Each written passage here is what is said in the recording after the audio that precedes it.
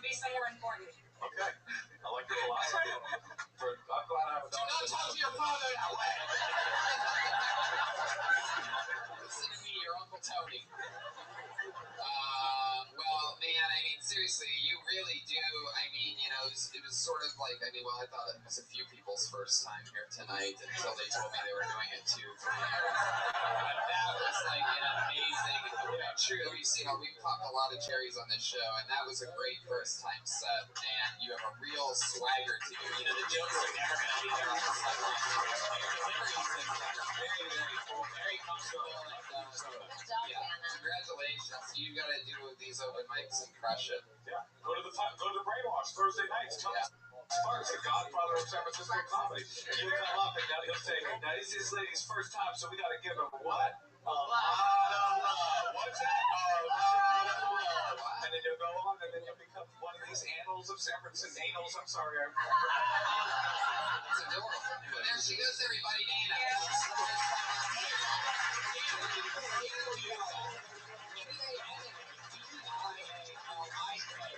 Guys, we did it. That's so funny.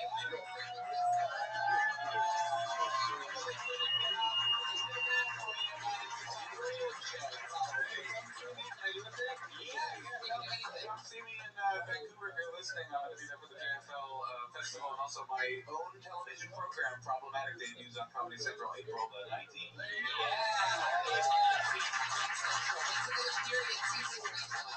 I don't have an air date, but it is the summer. Beautiful. We'll keep an eye on Another that. period, season 3. Viacom family. I love it. There you go. So April 19th for Problematic, and the summer for another period. Pat Reagan was here. He made the trip. These guys drove from LA.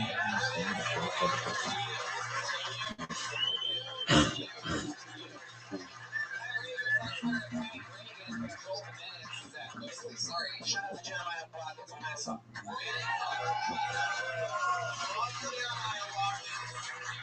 Today, he is in between episodes of the Roast Battle, where he is 1/3 of the powerful wave the Roast Battle. He also just finished rapping on the goddamn Comedy Jam. Jeremiah Watkins, part of 3 of the most fun shows in LA, live shows. I'm Tony Hinchcliffe. I'm performing stand-up in a lot of cities coming up: San Antonio, Calgary, Corpus Christi, Providence, Rhode Island, Portland on Valentine's Day, one of my favorite clubs in the world, Helium. So those tickets are TonyHinchcliffe.com. Bunch of fun stuff coming up, other podcasts, other things going on. You know what that is. TonyHinchcliffe.com. Brian Redband was here, everybody. See you guys.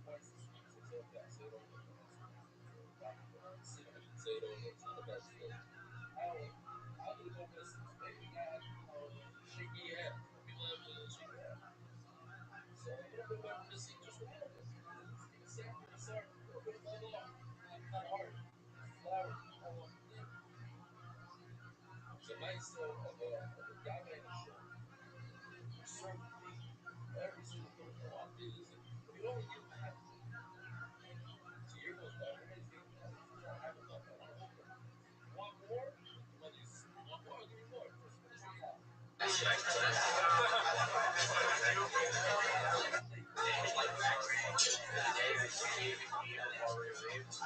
paid. Thank you for asking. I don't want to hear you. I appreciate it.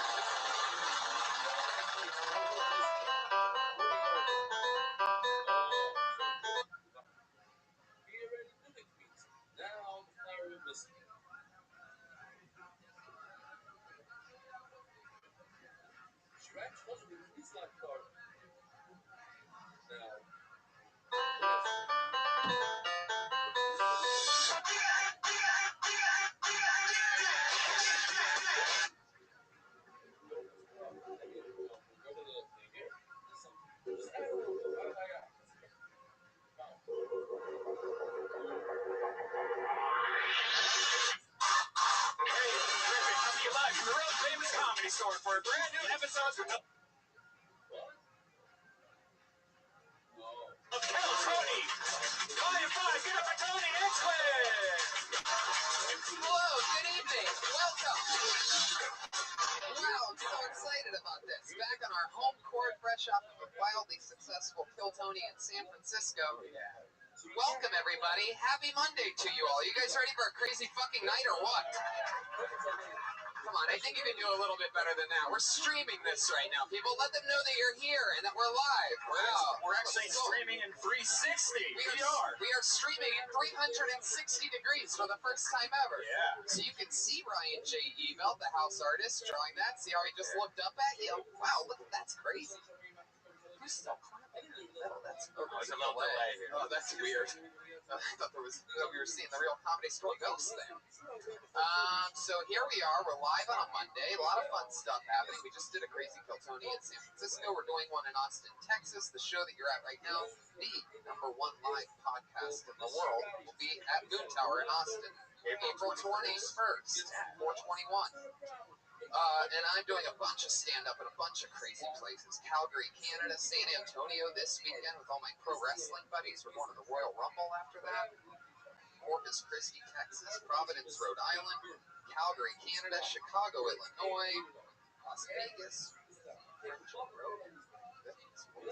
Tulsa, California, Madison, Wisconsin, Kansas City, again, and yeah, Columbus at the end of May, Columbus, Ohio. I'm doing the Columbus Crew Soccer Stadium. That's ridiculous. A fucking soccer stadium. You get to hang out with me in this scummy shoebox of an addict tonight. How lucky are all of you? I mean, really. Yeah, I'll let you clap at that. That's Josh Martin.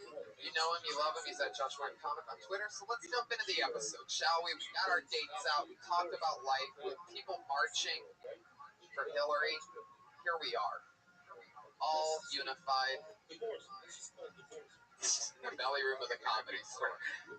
I'm excited, people. You should be too. What do we do first? Bring up the band? What do you think, Josh? I guess we're bringing up the band.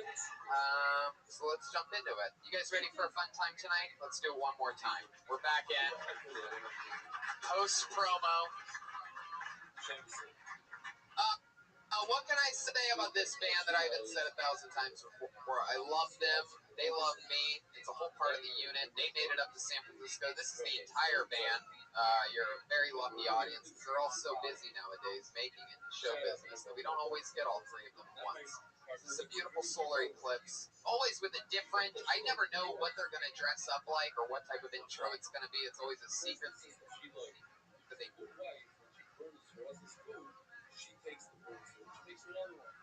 or se la pay so do half and half. But to give him the burden and make yourself, it doesn't say the top shit, it says the shuloi. If you ain't going wrong, it's top shit. So mainly he looks at him and he says, oh, I know your excuses. There's no policy or real estate is there. You know, the typical. And you hear him say, okay, very good. But what is a mishbar for? What do I have to suffer? So we should suffer together. And I see your private plane is still flying. Your vacations are at mamish top. Everything's developing. Your partner is still doing everything. So it's Kodesh has to suffer. Dog has to suffer. So, this was your punishment. Community is a chair. So what do you want? Everything got burned 2 years. You have the cover in your hand, you have the dot in your hand, broke it down. Put the kids on the screen. Keep from me. You always impress me every week. So let's see what they do this week. Ladies and gentlemen, I present to you the Kill Tony Band, Reagan, Watkins, and Joel Jimenez. Pat Reagan, Jeremiah Watkins, and Joel. Oh my God. That's so funny. I mentioned it for no reason. That's hilarious. Blatantly doing the Hillary March dressed as women in ponchos. It was raining everywhere too, wasn't it? It's so funny. People in San Fran were just soaked. Hey guys, welcome. Hillary Marchers, how's it going? Good, I'm just exhausted from marching.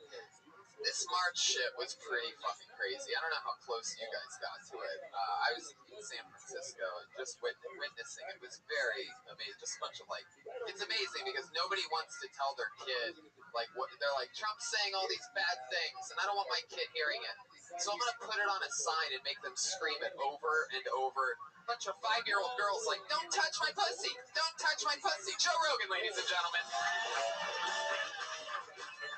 Your powerful guest. They just came up. The band just came up dressed as Hillary Marchers. That's them dressed as women in the ponchos. Outstanding. How's it going, Joe? Better now. You got stuck in some traffic. Slammed into each other. Bunch of morons. I love it. Well, welcome back. You've done this before. I have. We're going to have a lot of fun. And you nailed it on the timing. So you came in absolutely perfectly. I'm so excited. Was there anything else you guys wanted to say about the Hillary March or anything like that? Are we good to move on?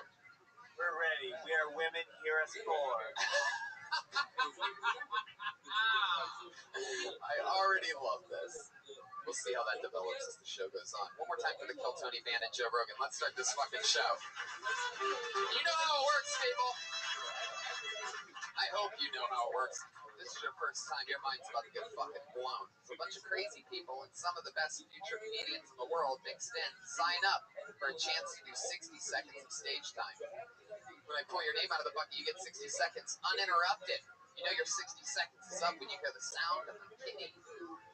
That's adorable. That means wrap it up then. Or else you're going to bring out the angry West Hollywood bear. Sure. So there you go. There's a fucking cow in there too. So let's just jump into it. You guys ready to start the show? 60 seconds. Uninterrupted. That sounds more like a bear than a... My shoe is broken. You've killed bears with bow and arrows. Only bad ones. Only bad ones that taste good. Wow, really? Okay. Jeremiah, you're pretty good at playing a Hillary supporter. He's not fat enough. I don't know. Lift up your shirt, Jeremiah. Show Joe what you really are hiding over there. Do it. Oh, look at that gut. Total.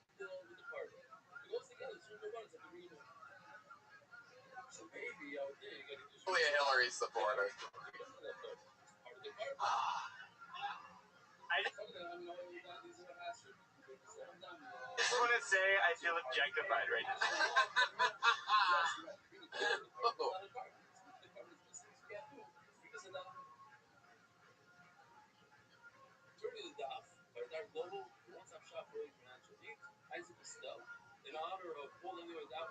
All right, I pulled the name out of the bucket. Here we go. This looks like a new name.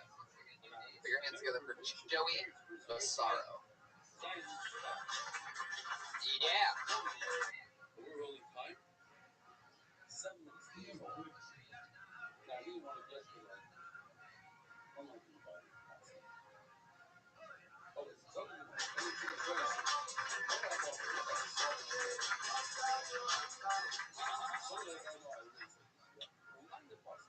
Right, nice. Just moved to Los Angeles. Now I'm in a long distance relationship. I don't know if anyone here's been in a long distance relationship, but gotta tell you, sometimes I get lonely. I'm looking at the moon. I know there's a chance wherever she is, she's probably blowing a guy under the same moon. And my girlfriend got in a fight recently too because she's all in politics, she's all in the election, and like all I do is watch football. That's all I do. And like she freaked out. She's like, you don't care. All you do is watch football. You're 5'4", you never played. Why the fuck you like football so much? Why the fuck you like football? Who's your favorite fucking football player? I'm like, right now, at this moment, O.J. Simpson. That's my favorite football player. I just love the way that guy finished his career. Went out on top. Oh my god.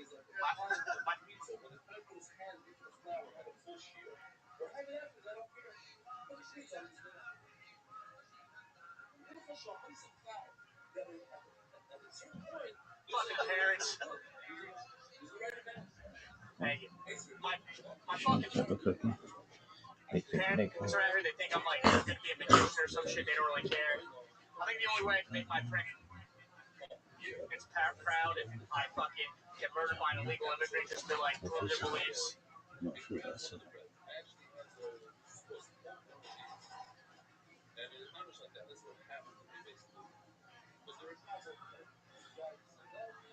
Wow, that sounded more true than a joke. It did, a little bit. It sounds very honest. Just a little bit. Your parents are a little bit racist. Well, You can tell the truth. okay, yeah. Like, what do you think their least favorite race is? The least favorite? To support my joke, I said I'll say Mexicans. Well, no, you don't have to support nothing. It's already over. Yeah. So rude. No love for tacos? If we weren't trying to support your joke, just from what you've heard, the hatred that your parents spell out loud, Yes. what do you truly think, without trying to be funny, Okay. what do you think your parents' least favorite race is? Oh, God. See how funny of an answer that is? See how great it is when somebody doesn't try to be funny at all? Just a straight up honest answer. I'd have to go with the Jews. Like he was answering an amazing trivia game. What prejudices do they have about Jews? Well, we grew up next to a synagogue a lot. Too much partying? I think they called the cops a lot on us. Oh. Yeah. Over what? Every time my parents had people over in the back, they just called me, they were pissed off. Wow. My parents invited them all the time. You mean Jewish people would actually spend the money on the 911 call to isn't that like a... I don't think it's a good attempt, but I don't think it costs money. I know, right? Yeah, money. Yeah, it hit me when it was... I don't think it was call 911 either, right? We had a landline, so... Wow. You said it was the Jews that they hated. How A close... couple bad apples. How close did you live to the synagogue? I lived on a cul-de-sac. Cul-de-sac? Like 4 houses. Wait, you lived on a cul-de-sac at a synagogue. Now it's sort of... There we go. Now it sort of makes sense. Good childhood, right? These goddamn Jews blocking my way in. Yep. Wow. That's my uncle. Where are you from? From New Jersey. New Jersey? Yes. Sometimes they even call it Jew Jersey. Anyway, Did you meet a lot of...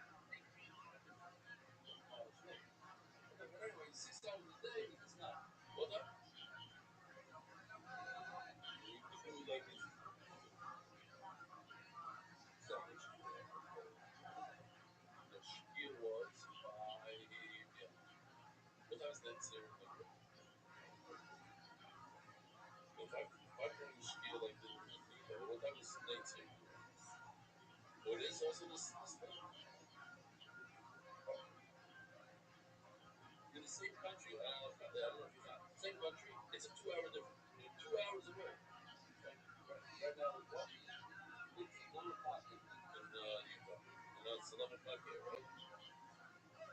All right. I'll go, Papa. Says tomorrow, it's no problem. Some of it's missing. Some of the bread, some of the hot pot is missing. Half of the seasonings, says tomorrow, hey, Almani, who is? Sort of was on over that. But if the entire carpet is broken, the entire roof is broken, we can put it in. It's already bad. These really street. Oh my leg, I'm like, telling me, I'm not going to be I'm going to go home this year, but everybody, obviously, there's plenty of those people who treat them.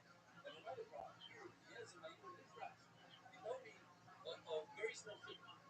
Guy takes a look at my legs on the video, and he breaks it, and then 3 crumbs fall to the floor. Like, listen, I'm gonna tell you much bigger thing. If your entire level is burnt, not a single morsel left will go about it. You can still put a part of Leslie, you can still put the seasonings there. Why are you telling me a case where a few crumbs are missing? The whole thing is missing. After the salt, all the now you have fish stick, you know what that is. That's the part behind that side. Now we forget. The day, it's even shot. What's the problem? The problem is something to the community. You have to do it.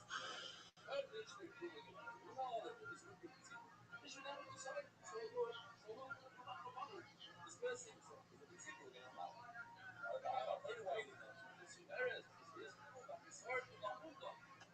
They got more than people. When someone's missing, it's like a broken leg. You have a broken leg, anybody can see the people can't get away with the partner that has a broken leg. What was going on? So this is how one is a move. It's not a move. So you can see the little. Does you have one Schneider?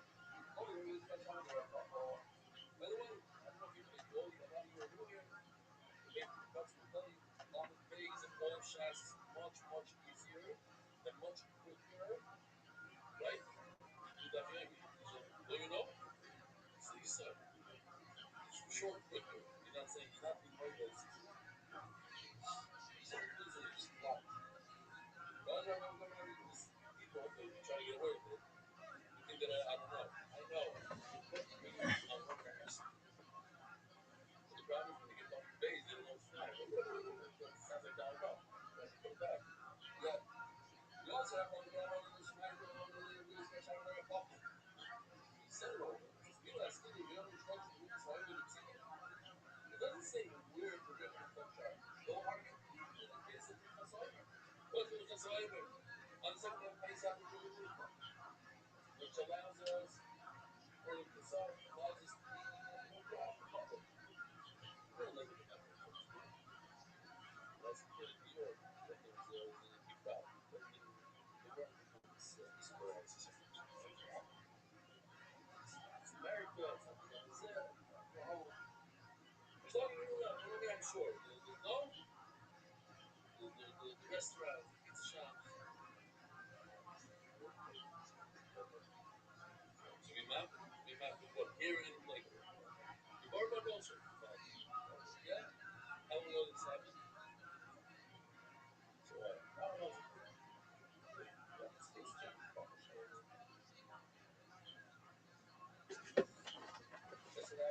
I'm going to say this now, even though I'm going to get a lot of trouble. I'm predicting that 10 years from now, a lot of people will be wearing clothes. Seriously. It's the same thing. Lundish is for weirdos.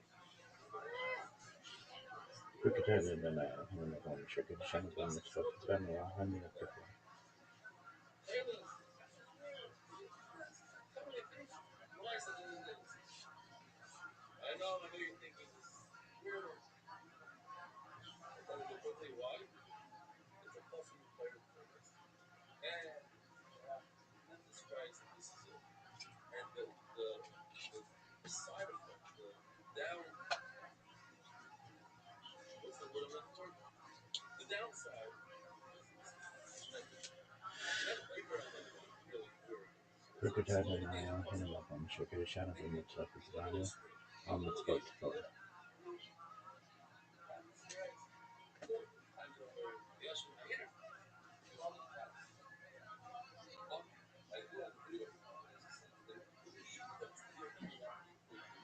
Group Shankar.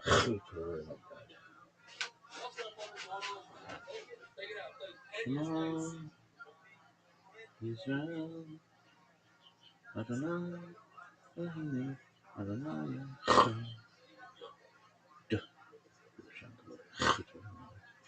Shalom, Israel, Adonai, Elohim, Adonai.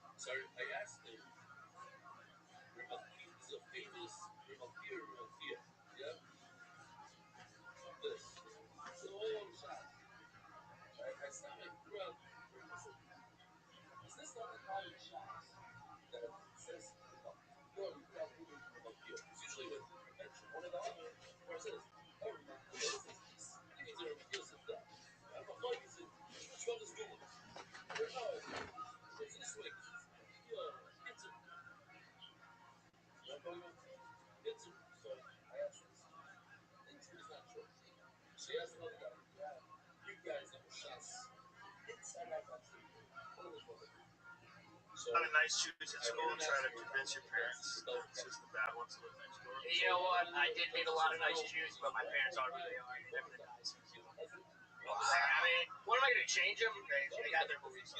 Just gotta get them on mushrooms. All right. I'll tell Sneak them in. I'll tell them that. Don't tell them. Just sneak it in. Sneak it in there? Like you said, they gotta die soon. Yeah, okay. Fuck What it. is the lasagna? Just cook for them. Yeah. Okay, a little homemade meal like Give them these chocolate bars and barely taste the mushrooms. Yep. They look so much fun. They're just gonna walk straight into the synagogue and start praying. I hope. They might sign up. Maybe we'll convert to Muslim. I don't know. Islam. They might just decide, like, who cares what we believe? Let's just join. Make these people our friends. You talked about being in a long distance relationship. Yes. Yeah. What was that all about? How long's that been happening? Well, I moved here 2 weeks ago, so 2 weeks. Wow. Yeah, exactly. I just want to say, you opened up very relaxed. It's a hard thing to do. First guy up. First things out of your mouth when you get on stage are always the weirdest to this day. Right? What you say? Yeah. And you did it very comfortably. And it's a good way to open. You planned it out well. It's a smart way to open. It's like, you kind of establish who you are, and you did it this way. So you can do this, man. Just, that stuff. Thanks for the applause. How long you been? You can do this. It's like everything else, man. It's a long road. It's a long, disgusting road. How long you been on stand-up? 3 years. All in New Jersey. Where'd you work in? New Jersey? Yeah. Okay, that's a good spot. So you probably saw a lot of funny comedians over there. Yeah. Good batch. Okay, feel good about this conversation or no? I did at the first. What do you do for work? What do I do for work? Yeah. I don't have a job. I work in a warehouse back there, saving the money about down here. So just burning through savings. As of now, yes. What's up, Soul Plus? That's the plan, probably. How's it going? Living the dream. Every day's a holiday, every meal's a feast. How are things in your neck of the woods? Feeling okay. I haven't been here in a long time, so I just wanted to check on you. Absolutely. If I may ask, please remind me, how'd you find out about me? It's been a random server. I joined on like almost a year ago, or over a year ago. Yes, you're the person who threw the party for their niece and their their nieces or something for Valentine's Yeah. Day, right? Yeah. Oh, excellent. Yeah. Okay, I remember you. I know all about you. How you have a very interesting career. How's that going? It's going good. Excellent. How's everything going over here? Oh, How's your 24/7 live stream? well, fortunately, still been able to continue it. Amazing. Yeah. All right. So, in the last time we spoke was February 14th, 2005. 2025. Pardon me. Approximately, right? Yeah. Yeah. Exactly. Okay.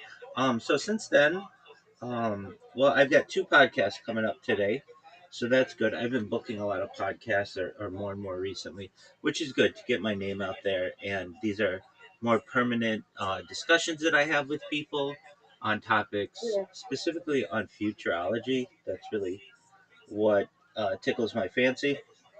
And it's been really good. I just finished a 5-part series with a podcaster and radio host in Australia that concluded last week. So we did 5 of them consecutively.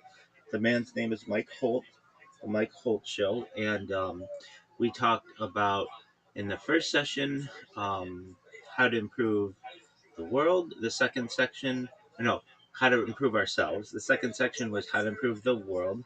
The third section was mega projects, which I've really been getting into, things like a Bering Strait Tunnel, transatlantic tunnel, clearing the Darien Gap in an environmentally friendly way, perhaps a Gibraltar bridge or tunnel, um, perhaps a bridge or tunnel system linking Asia to Australia, that kind of stuff. Um, Space tourism, space elevators, that kind of stuff. The fourth session was on like getting off planet, and the fifth session was on extraterrestrial life. And so that concluded last Monday. It was really good. Today's session, and the interesting thing is, when I book one of these discussions with an individual, nobody knows what to make of me, and I understand that, but they find me to be very interesting. So, like Mike Holt, we first met, and he was like, "I can tell that I want to talk to you multiple times. So, would you be interested in doing a series with me?" I said, "Absolutely." The most recent podcast on which I've been is someone from the Czech Republic, and when he met me, he was like, "I've got to talk to you more," and so we went from one session to 3 sessions, and that's very positive because it's like once people hear what I'm doing, they find it to be interesting and they want to talk to me more. So that's great. I also have a podcast today with a woman who. Um, she and I have not met, but I'm more excited for this one because it's long form. The other ones have been like basically like either 20-minute or 30-minute segments, and this one is supposed to be like anywhere between 30 minutes and 2 hours. And as you know, I can go on and on about my interests and such. So that's kind of what I've been doing from a podcast um, uh, schedule. Um, in terms of growth of the server, we're approaching 3,000 people in here, which is great. We've gotten more people. So since you've been here, we have some people who actually live in here with me.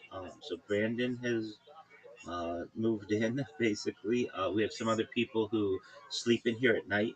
So that's been really great to just build more community. We've been playing games every single night. This one woman and I have played games just about every single night for the last like year and plus, like maybe like 14 months or so.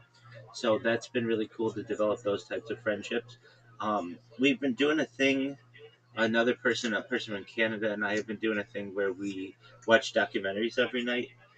So just on any kind of subject. So that's been really cool to just expand the mind. I've been doing a lot of robot programming, and it's very interesting robot programming, I feel. So basically I've created like a huge blog network. Now this is more recent and it's not quite done yet, but what I basically do is I create blogs. Like the goal is to create 2,000 blogs. It's like, well, Rabbi, why 2,000 blogs? Why not just one blog? I do have one blog. Actually, if you have oh, so if you have the chance, Sophia, can you go to, when you have a chance, rabbirothschild.medium.com, and you will see my serious blog, things that I've written on that are really important to me from a just a like benefit of the world. They're kind of, they're not necessarily, they're just my thoughts, and I feel they're written in like very professional manner, sometimes too professional. Um, so like the most recent ones, and I've got a ton of them. I can publish two a day, but the most recent is like police professional liability insurance, a structural reform for constitutional accountability. So what is that? It's basically like I'm sick of seeing stories about police being over zealous about enforcing the law and hurting people, and so I feel if they had to insure themselves, that would take the liability off the citizenry. Number one, and number two, perhaps they would be more careful in just randomly shooting people and such. Previous to that, continuous public surveillance of policing institutions towards a constitutional framework for dot dot dot. What is that? Uh, I think if I'm on stream all the time, 24/7, we could do the same for police stations to kind of provide accountability. If you're wondering, like, are all of these on police? No, those are just the most recent two. Previous. Oh, you would be interested in this. This is, I think, right up your alley. The previous is the epistemic crisis in American death determination and the case for machine-based forensics. So basically, I think there's a machine that could be created that you scan a body and know exactly how it died. Just like with an MRI, we can map the brain or CAT scan. Yeah. And that would be very bad. exactly. And I, like, as you know as well, in a lot of counties in the United States, like the coroner is like the sheriff, and there's a conflict of interest there. Many times it doesn't have to be a medical professional, it doesn't have to even be like a funeral director or anyone with any experience with the body. They just basically have to win an election many times, and sometimes they don't even have to do that. So I think that there should just be a determinative um, machine that you can just scan a body. That doesn't seem like it's so ridiculous to me that that no one is talking about this. I think it's something that's very Right. practical, and so that's of interest to me. Prior to that, imitative play, juvenile culpability, and the collapse of mens rea, rethinking homicide liability in juvenile cases. Um, so when I was a kid, I uh, there was uh, a case that comes to mind of a young man who, not even man, I shouldn't even call him that, a boy. He was like 12, and he was wrestling with his younger, like, friend or cousin or something, and he was doing wrestling moves like many little boys do, and he accidentally killed the other person, and he's been in jail now for like 20 plus years, and he had no intent to kill this person. He was just practicing wrestling moves, which I did. I knew kids who do it. You know kids who do it. It's just a thing, and I don't feel that he should suffer life imprisonment. It's a wasted life to me, and so I advocate for his freeing. Another is parental criminal liability, legislative notice, and limits of prosec- uh, prosecutorial expansion. This is a case in Southern California where a parent is being charged with first degree manslaughter, I believe, because her child killed a person when the child was on an electric bike, not a motorcycle, not a car, but basically the parent was warned. And I understand that the warning was there to the parent. I get that, but that's not a law. And so I advocate for, at least in my local district, that we pass a law against, not against electric scooters, but like if you're warned or you modify one of these and then there's something on the books for it. It shouldn't just be like an overarching Um, we can charge a parent with whatever we want, kind of a deal. Another is fireproof paint as a baseline building standard, a systems theoretic case for passive fire resistance. So basically, I think that it should be a standard in the United States and really everywhere in the world, for that matter, that paint should, at least interior home paint, should be fireproof or fire resistant. That would, I feel, stop a lot of structural fires. Yeah. Uh, it's just it's like kind of common sense to me. It's like, oh, you mean fireproof paint exists? Absolutely. It's used on the interior of like kitchen furnaces or kitchen stoves and the like exhaust hood. And why aren't we using this in at least like in children's rooms, or like it's just but everywhere? I don't understand it. um Next is the continued incarceration of juveniles for accident pure and pure athletic vests. We talked about that a little bit. Compelled civilian participation in undercover policing.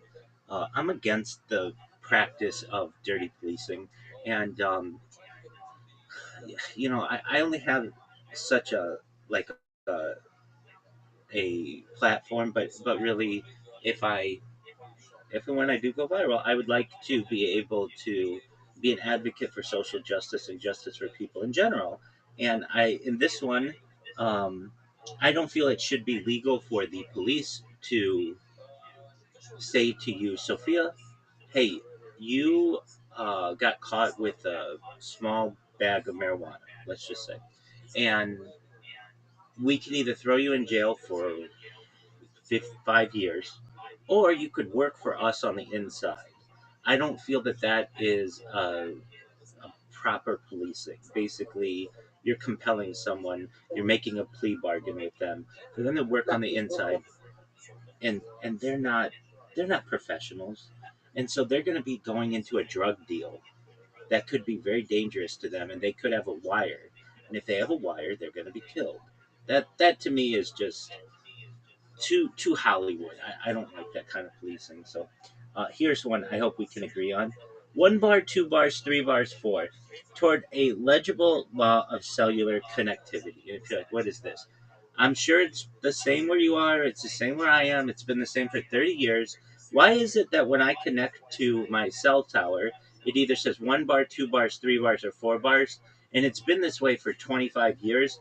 Why can't we have like a percentage based system? Like, oh, I have like 75% signal strength or 85%. Yeah, sure. You get what I'm saying. You know exactly what I'm saying, Sophia. And I know, um, apologies when you first came in. I couldn't see your name, so I was just kind of working on the name. But I remember you very well. And I think, I think, Hey, I'm impressed that you remember me. oh, yeah, yeah, yeah. I remember, I know what you do. I remember Valentine's Day, all the stuff that you did with your family. And that that I do karaoke. You used to listen to me. I absolutely remember all that. The next is buses with it, boxes within boxes. So a lot of the things in which I talk are like improvements to technology and criminal reforms and things like that. So what are boxes on boxes? There's just no standardization on a phone about how big something's going to be, or like where the X button is going to be, or sometimes you press close and it doesn't really close. There's just a lot to that, but I don't have to go Yeah, into like that. those advertisements. Absolutely, and then they have uh, they have like what is it called? Basically, false X buttons, so that you click it and then it opens up Yeah, the App Store, and it's like, what? That's not. yeah, I That's hate it. oh, I hate it too. And so these are like the things that I write about. And so anyway, um, they're really interesting topics. So if you ever want to take a look, it's rabbirothschild.medium.com. But that's not the blog network I was talking about. So there's that. That's like a serious thing that I do every single day. I write one of these out, or two of them I actually publish them. And I have a huge backlog of them. Anything that I hear about in the news or somebody brings to me or I just experience, if I don't like it, I go and I create an article on it, and then I put it in the backlog and it gets published. My blog network, though, is different. So one of the major issues that I encounter, it's like, you know, I'd be honest with you, Sophia. I wish I were viral by now. And you can tell I've changed up some strategies about how to get more and more popular. But one of the major issues I was experiencing, or I still experience, is there are other Rabbi Rothschilds out there. So when somebody Googles me, I'm not always the first Rabbi Rothschild to show up. In fact, there's a very famous Rabbi Rothschild from who previously lived in Atlanta, and he was friends with Martin Luther King Jr. And it's like, how am I supposed to overtake this spot in Google when somebody types, Google Rabbi Rothschild or something like that? They do. It's like, okay, so this is a civil rights leader. Well, yes, in my own way, but not the same as this other rabbi. So I have used this blog network to basically populate AI, so that when someone like looks me up in AI, um, I it talks about what I do, but it puts me up there with him, and then it helps me in the search engine ranking. So what is this different blog network? It is basically a series of like 1,900 blogs. At the end of the day, I want it to be at least 2,000 blogs, not blog posts. I mean individual blogs. So what a lot of times Google does is it crawls the whole internet for information, and it will put a bunch of results in there. And if I can flood the results with my blogs, then maybe you type in Rabbi Rothschild and this rabbi from Atlanta from the 1960s shows up, but then I'm the next 9 results or something like that. That's my goal. And but you need content for blogs. So I created bots that basically, when you type into, what do they do? They, I can give it a topic on whatever I want, and it will write about it, and then it will publish blogs about it on 10 different blogs simultaneously. It takes a little bit of time, but it does work. So what are the topics that I've chosen? um, well, right now, I have one working on like supercomputing. So basically, I'll go to ChatGPT and I'll be like, ChatGPT, please tell me 100 types of computers that are more advanced than quantum computers, and it'll be like, all right, well, many of these are hypothetical or experimental or whatever, or emerging, but here's 100 of them, which is like a lot of different kinds of computers. And then this robot takes each one of those and puts it into AI, and then we'll find out, like, it'll outline the practicality of them, their cost, their capabilities, like all of these things. And then it'll create about like 25 different entries there, and then it moves on to the next one. And I can basically like give it like ammunition for different blog posts, which I find to be pretty interesting.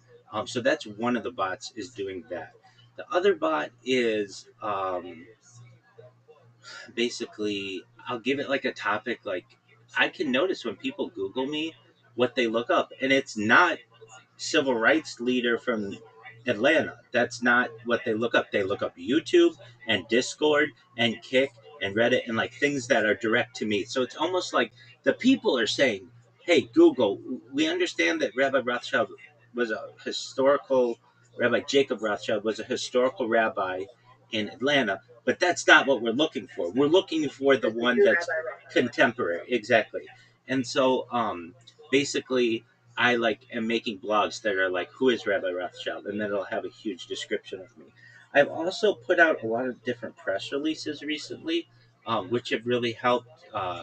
So this may be helpful to you as well, Sophia. I don't know. I mean, I don't want you to get too into your job, but if you have your own business, um, you know that SEO, search engine optimization, is like really important for people to click on what you do and everything. And there's an emerging kind of realm. It's known as not SEO, search engine optimization, but GEO, which is generative engine optimization. But that it's not even like the the the industry hasn't even settled on that name. But basically, it's AI engine optimization. So what is this? Like, um, you can. We're still in the early days of AI, where you can manipulate it to know anything that you want about either yourself or about what you do. And you're like a private individual, so I understand that you're not like, hey, I don't want it to know anything about me. I get that.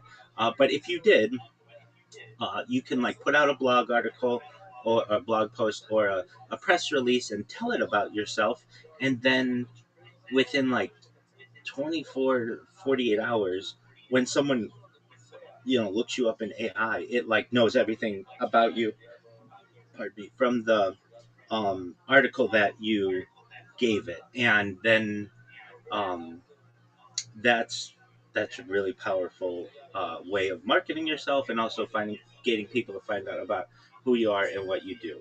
So I have been just basically doing my best to manipulate the search engine results so that when people look for me, they find me.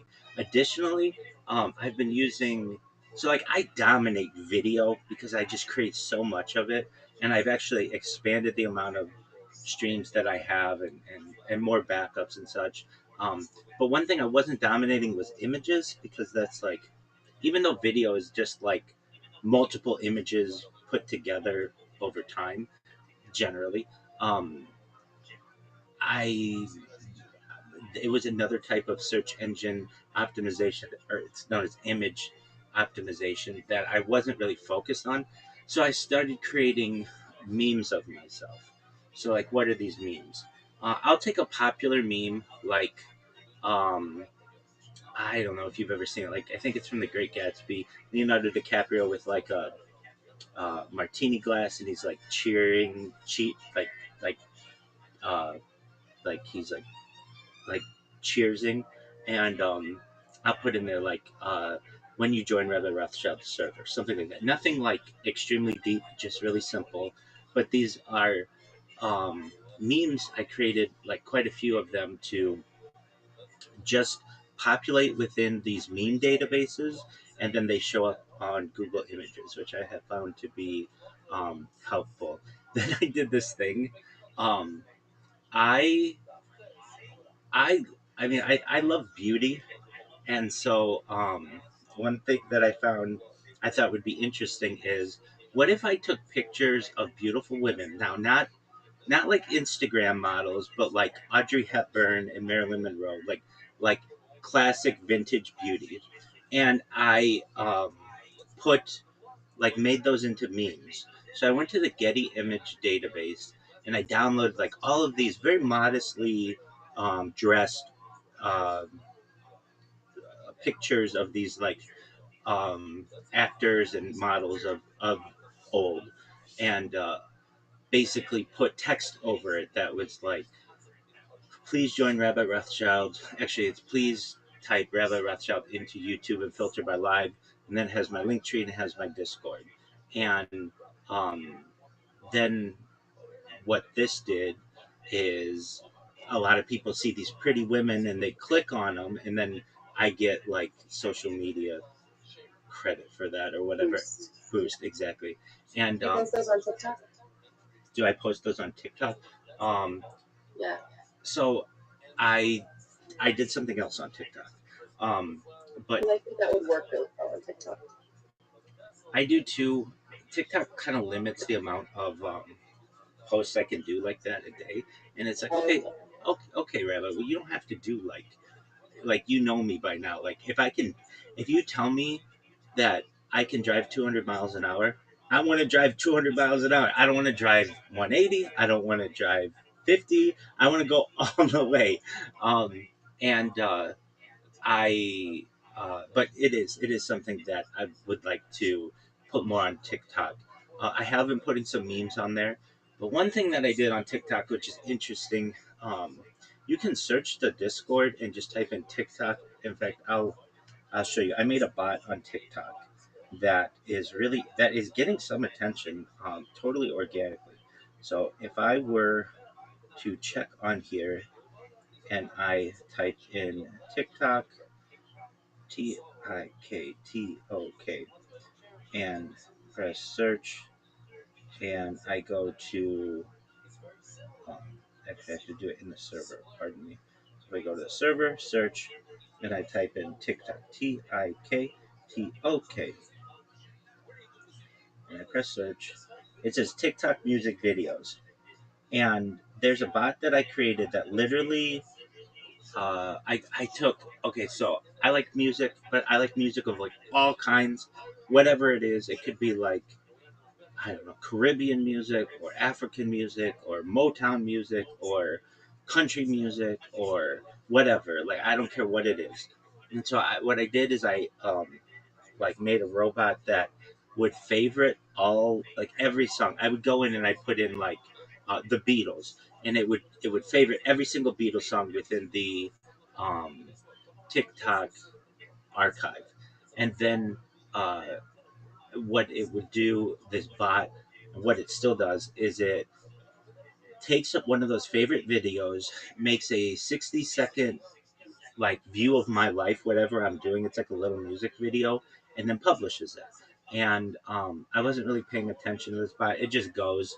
But I noticed like people on Reddit were like, "What is this?" Like, it's always on my For You page. Like this, there's like a person who just makes music videos of themselves, and so that happened. I think like last week or perhaps the week before about that, which I found to be very interesting.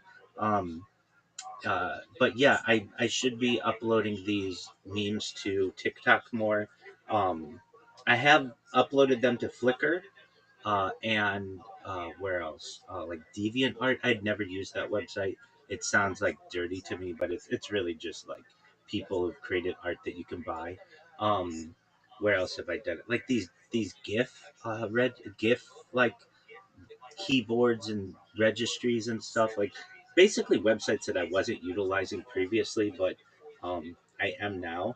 One interesting thing I did with the TikTok is TikTok didn't really know, even though I have like more content on TikTok than like anyone, it didn't know that much about me because I didn't put in descriptions and I wasn't tagging things because it just takes too long to do that when you're creating, when you've botted it.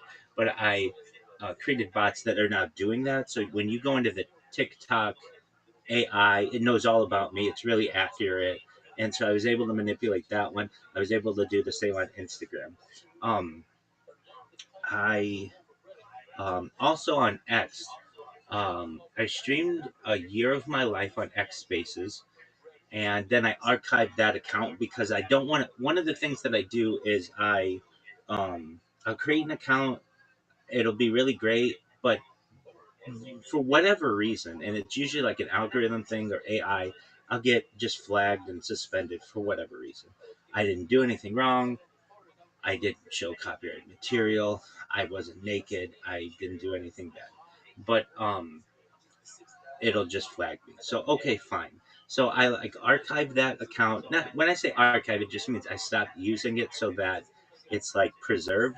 And then I created two more accounts, and so I'm live streaming right now on X, and this is on video. So I basically have like an entire year, more than an entire year of my life that is available on video through X Spaces. And I don't know if Sophia, um, if you're aware of X Spaces. It's basically, well, let me just ask, do you know what X Spaces are?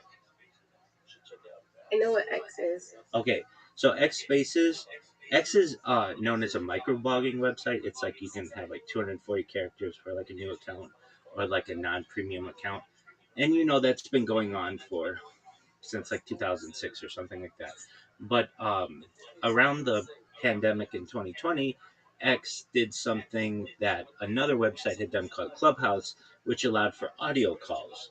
So this is really the center of the cryptocurrency world, and um, in my own way, not that I do a lot with cryptocurrency, but I'm like, I mean, my all of my merchandise is cryptocurrency. All this stuff is cryptocurrency because I'm sponsored by cryptocurrencies. But um, I myself like don't necessarily like I don't launch coins or generally things like that. And but I do go into these discussions, and they have things called um, what are they called? Shill and chill. So where you shill your project and then you chill and listen to other people's projects, and it's all video or it's all audio. Generally, there's some audio video components of it, but I'll go in there and I've got a really good pitch. People love my pitch. People ask me to say my pitch, like when I go into a space. They're like, "Oh, Rabbi's here. Rabbi, you got to hear this. He's got the best pitch in the game." So, It's because I can tell you why, and you probably already know it, but it's because your passion is so inspiring. oh, And how long you can talk about the things you're passionate about is so extremely inspiring. thank you so much, Sophia. Whether or not people understand what it is you're going on about, it's still inspiring. Thank you. Well, you get it. You absolutely get it. And it's true.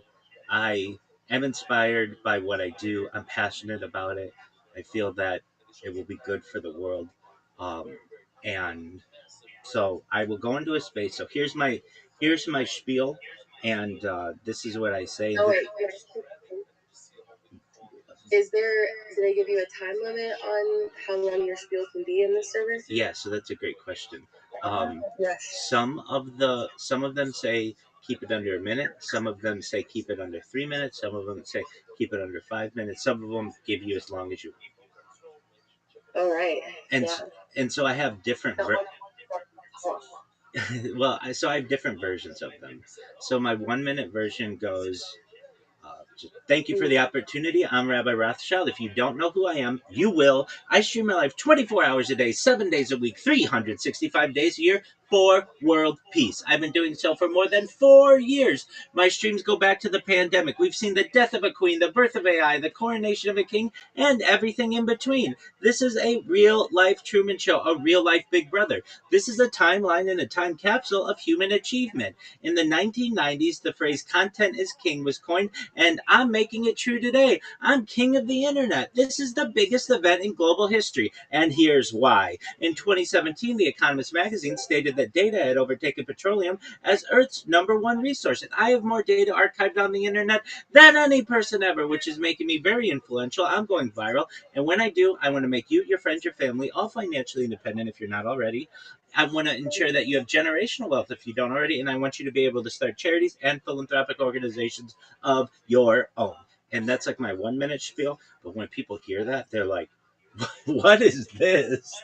And, it gets a lot of people's attention. So I find that to be really cool. And then I have like a 3 minute version which people like, and then sometimes people are like, we're just going to let you go as long as you want because what you talk about is really interesting. And I've been able to help. I've been able to help a lot of people, specifically in Africa. So I'm part of this cryptocurrency. We build wells and water towers in developing nations, specifically in Nigeria, and that's all cool. And but I want to help people individually. So what I tell people is, if you need a job or you're looking to get hired, come to me. I'll help you. So I get a lot of people from Nigeria come in here. Pardon me. That's my reminder that I've got this discussion coming up. And they'll come in here and they'll be like, okay, Rabbi. Usually they're like an 18-year-old man or woman, both in Nigeria. They don't have a lot of options and they want options. So what I explain to them is everything that I tell them first and foremost is free. I don't want money from them. I'm never going to ask them for money. What I want in the future is to be able to give them money. And what I tell them is, so you're a social media marketer, right? And they're like, yeah. And I'm like, okay, cool. Do you have an X account? They're like, yeah. Do you have a YouTube account? No. Do you have a Facebook account? Yeah. Do you have a Snapchat account? No. Do you have a Pinterest account? No. Do you have a TikTok account? Yes. Do you have an Instagram account? Yes. Do you have a LinkedIn? No. So they like have maybe 50% of all of the main social media out there. And I say to them, first thing we have to do is we need to get you all of that social media because as a social media marketer, you want to be able to market a project anywhere on the internet, wherever it is. And it helps with your search engine optimization and your search engine strategy to be able to have this kind of power. So I give them a list. It's like the top 30. And most of the people have these things already, but they don't have them in one location. And the one location I advise they have is something called a link tree. And what a link tree is, I don't know if you're familiar, but it's basically a link in bio that has all of your social media there, so that you can go into an X space and say, my name is XYZ. You can find out more about me on my Linktree, linktree.com/XYZ. And then it's not like, well, Sammy123 on X, and I'm Sammy241 on Twitter, or on, Instagram, and I'm that cool guy on TikTok. Like, you don't have to do that. That wastes time, and nobody's going to remember all of that. Just give them the one link, and then they can have all of your social media. So once they create those 30 accounts, then what I advise that they do is we populate it with stuff. So we get them a logo, we get them a brand. We basically are starting small businesses for these individuals, and then we populate their social media with videos, AI content, usually. Um, that is just something, so that when a customer looks at their account, it's not just blank. If people are comfortable putting themselves out there on their social media, then we have them do that. If they're not, some are not, then we just have an AI avatar talk about what they do. But these AI avatars are basically, or the videos are like, hi, my name is XYZ. I'm a social media marketer. I'd love to help you to promote your business. If it's of interest to you, send me a DM. That's all, really simple. So they've got their 30 different social media accounts, and then we populate it with some content, and then we optimize it for search engine results. Because I say to these people, if I look you up on Google, what am I going to find? Like, I don't know. So I'm like, okay, Google yourself. And they're like, well, I'm the fourth result down, and I'm at the seventh result down. Okay, cool. You need to be the first result, the second result, the third result, the fourth result. You want to be the top 10 results. You're a social media marketer. This is what you're supposed to be doing. And they're like, yeah, that's a good point. So then what I do is, once we get all their social media aligned, I help them to get down their pitch. So all of them basically do the same thing, and the pitch is pretty standard. It's basically, hi, my name is XYZ. I'm a social media marketer. I would like to help you to promote your project, your cryptocurrency, your NFT, whatever it may be. I have over 30 different social media platforms on which to promote your project. You should know that what makes me different than any of my competition is, I'm not just going to promote you on X or on Facebook or on Instagram. I'm going to promote you everywhere. So partnering with me is a multi-platform strategy. Additionally, you should know that this means you're going to get more DMs in your social media. We're going to help you to dominate search engine results, and we're going to help you to dominate AI results, because when I post your content on all of my social media, it is going to traverse the entire internet and is going to help to promote you on multiple channels. If this sounds of interest to you, feel free to send me a message. I'd be happy to partner with you. And I tell these guys and women, basically, you don't have to memorize this. I send them the script, and I say, all you have to do is go into Twitter Spaces whenever you have free time, and you just read this. And they do, and then people immediately DM them, because it's a good pitch, and this is a different strategy than most people use. Most people say, for $5 I'll repost your content, or for $10 I'll make a video on your content, and that's cool. But this is like, I will post your content on 30 different platforms. And it's basically a way for someone who has no resources, who doesn't have a lot of experience, to be able to get their feet wet and start marketing and make money. And people have. So I've been, in my own way, changing lives with people with that. Helped over 100 people do that. Usually they hear my pitch and they're like, that's amazing, and they come into the Discord and we connect, and then they work on their logo and everything. They leave, they come back, they leave, they come back. I look it over, make sure it's good. If it's not, they leave, they go fix it, they come back. So that's been really great. Um, so I know I've spoken at length about the different developments that I've had, but that's basically what I've been doing. So um, we've seen a lot of growth in the Discord, and really, since you've been here, a cool thing is that I have people living in here with me now. So that's really neat. Not everybody has someone. Well, certainly not everyone streams their life, but previously, a lot of times I would maybe be in here on my own. Not anymore. I have people around here 24/7, who, some people sleep in here, other people live in here, so I'm no longer alone, which is really cool. part of the community.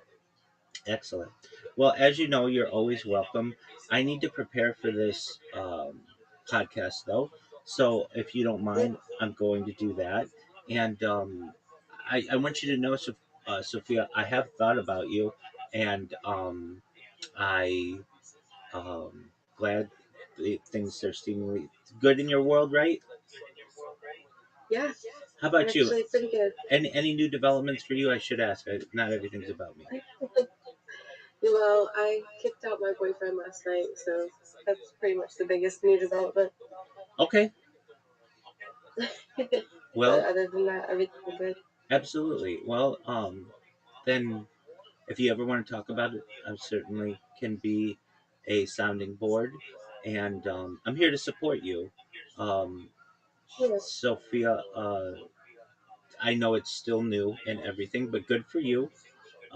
I don't know what he did or why he did it, but I'm sure that you had good reason to do what you need to do. Are you going to be okay financially? yeah. You're going to be able to support? Oh yeah, Okay, excellent. So you're in good shape there, and I mean you have it a lot easier in the dating world than men do generally. Because you're a commodity, don't want to put it in financial terms, but you're a hot commodity. Women are always in desire. So um, whenever you want a new relationship, you'll certainly be able to get one. And uh, you're you're you're in that period of just kind of the transition period, and you'll certainly be able to find someone better and basically see this as a stepping stone towards much improvement, right? yeah, yeah. Excellent. I see it as a good positive thing. So I do too. You sound good. A lot of times people are sad about these kinds of things, but you sound confident. yeah, I have a sinus infection right now, so that's why I'm all sniffly. But but yeah, I'm just disappointed. That's all. Okay, So I thought, you know what? I haven't seen Rabbi Rothschild in a while. I'll come by and seek his gentle wisdom. absolutely. Okay, so if I were you, I would let this transition period occur, and then Mm, I know it sounds like probably what a lot of people would say, but get on the apps, but don't just get on one. Same idea that I talk about with social media, I would use for dating. So I would not just have Tinder, I would not just have Hinge, I would not just have OkCupid and Match, but I would have all of them, and I would not just have the best pictures that I could find of myself that I think would be good, but I would also, if I had to, just take new pictures. Specifically, like I always help guys with this, not so much girls, but there are like five big. Like you don't want too many pictures, but like one of you, um, just in a um, just in a comfortable uh, picture, one in action, one with an animal, perhaps one with friends, and one doing a hobby, something like that, to just show that you're like a multi, you have different interests and such. It's so much easier for mm, women though. You're gonna have just tons of guys in your inbox. The key is finding a good guy, as you know, yeah, that and was my problem. yeah, um, and but like basically, you've got the world is your oyster, and you're gonna be able to um, have any guy that you want in your area. Uh, so But um, I'm not in any rush. no, and I understand that. Um, there is something I don't know if you're aware of it, but like it helped me when I was um, like before I became a streamer. Um, I've had many, well, still do, but many friendships with people, certainly in my religious community, but also outside, and many friendships and relationships with women. And um, I can tell you that I dominated Tinder so much. I considered myself having beat it. And here's why. I created robots, of course. I'm going to do everything I can to get myself an advantage. And I dated actually someone who worked at Tinder in West Hollywood or West Los Angeles. And She basically wanted to know how I had such a high score, because there's like an internal score that they get of everybody. So I I basically told her that, that like I had used like auto swipers and such to just make it easier, and a very nice. Was she a spy? Like, did she shut down your account? No, nothing like that. No, she was very nice. She was very nice, and at the time I was, um, I was going to shul multiple times a day. She was Jewish, but not like not. She didn't want an Orthodox life, but she was just fascinated by me basically, and we continued a friendship thereafter.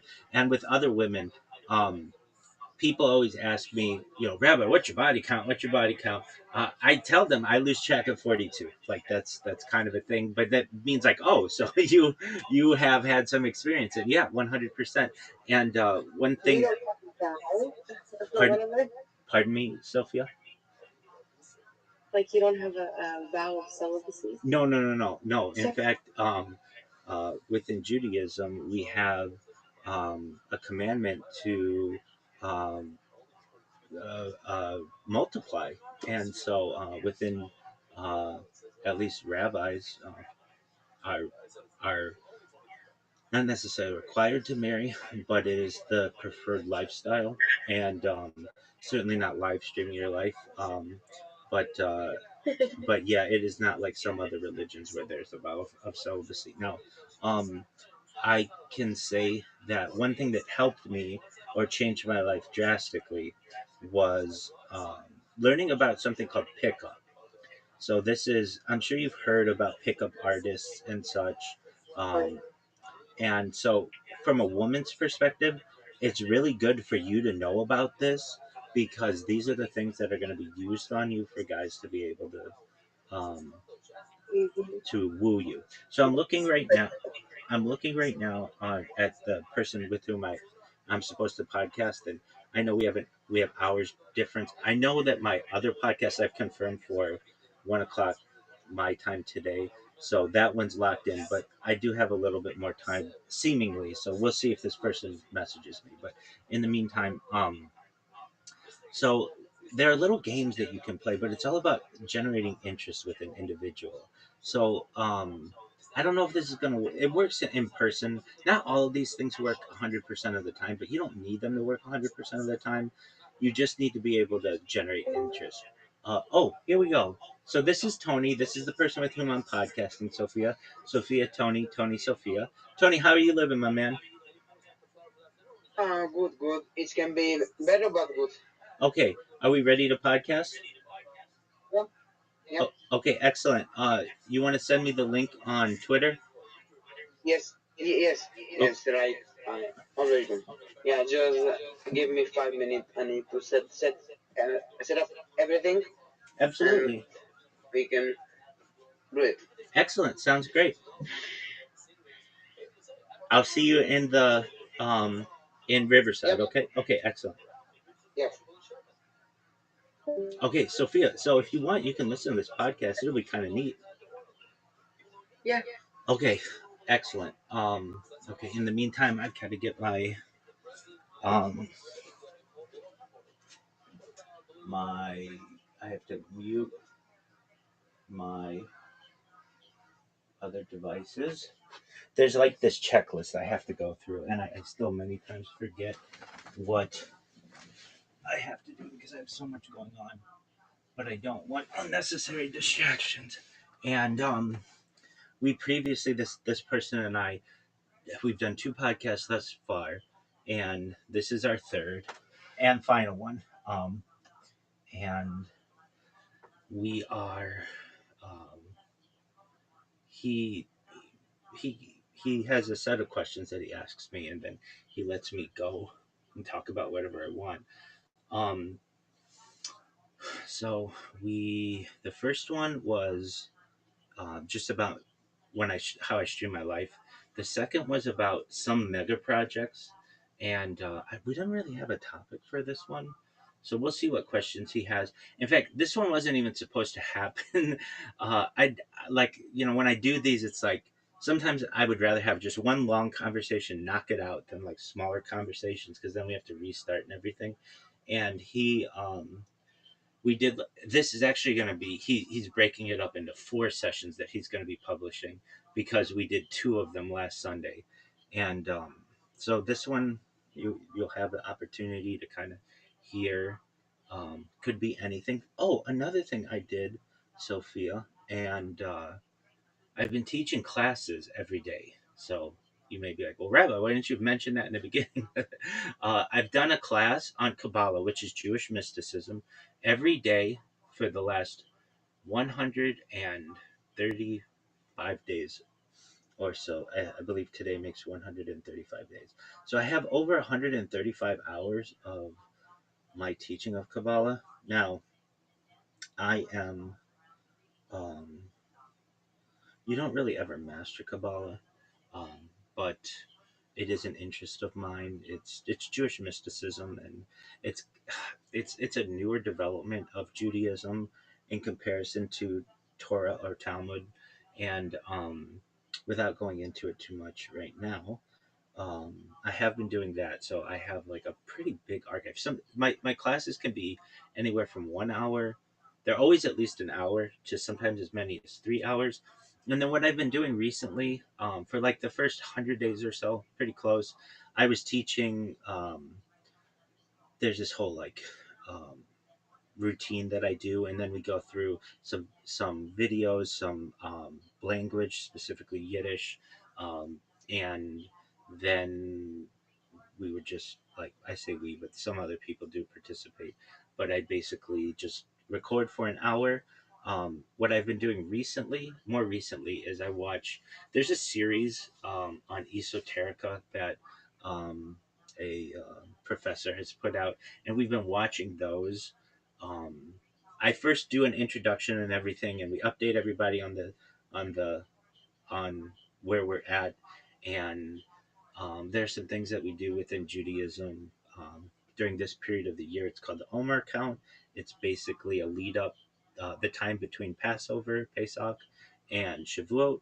Shavuot is the holiday that we will be celebrating in about 12 days. That commemorates the receiving of the oral Torah at Mount Sinai with Moses.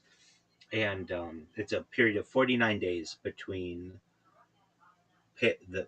Passover, technically the second day of Passover, or the second night of Passover, and um, uh, receiving the Torah at Sinai. So we've been doing that count, and there's some other things that we've been doing. But uh, as I am looking, I'm interested on this individual's the questions that he's going to ask, and um,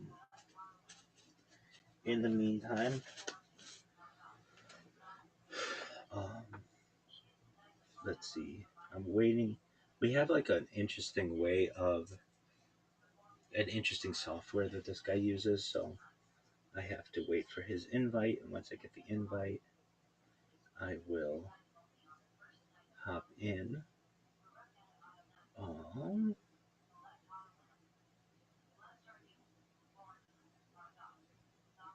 I'm excited for that.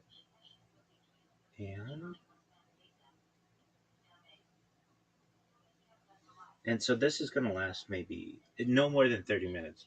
Um, that's not that it's like a software thing. Okay, here he is. He just sent it to me. All right, here we go. So you should still you'll be able to hear me, but I'm muting that computer, and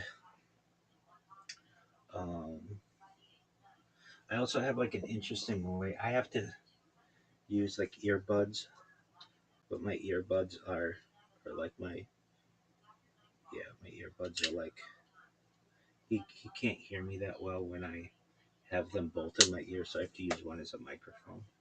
All right, joining.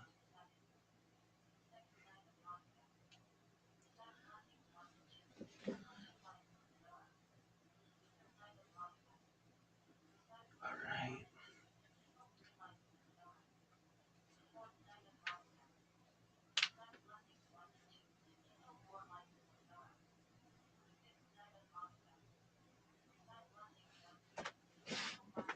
Tony, how you living, big dog? How are you?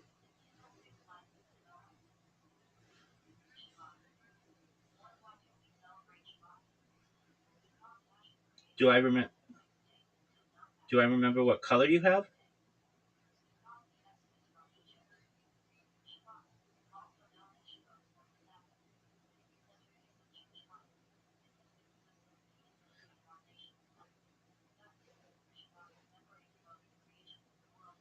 Oh, okay. Yeah. So as I recall, we did part one 2 weeks ago, and then we did part two last week. But then we also did a part three last week. Do you recall that? Okay, excellent. So,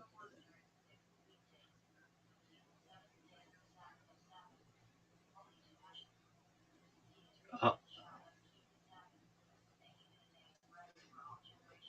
yeah, exactly. But we did. Yeah. Okay. So, you want to just continue from that? This will be the continuance of part three.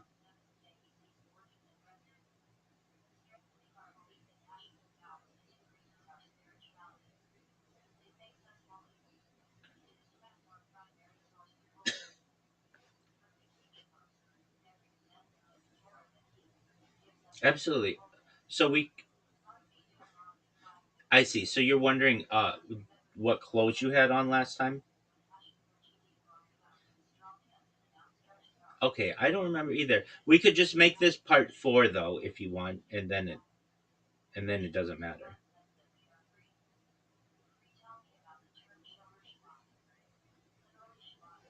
Okay, I mean uh that's okay. Okay, so then part 3 would be 15 minutes. It's already been recorded. Okay. So you yeah, you have a choice of either just make part 3 the 15-minute one, and then this one will be 30 minutes.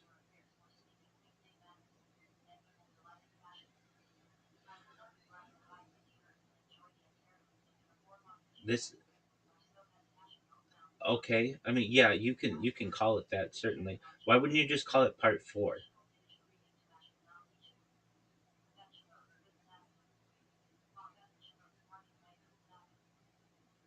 Okay, so part 1 was 30 minutes, part 2 was approximately 30 minutes, part 3 was 15 minutes, and then part 4 will be 30 minutes. Then we don't have to be disingenuous to the audience and trick them into being like this is a continuation of last week.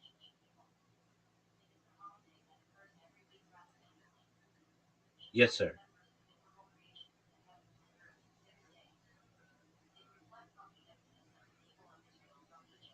Yeah. So I'm not afraid. It's just of concern. This is a similar way of how the coronavirus started. Basically, you awake one day and there's all these news, press release, all this news and press releases about um, the spread of this, and especially from many official sources like World Health Organization, and I believe like the King of Britain issued something, and it's definitely of concern, and I could see it leading to another pandemic.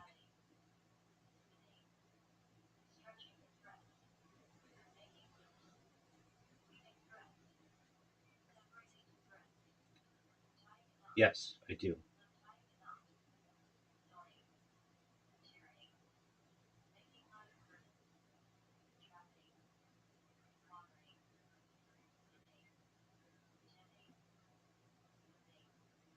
Not n- Not at all. I didn't get coronavirus or COVID-19.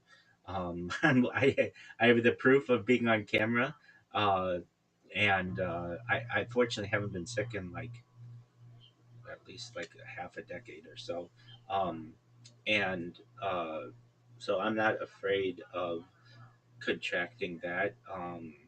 I would say that I don't want to see any unnecessary fatalities, certainly, but Additionally, I don't want to see the closure of the world again either. I don't think that that was healthy for people or economies or people's social interaction. So um, I think that to address this topic with some uh, conservative in a conservative nature may perhaps be the best strategy. I certainly don't think that we should overreact, uh, perhaps in the way that arguably some organizations did previously. I recognize, though, that the way that a global pandemic starts is there's a uh, s- small group of people. It seems like the people who are on a cruise ship and the Dutch cruise ship in the Canary Islands contracted something, and I could see this certainly spreading over the course of the summer, and we may have to get back in the habit of wearing masks and such as we previously did. I want to avoid that as much as possible, but I will also do whatever I need to do to safeguard my fellow individual, whether that's 6 feet of distance, wearing masks, etc., etc.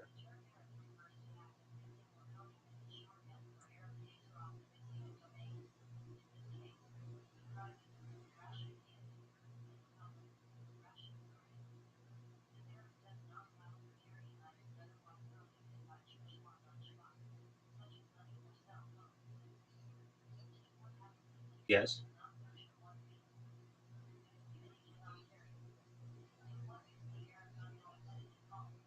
I agree with you. I agree with you. I agree with you. Yeah, it could actually be better for you and me personally. People really get into podcasts when there are pandemics. We saw it in the previous pandemic where many people went more to the online life, and I think in our own way, it could definitely benefit both of us. When I streamed during the previous pandemic, it was more towards the end of it. I started in 2021, um, so I was archiving on regular like a GoPro in the summer before then, but I really kicked it up in 2021, and the pandemic had already started in 2020. But this one, we'd have all on camera, and I mean, I have my face from earlier in the week of what it was like when I was like, uh oh, hantavirus, this is a new one. So we would basically have the first day of it on camera.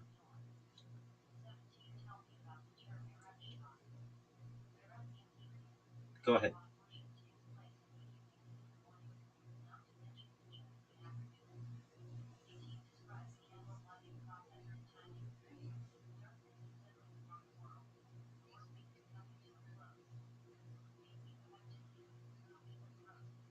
Uh, so for my content, I don't like to gatekeep it. I want people to have it available anywhere, and I mean, just look at the popular podcasts of the world. Joe Rogan, he never gatekeeps his stuff. Um, uh, the Good Hang with Amy Poehler, she never gatekeeps her stuff. You want people to be able to get your content. If you put it behind a paywall, nobody's going to pay for your paywall. You have 13 episodes or something. You know, like you're limited still. When you get big, you could do that. But right now, you want people to get the information. That's what's important. You want to give the information to people for free.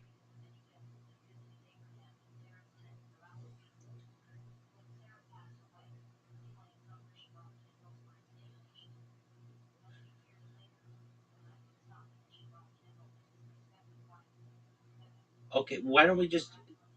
I mean, why don't we just end part three right now? You can just record it, like we did the previous one. Uh, just a short segment that says, I mean, it's really just going to be where you can find me and where you can find you, and then we'll end it, and then we'll start part four.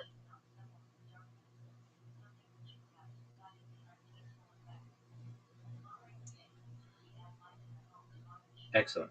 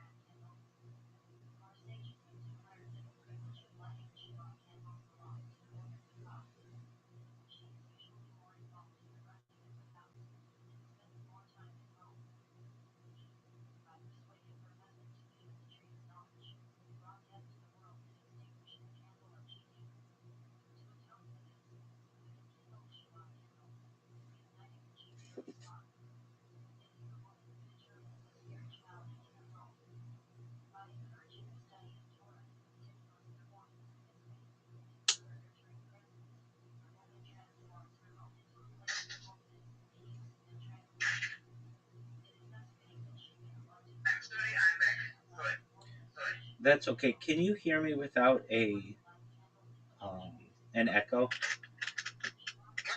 Can you hear me without an echo? Yes. Okay, good. We're gonna do this without my headphones because the battery died on them. I know that they're old and they were just kind of a fail safe. But can you hear me okay? Yes. Okay, so then it should work well. Okay, so we will see because no, I can hear you good. Like it's not a problem like in the accommodation. Sometimes it's like because karma is speech. Sometimes it's like in this editing things. So what I hope is not going to be. Okay. Sorry. Well, I can tell you this as well. I mean, I'm live streaming too, and if we needed, we could just take the audio from my live stream if needed. Okay. Okay. Yeah. Okay. Okay. Okay. So yeah. Are you ready for ending part 3 and we are finished ending part 4? Okay. Absolutely.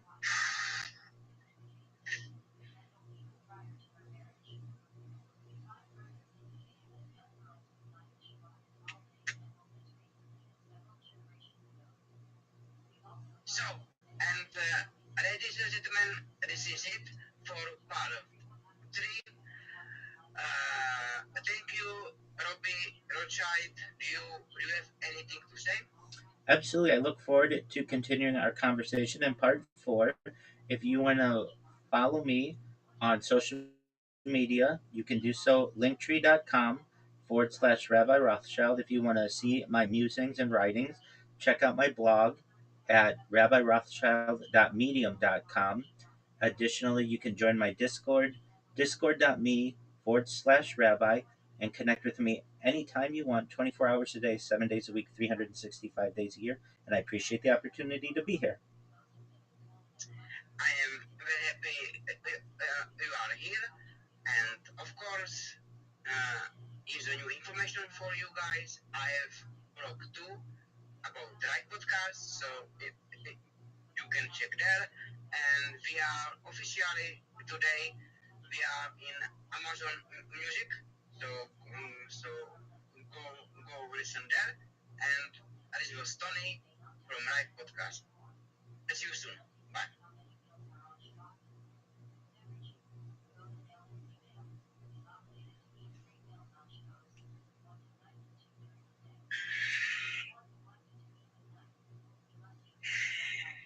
Tony, you're always so stressed.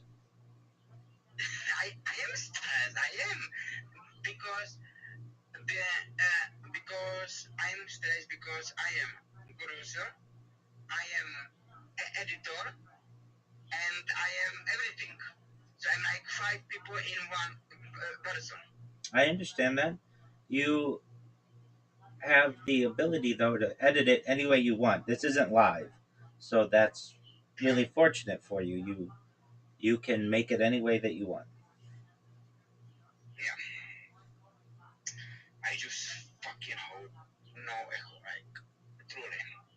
This is what I truly desire right now. No fucking echo. So yeah. So and yes, I have Amazon Music. My podcast is there. Excellent. From this day. So yeah. So like I have YouTube. I have like 4, 5. You have YouTube. What else? Amazon. 2. Amazon. I need to look. That's okay. What about Spotify? I have there already. Okay, what about Pandora? What? Pandora? No, not yet. Okay, what about iHeartMedia? I have.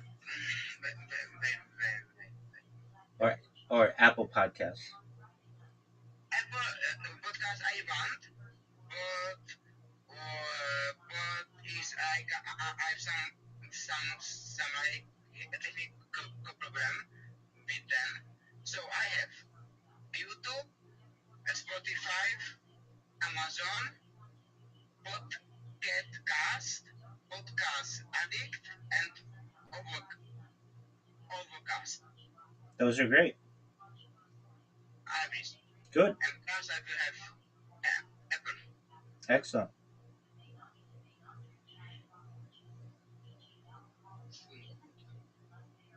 So yeah, so I have this and I have my blog. Yeah. I am starting to get a little bit.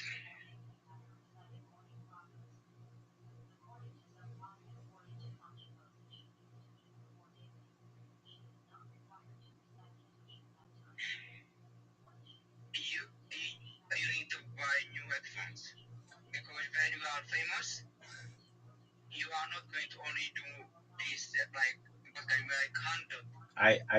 I recognize that. We'll cross that bridge when we come to it. So like,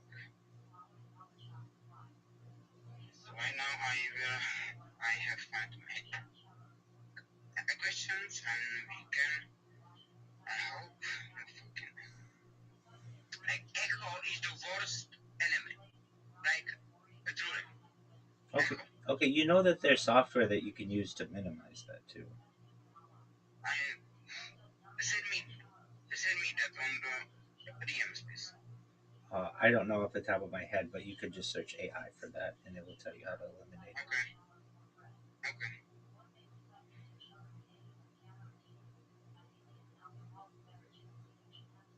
Okay, so I have some questions.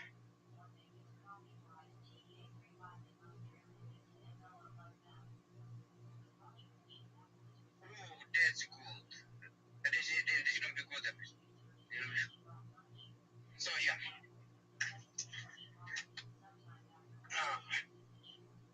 Magic attack.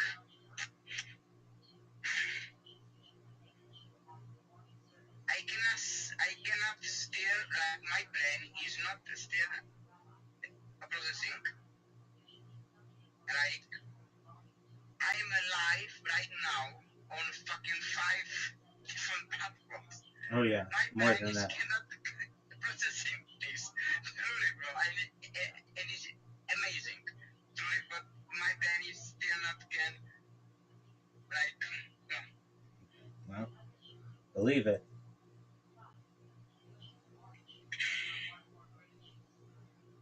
It is a little bit of echo.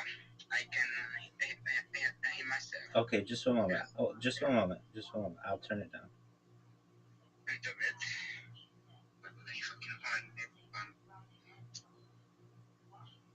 Okay, how about now? Hello. That is worse. That is fucking worse. Oh, okay. That is so much worse. Okay, just one moment. We'll get it.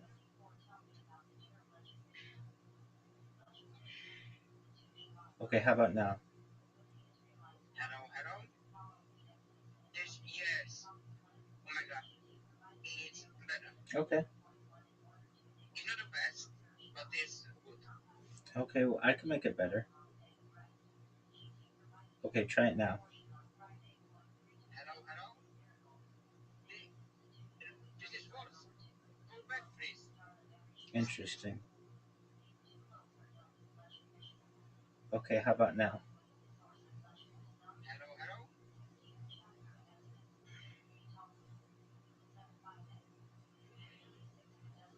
Tony, you get too stressed out. It's fine. We'll work it out. Okay, try now. Hello.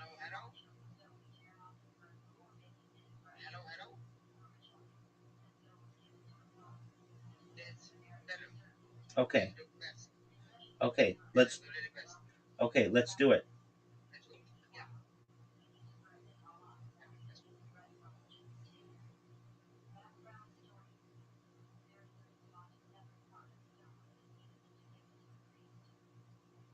What's up, guys? And welcome to the back to part 4 of the most insane series we ever done in the live podcast.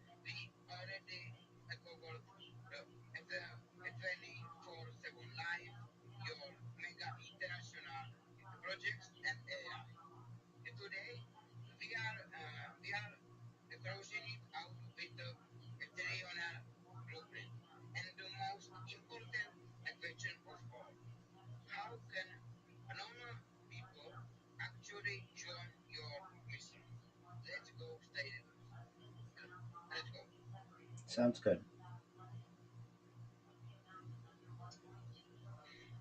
Rabbi, Yes. after everything we talked about in these last 3 months, what does the word trillionaire really mean to you personally?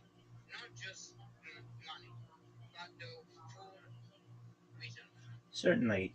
I think it means comfort. It means not having to worry about yourself, about your family, about your children, grandchildren, your friends. You're able to essentially do whatever you want from a financial perspective. And it's a lack of worry in many ways about the needs of the everyday individual. As I previously stated, when I was born, everyone wanted to be a millionaire. Today, everybody wants to be a billionaire. And tomorrow, everyone will want to be a trillionaire. This will become a goal of individuals instead of perhaps a dream like it is today for many people. And one reason why we may see this trillionaire status become more mainstream and more people who are becoming trillionaires is inflation, certainly. Uh, but additionally, uh, there's an argument to be made that I need to specify what trillionaire means. I mean trillionaire in United States dollars. That's what a lot of people expect me to mean. However, arguably, we have had people who have already been trillionaires from a hyperinflation standpoint. Specifically, what a case that comes to mind is in a case like Zimbabwe of earlier this century, where a Zimbabwe $100 trillion bill was actually issued by their mint or within their financial system. Hyperinflation is a thing. So, for people out there who may be wondering what is the currency that I'm referencing as a trillionaire status, I mean United States dollars. But there are already trillionaires, arguably, have already existed due to hyperinflation and perhaps within financial dynasties as well. That's powerful. If this hit you, smash the like right now. So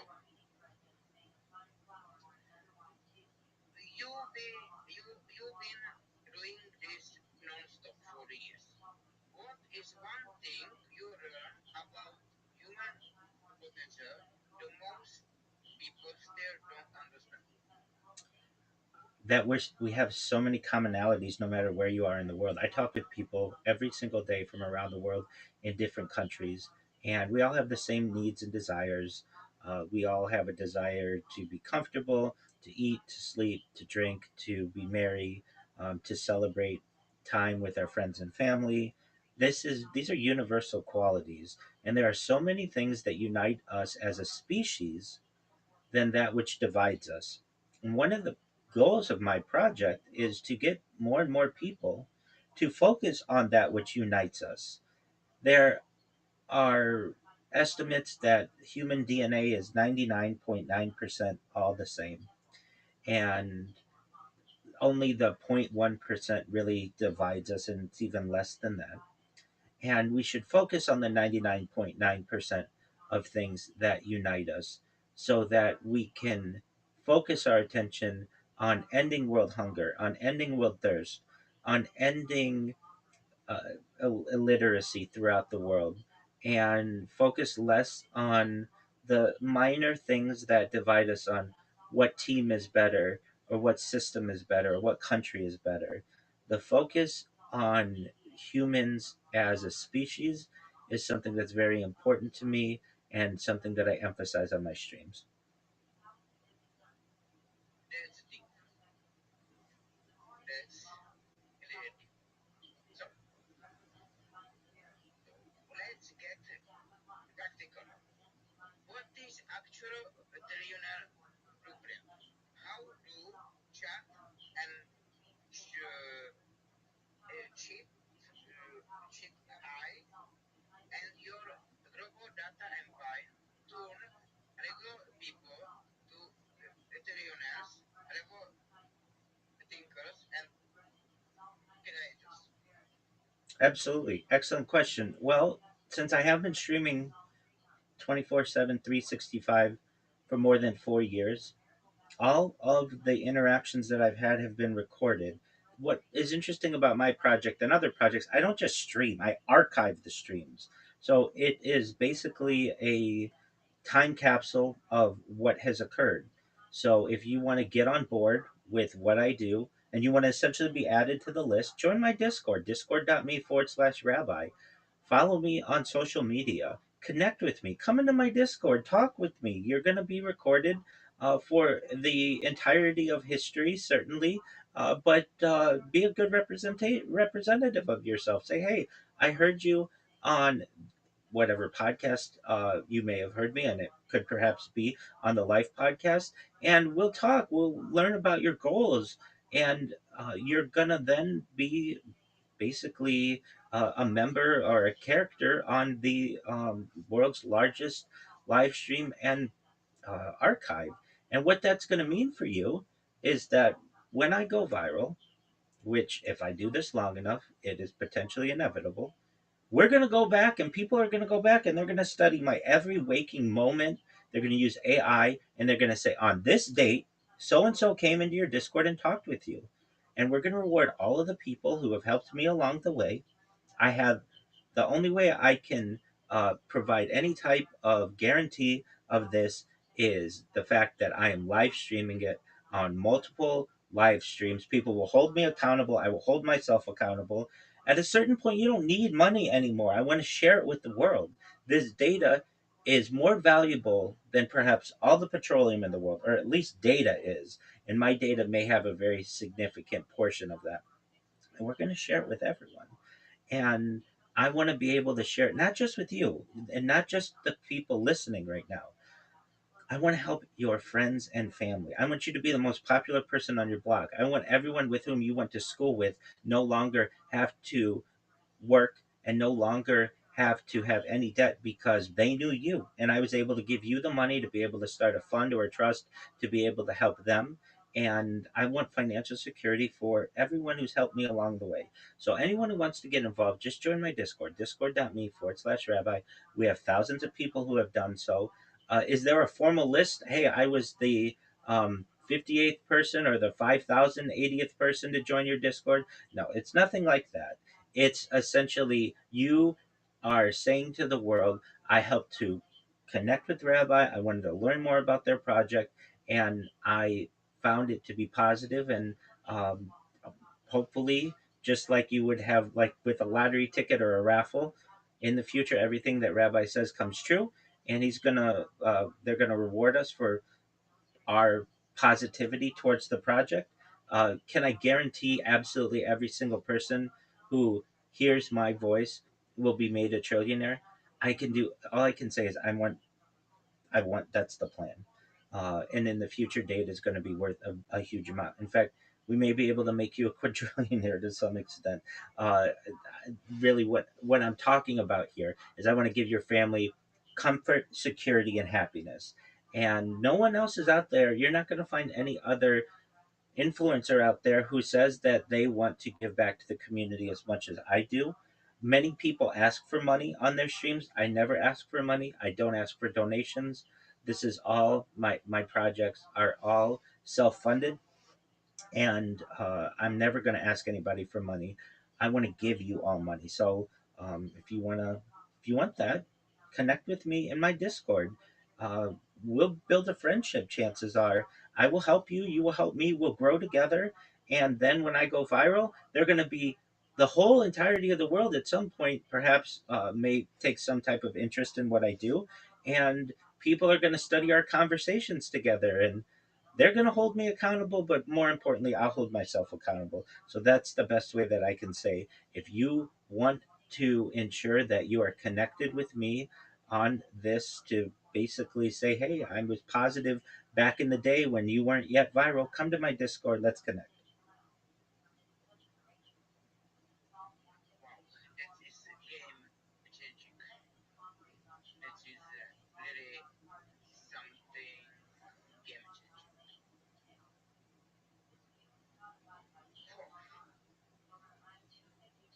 So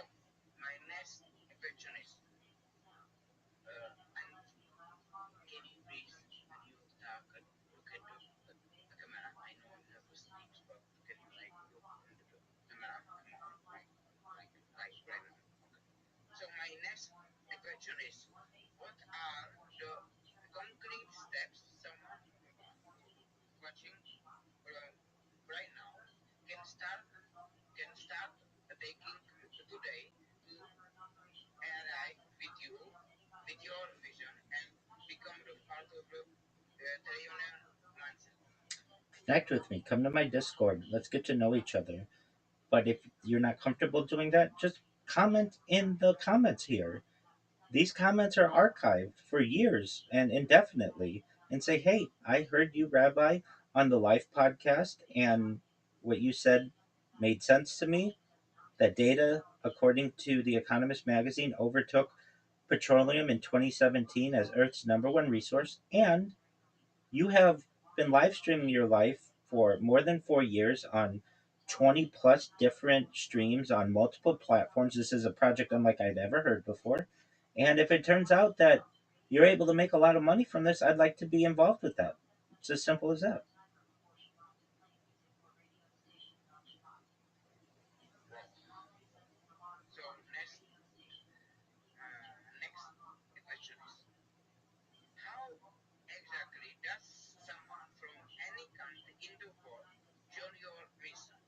They have money, skills, or just pure desire? Well, the best way to do is to connect with me in my Discord.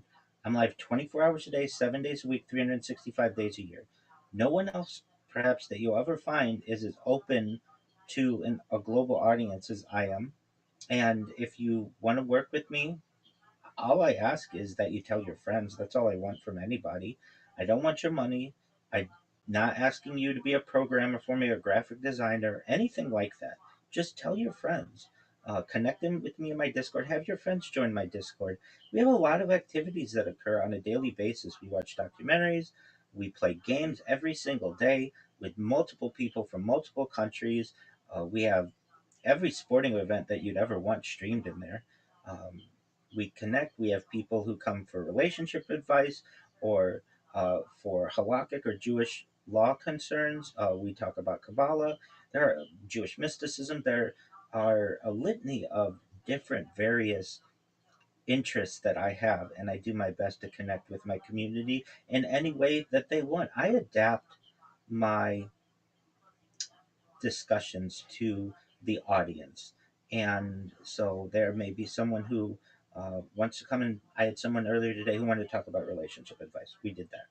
I have people who want to watch sports with me. We do that. I have people who want to watch documentaries with me. We do that. I have people who want to play games with me. We do that. Whatever it is, I definitely am someone who will adapt to whatever it is so that you're comfortable, so that you have a good time, that you enjoy yourself, and best of all, it's free.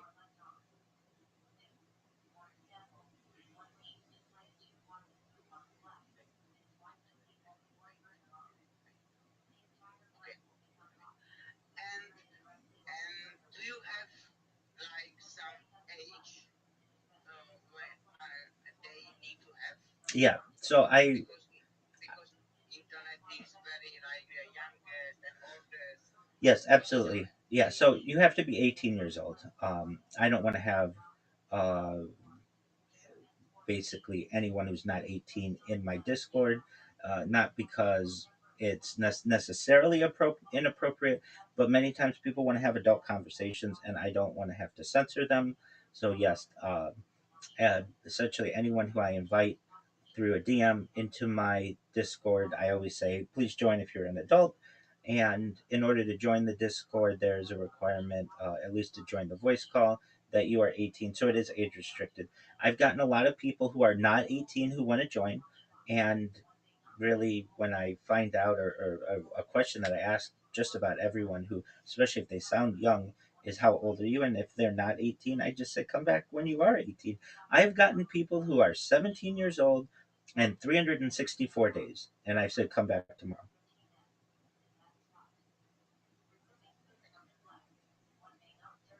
this is your chance. Like and comment. I am in. This is your chance, guys. So, how does the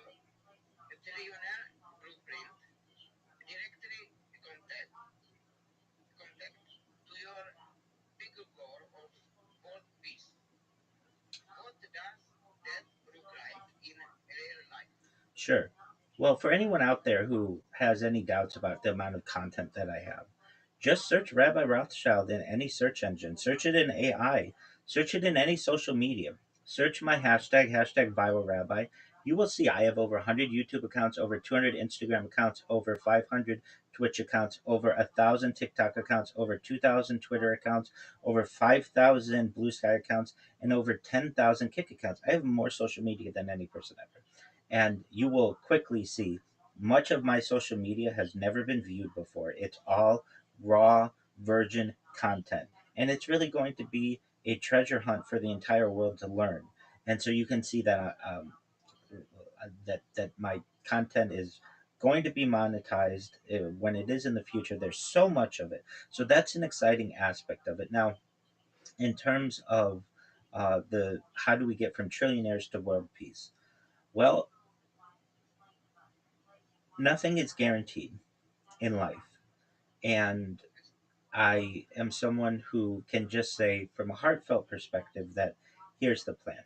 My streams give me the opportunity to talk about world peace, and people will watch my streams in the past and recognize that I've been an advocate for peace for much of my life, going back to childhood, but even on these streams for more than 4 years.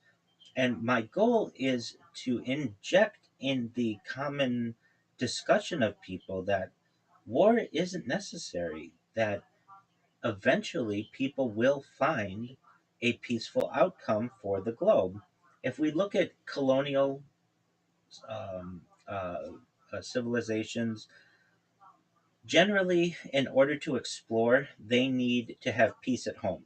It's difficult to have a civilization that is at war with itself and still be able to explore and still be able to colonize and such. And I feel the same is true for Earth, that we need to have peace at home before we start to colonize space or before we start to explore space. Because the resources that would generally be needed for an Earth civilization to be able to explore can't be wasted on war within our own planet. So, as someone who is a future thinker, who is a transhuman or has transhumanist leanings, and who believes that humans will perhaps one day be able to live indefinitely through the use of age, through um, uh, life extension technology, and perhaps aging reversal and mind uploading technology. These are problems that come into our forefront because we aren't just going to be saying, I'm going to live the average life expectancy and then die. These are our problems now when we look at it with that type of mindset. And the idea of world peace needs a leader, and more than one. We've had people in the past who talked about uh, peace. One group or a couple that comes to mind is John Lennon and Yoko Ono. They did something called bed-ins for peace, and what they did was in uh, Amsterdam and in Montreal, they basically spent at least a week promoting peace in front of the press from their bed. And in my own way, I am having my own bed in for peace, just longer and archiving it more. But we need more people to talk about peace, to give peace a chance. Uh, there's a John Lennon song. The lyrics are, "All we are saying is give peace a chance." And that's what I'm saying as well. War is perhaps inevitable for the near future, but that doesn't mean that war has to be inevitable forever.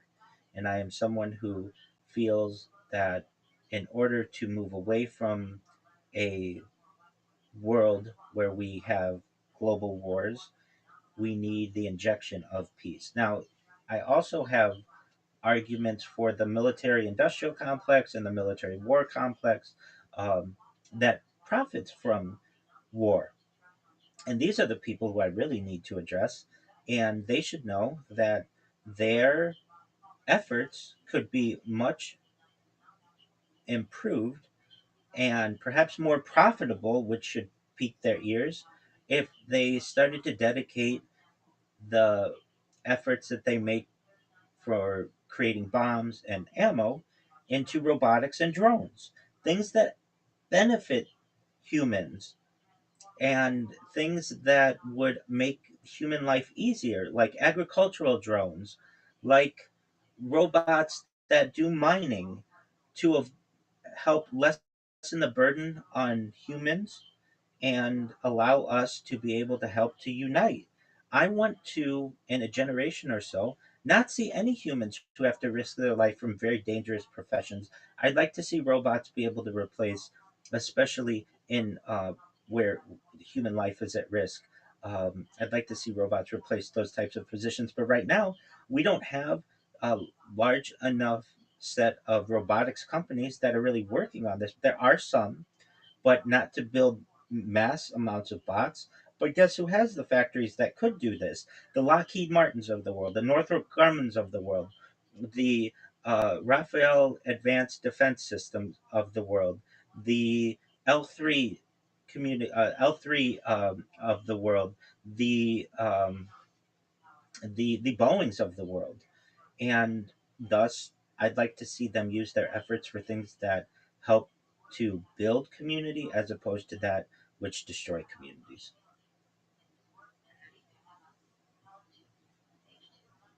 So, what is the one biggest misunderstanding people have about your entire mission? And what do you wish everyone truly understand? A lot of people think I'm AI or I'm a robot myself. I'm a real person. Um, I have human behavior, human emotions, and also people think many times that I am trying to do this for self promotion. I'm not. I'm before I started streaming, I lived a normal life. I'm a certified project management professional. I've launched apps on the App Store and Google Play. I'm a religious individual. I've been extremely religious in my life, and people should know that I have emotions just like any other individual. But I am not a robot. I am not AI. Many times, people also think that I perhaps am trying to be an influencer. I don't really that I don't want to necessarily be famous. I want to help the world and be able to interject conversations into the world about peace. And if that means that I have to sacrifice my own privacy for that, I will.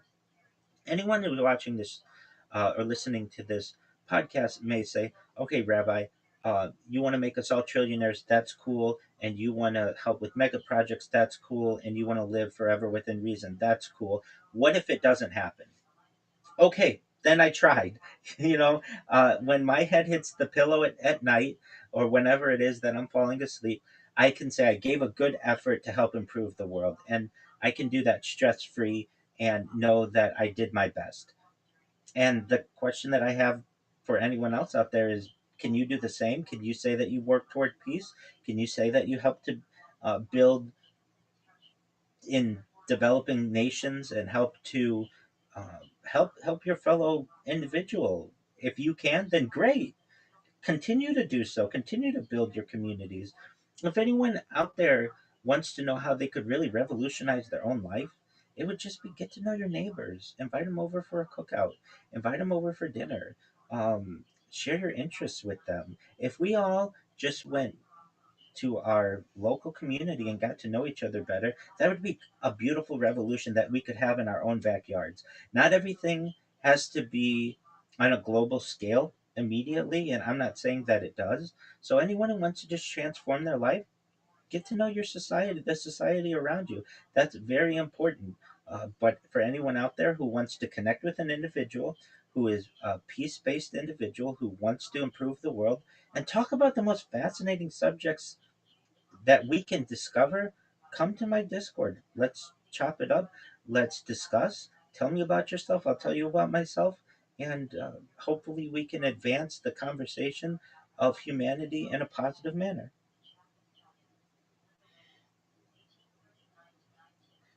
That's a powerful. I have a last question and I have like long monologue after that. So I think we are finished this I don't want to be right first. Okay? Okay.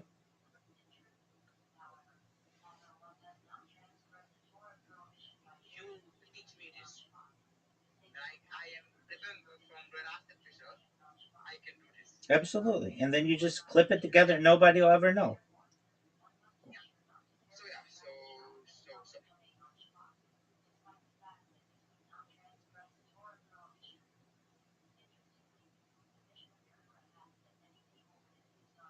the last question of this entire series.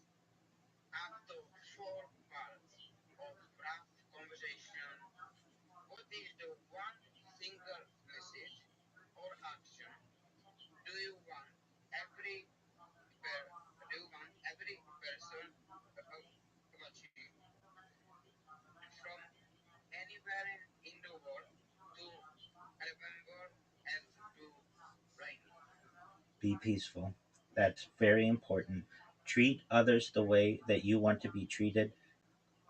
And I want people to do that from a social aspect and from a technical aspect. Join my Discord, connect with me. Um, that's how you get to learn more about what I do.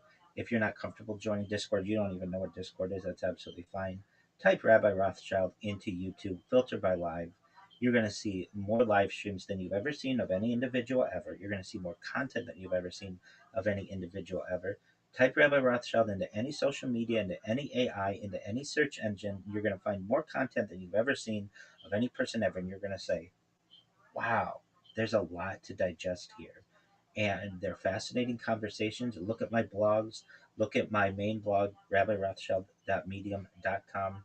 You can see my musings. You can read about more in-depth things that I talk about in revolutionizing humanity. I'm not just someone who advocates for peace. I advocate for a technological revolution, improvements to devices, improvements to connectivity. I talk about social justice. I talk about certainly literacy and ending world hunger and world thirst. I'm a very well rounded individual. I can talk to just about anybody about just about any topic. I don't necessarily think that I'm the world's foremost uh, expert on perhaps any subject aside from live streaming your life, perhaps. But I do know something about a lot of different topics. And for anyone out there, if you just want to revolutionize your life, you should just know there are advocates out there who are advocating for peace. And if you can do so in your own heart and treat others the way that you want to be treated, that will go a long way. And of course, you can type 9 podcast and you can have 4 full episodes in your everyday life. So, Rabbi Rothschild, Yes, sir. thank you for going all the way with us through our 4 months. Thank you. My pleasure.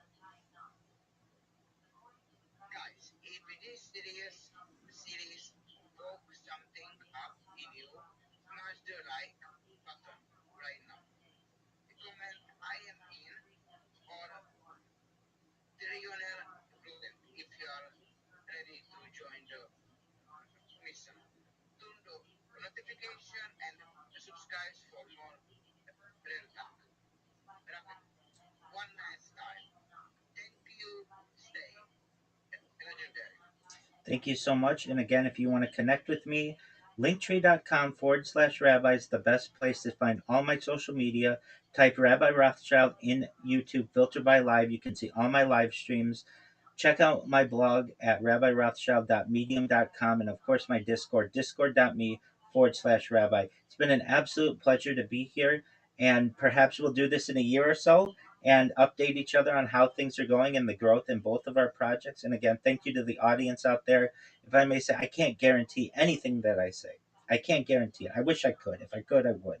But what I can say is that everything that I say is recorded and that I do my best to be an accountable person in my life. And I want to be accountable to all of you. And I'd love to be able to change your lives, change your friends' lives, change your family's life for the better. So if you want to lock in with me, connect with me on all of the different platforms. And again, thank you so much for the opportunity. Of course. And if you are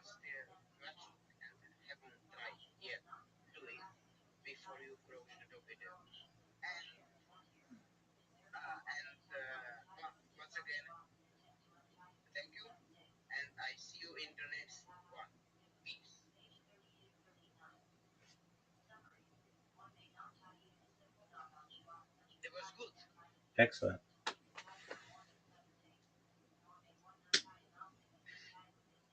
Bro, do you know how you are my second most view episode?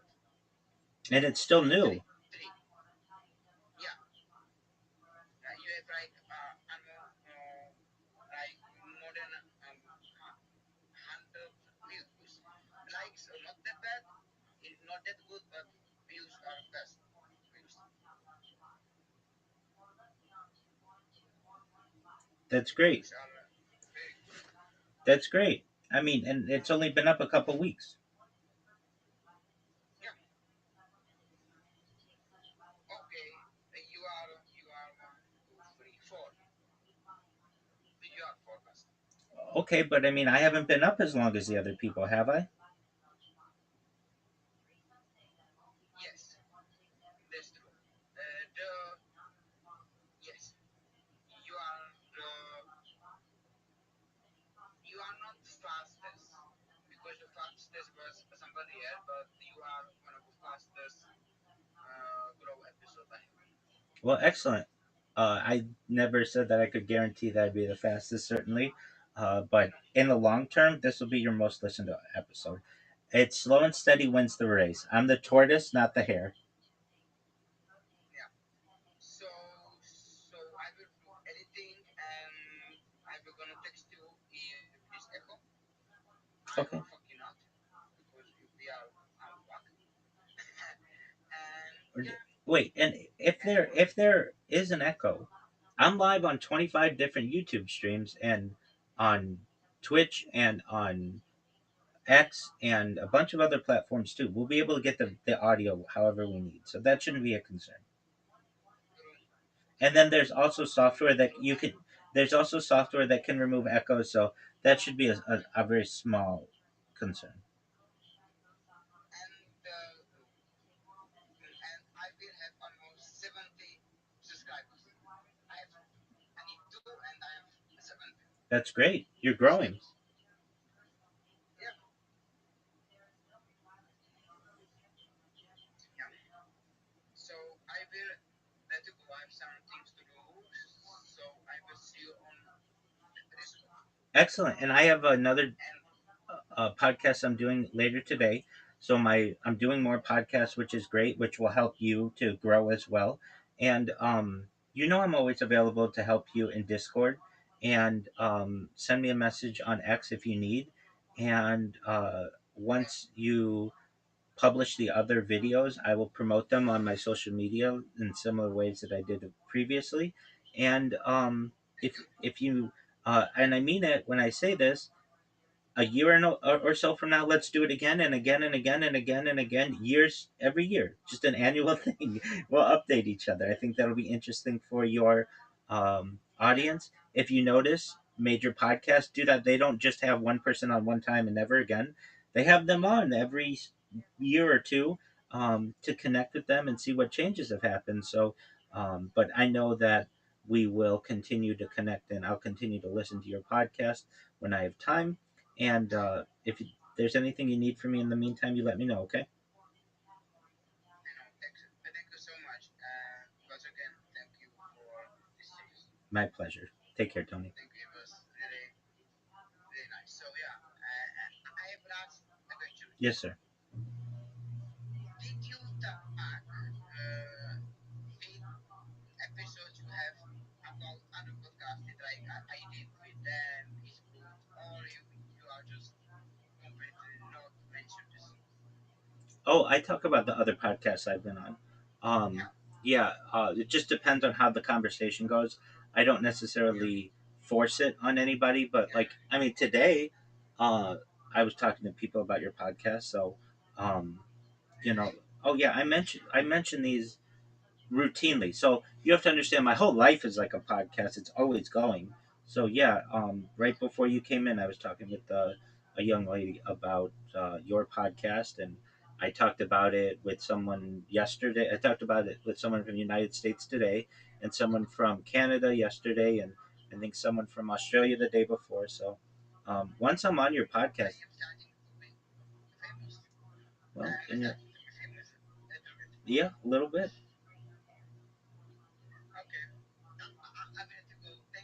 guys. See you soon. God willing. Take care. Bye. All right, that was good.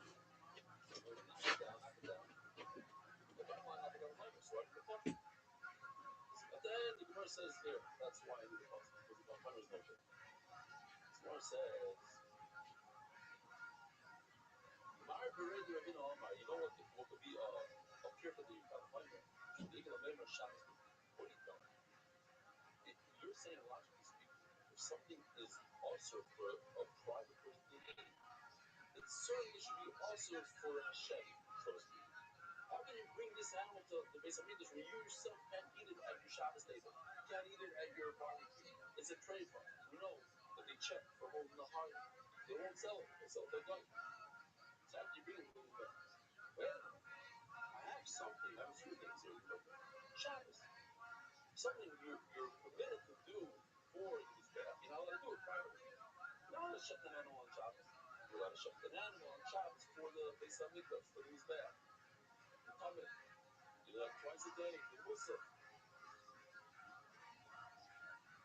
Says the Gemara. Shnigal Memo Shabbos Nikah. Shasur Lahed Yidim Thursday Livaya. So Melo, I would say a trip also. It might be also for a private person to eat, but it's not on the Mizbeach. Who told you? Shabbos, you told them to let you do it. Don't bring me around from Shabbos because Shabbos, the whole idea of not being on Shabbos, once in a while you let it be on Shabbos. Like I was a Sunday at my son's, my grandson, I should say, my grandson's bris. My son had a son, or my daughter-in-law had a son in Miami 3 weeks ago. Amish listened 3 weeks ago. On Shabbos. It was on Shabbos. Oh, so Shabbos goes away. Somebody don't bring around from Shabbos. So, what do you mean? Shabbos is Michal Shabbos for Mila. Mila's not a private thing. What do Mila Torah have to do? Mila mitzvah. Mila is a mitzvah. Hashem commanded it. You're not benefiting anything from the Mila. We had a Givaldi guy here yesterday. I don't even know his name.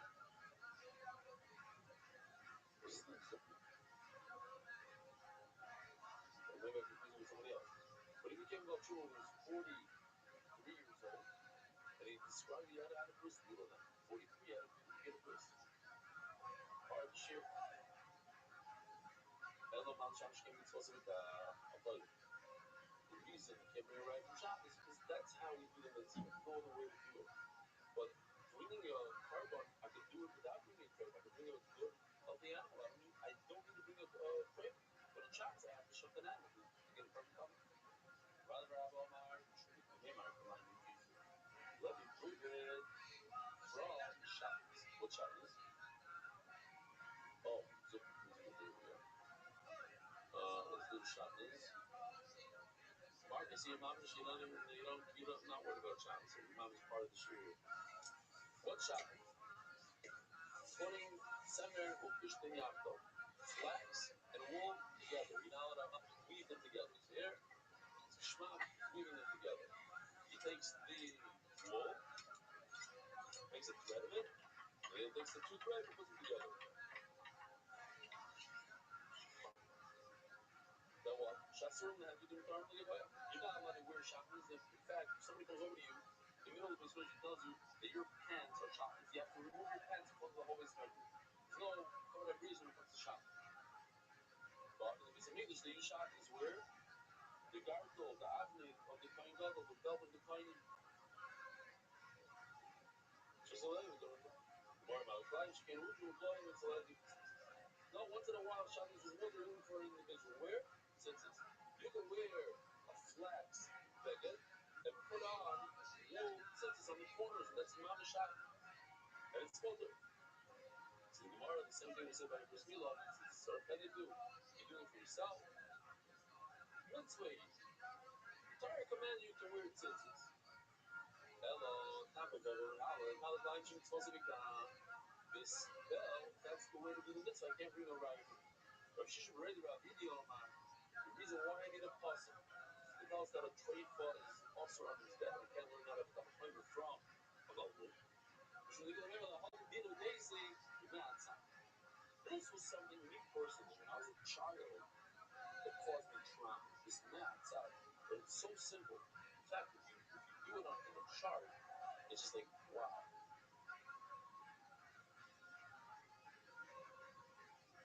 We have three things here. Actually, it's two things.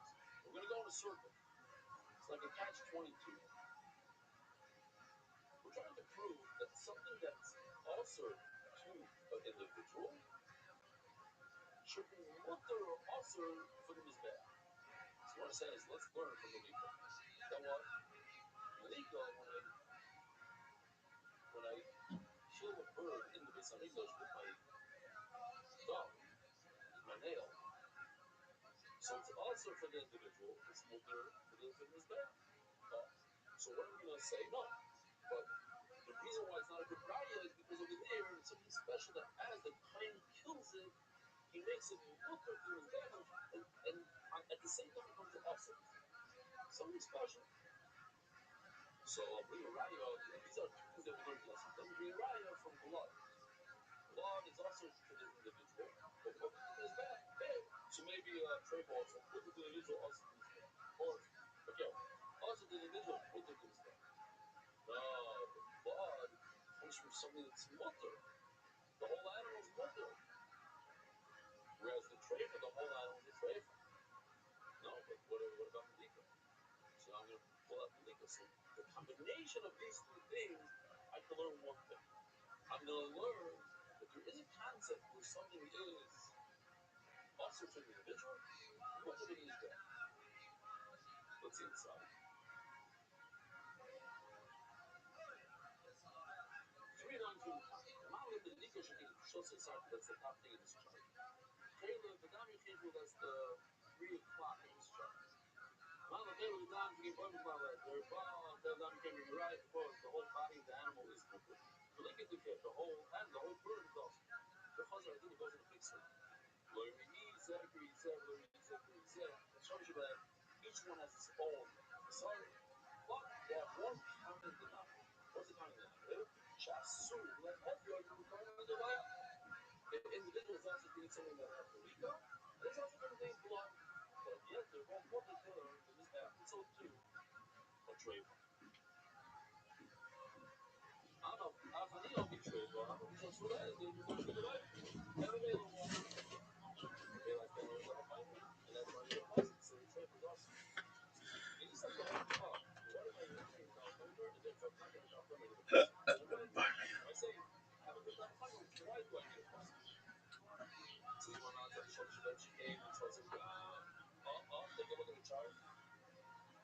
All these things. Oh, no, it's not the show. Soon that means we're going to the it's red, it's also the individual, it's more to the but all these things, because that's the only way to do it. The person that's the way to do it. Not Caleb, that's the way he's stealing the blood of my Mizbeach, because Hashem to eat, so to speak, from the blood. The Mela, I take the Koshkin tray and I flip it on its head, and that's this chart. So, we got it. Elo Maravashi, Shul, Kitor, the Neymar, Kitor, the Dinapur. But yet, going down. Why do I need a pulse against this when I popcorn? Not this, sorry, not this one. I'm trying to get to this one. We don't need to see it, but it's not in the back. Why do I need a pulse when I have got a flavor that tells me that a treifa should not be allowed on this bath because if a Baal but the blemished animal is not allowed on this bath, certainly a treifa. Since I tell you, stop it now. Got it. You're on about flavors from a blemished animal. Which can also avoid by frequent declared of a beautiful star that you didn't have enough better than is that the kohen and the animal are equal. The animal cannot be about both, and the kohen performing our ability cannot be about both. Both of them. But a treifa is different. A treifa, don't bring any right to the treifa because the treifa itself can't be about both. But the kohen performing the avodah could be about both. There's no reason for a kohen has a hole in its heart to perform the avodah in the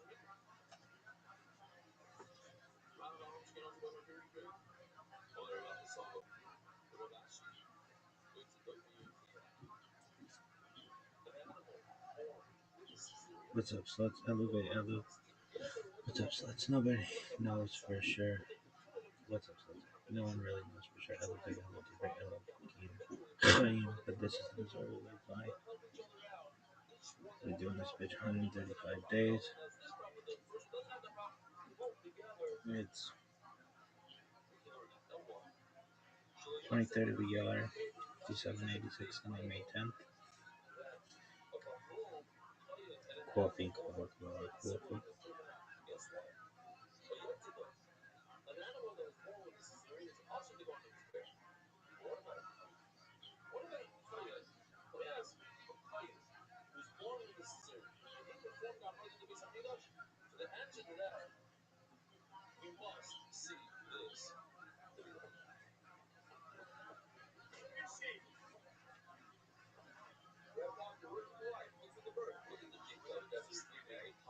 Brigadada na Elohim Malach HaOlam Asher K'dashanu B'mitzvah Fitzimanu Al Sefer HaOmer. Blessed are you, Hashem, our God, King of the universe, who has sanctified us with his commandments and commanded us concerning the coming of the Omer. Today is 39 days of the Omer, which constitutes 5 weeks and 4 days of the Omer. May the merciful one restore unto us the service of the Beit HaMikdash speedily in our days. Amen.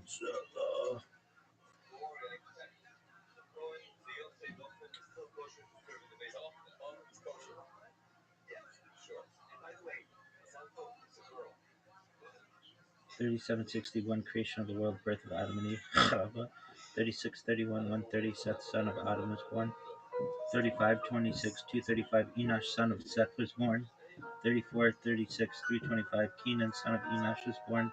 3366 395 Mahavel, son of Kenan, was born. 3301 460 Yared, son of Mahavel, was born.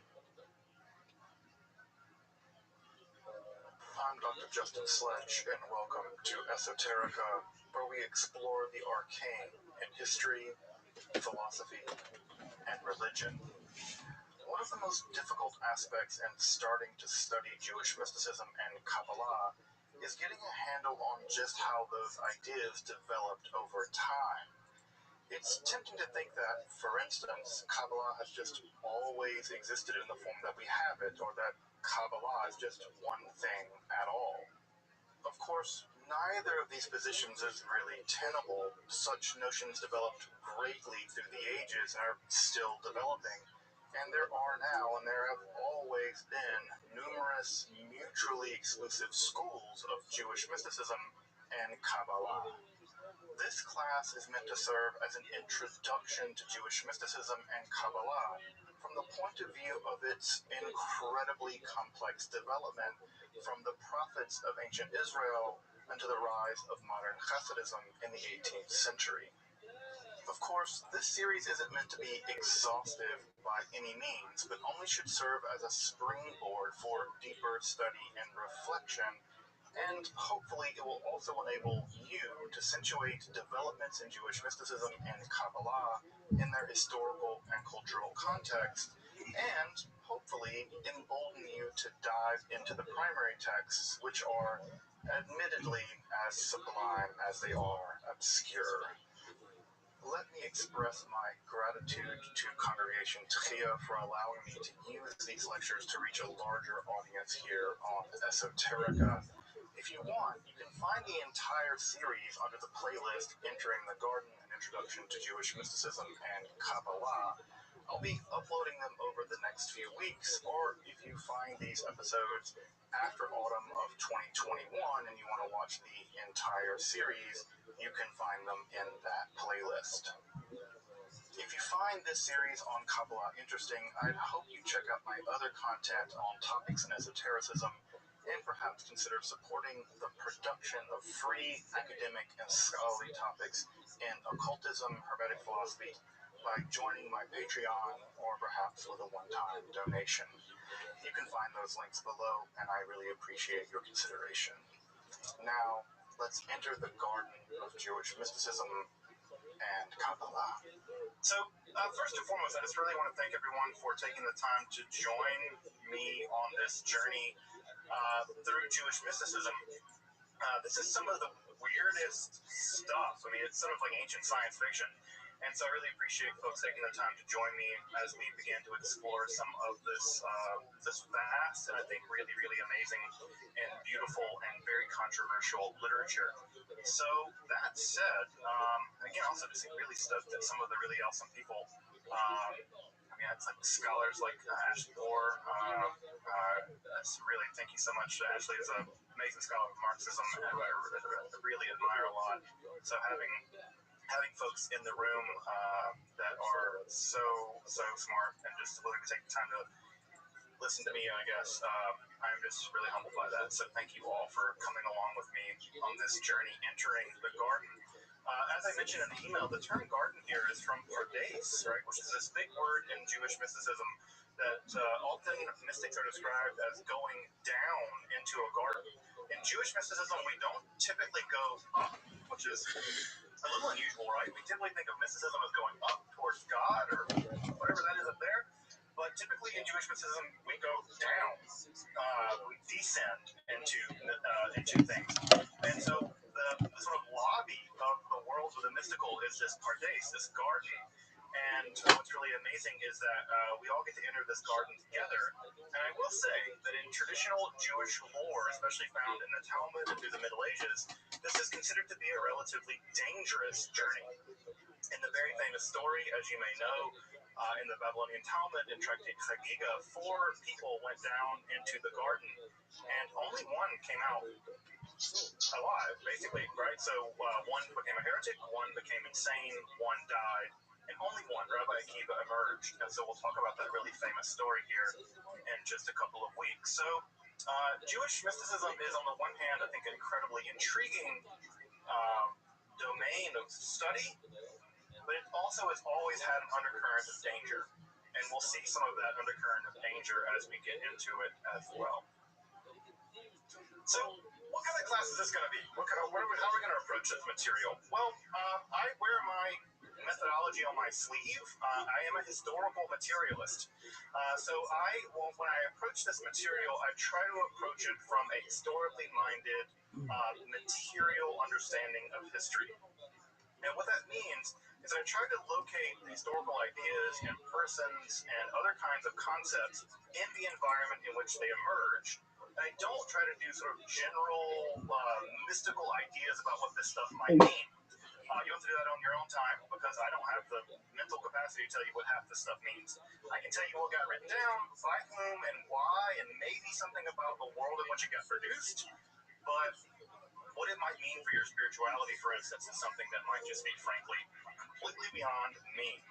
But what we'll be looking at through the course of this class is a kind of guided tour of the major concepts, the major texts, the major history and personalities that go into Jewish mysticism and Kabbalah. One of the things I really hope that you get out of this class as we work through it is, for me, Kabbalah has always been incredibly intimidating. The books of the Kabbalah are very intimidating.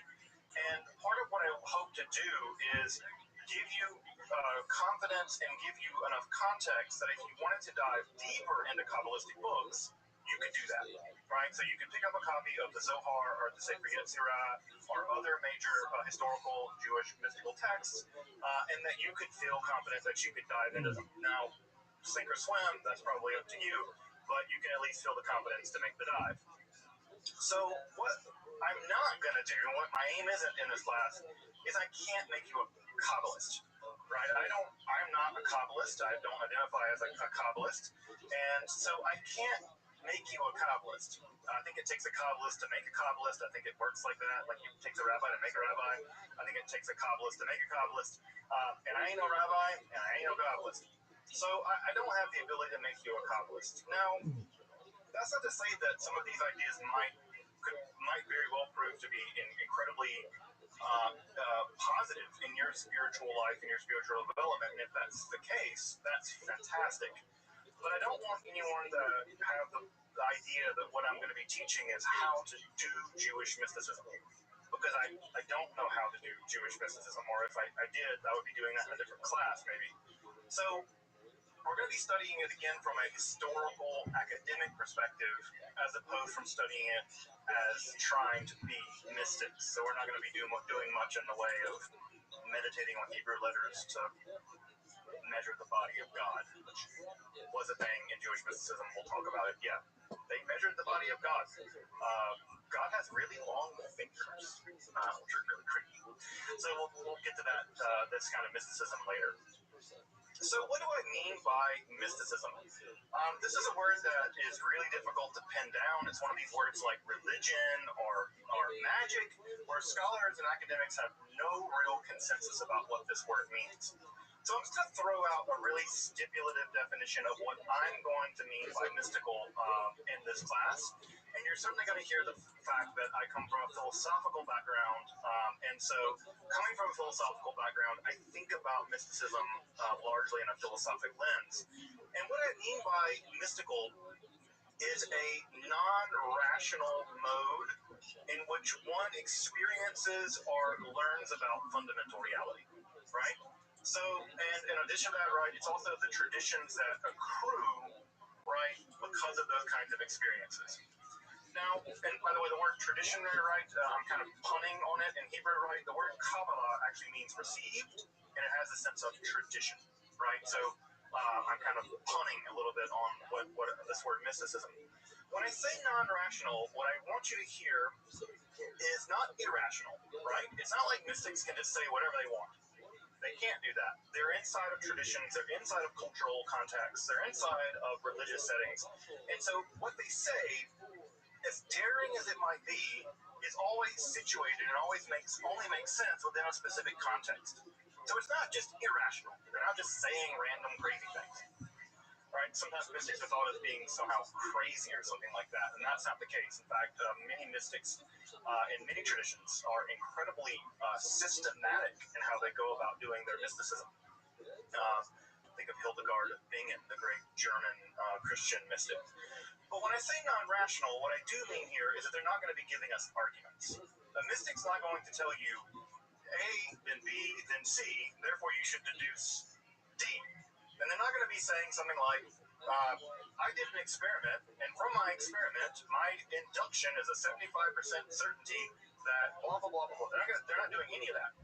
They're having visions, they're having experiences, and they're reporting back on the content of those experiences or the way that those experiences have transformed them personally. So when I say non-rational, I want you to hear neither irrational nor rational, non-rational, something in between, something in between. I should also say just a little bit out of the gate about the distinction here to be made between Jewish mysticism more generally and Kabbalah more specifically. We now, in the sort of sloppy vernacular that we use the term Kabbalah to describe all of Jewish mysticism. It's a bit of a mistake. The Kabbalah, right, is a very specific kind of Jewish mysticism that began to emerge in the 13th century. Now, 13th century is the Common Era, mostly in southern France and Spain. So we're going to get to the Kabbalah, and obviously we're going to spend a lot of time on Kabbalah, but we got to get there. And the Kabbalah wasn't cut out of whole cloth. It didn't just emerge out of nothing. And so many of the complex ideas that you may have heard of in Kabbalah, like Tikkun Olam, which is a Kabbalistic idea, the reparation of the world, or the idea of Tzimtzum, the contraction into which God sort of shrinks God's self to project the universe or the cosmos, those ideas don't come out of whole cloth, and we're going to have to do a little bit of work to get there, but get there we will. So think about Kabbalah as a specific type of Jewish mysticism, and there are other Jewish mysticisms that also existed prior to the Kabbalah, right? So there are other forms of Jewish mysticism that existed prior, although many of those prior forms of mysticism were absorbed into Kabbalah. So this is part of the reason why it gets a bit confusing.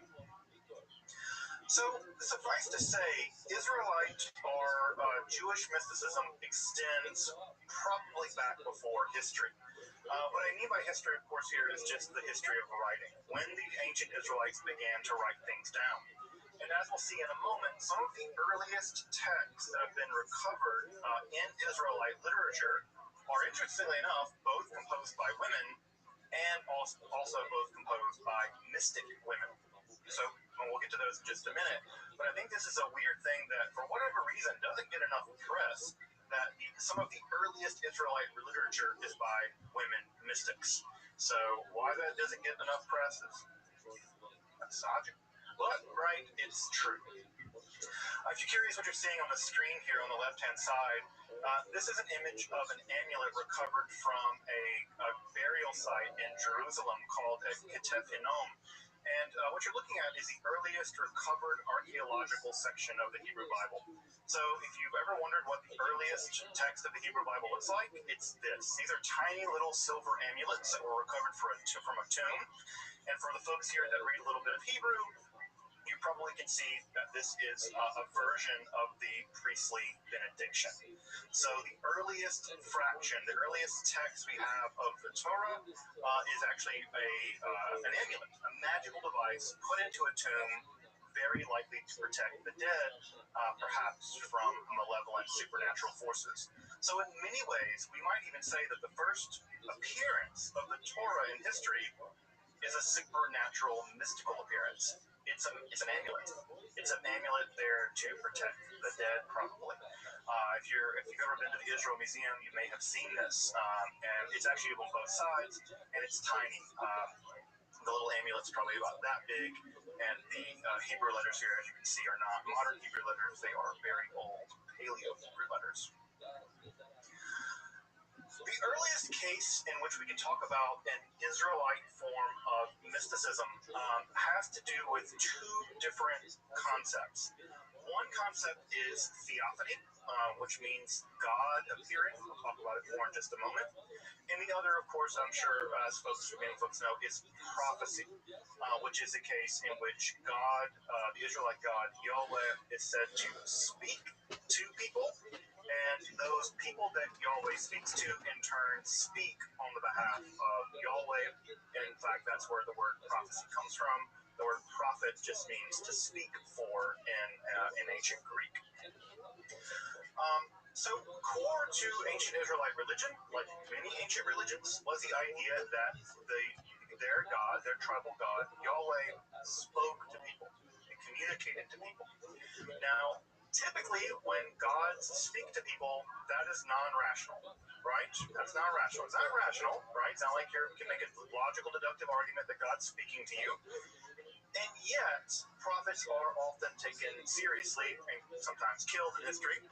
But it's very clear from ancient Israelite society and the larger ancient Near East society that prophecy was a widely attested and important social vocation. So Yahweh talked to people, and those people said what Yahweh told them. And this is really important in two distinct ways. One way this is really important is that Yahweh does something very interesting with the ancient Israelites that we don't really see attested in many other ancient Near East cultures. And that is, Yahweh establishes a vassal contract with the Israelite nation. A vassal contract is just what it sounds like. A vassal contract is where a lesser power agrees to be ruled over by a stronger power, basically for protection. This is, if you want to think about this in terms of like, I don't know, the mafia, it's like paying protection money, right? The local mob boss comes down and says, you could get hurt out here. You might want to pay us a little money, we'll protect you. Well, Yahweh comes along and says, it's dangerous out there, you Israelites. Maybe you should worship me alone, and I'll protect you, right? And so, in many ways, the Torah is actually structured a lot like a vassal contract.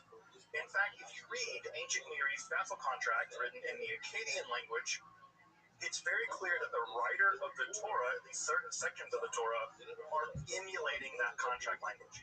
They're diplomats. Diplomats had to be literate, and one of the things diplomats would have known, Israel was almost always a vassal state for the Egyptians or the Babylonians or the Syrians. Vassal contracts would have been part of their life, and making a vassal contract with their God would have made a lot of sense. This is also revolutionary because you're making a vassal contract with a God and not another country, which means that you're subservient fundamentally to some other being and not the king of Babylon or whatever. Now, this doesn't go well for the ancient Israelites, but it does establish what we call the Deuteronomic theology. And this is just a complicated way of saying, if you have a contract, contracts are always involved you getting things out of the deal. Well, the Israelites vowed that they would serve only one God, Yahweh, and Yahweh vows that if they do that, they will get the land, right? They will have the land, and a land flowing with milk and honey and all the rest, right? And the idea is they keep their side of the deal, the Israelites, then Yahweh will keep their side of the deal and protect them. Now, if you know anything about Jewish history, that relationship was rocky. let's call it rocky.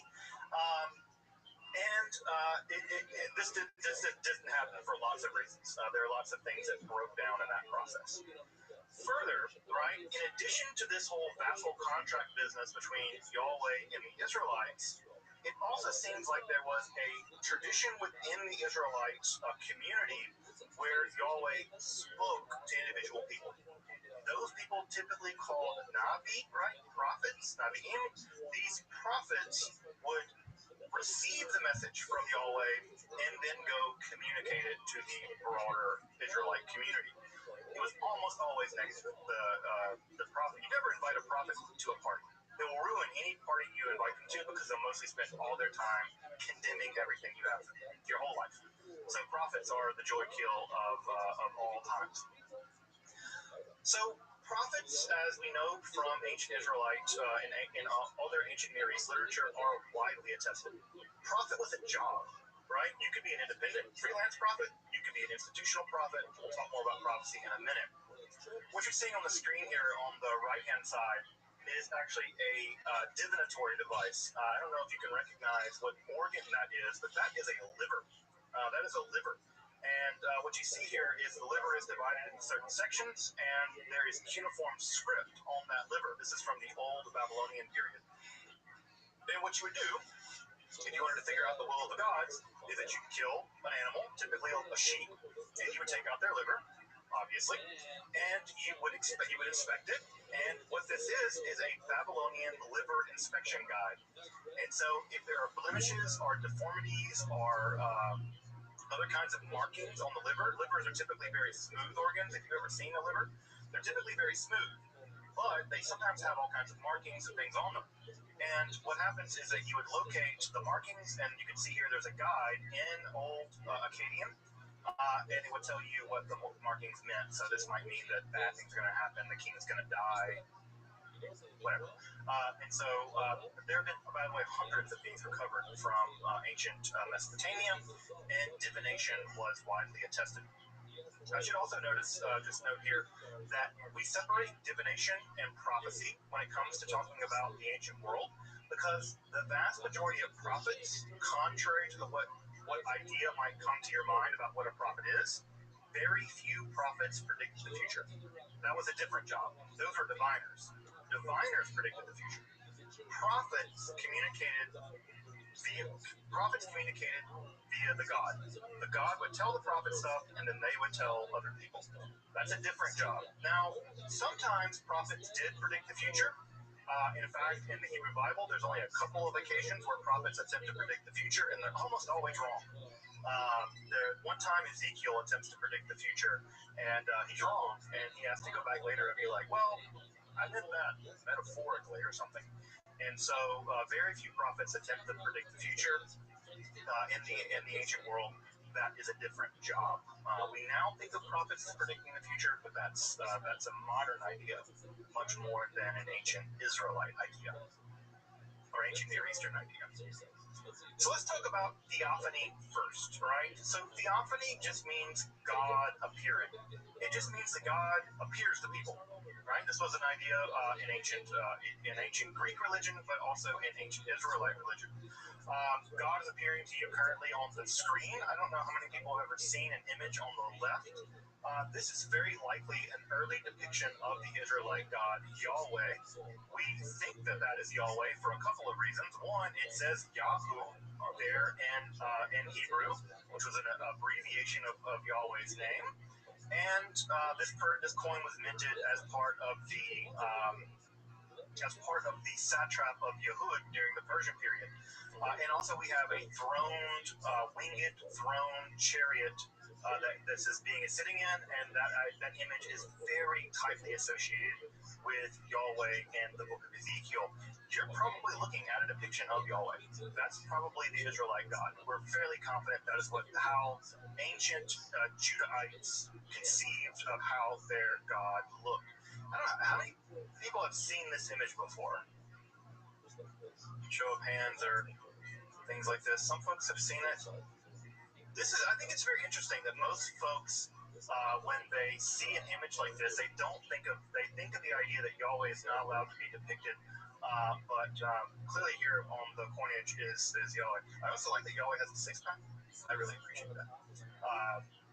Yahweh does not skip ab day. So,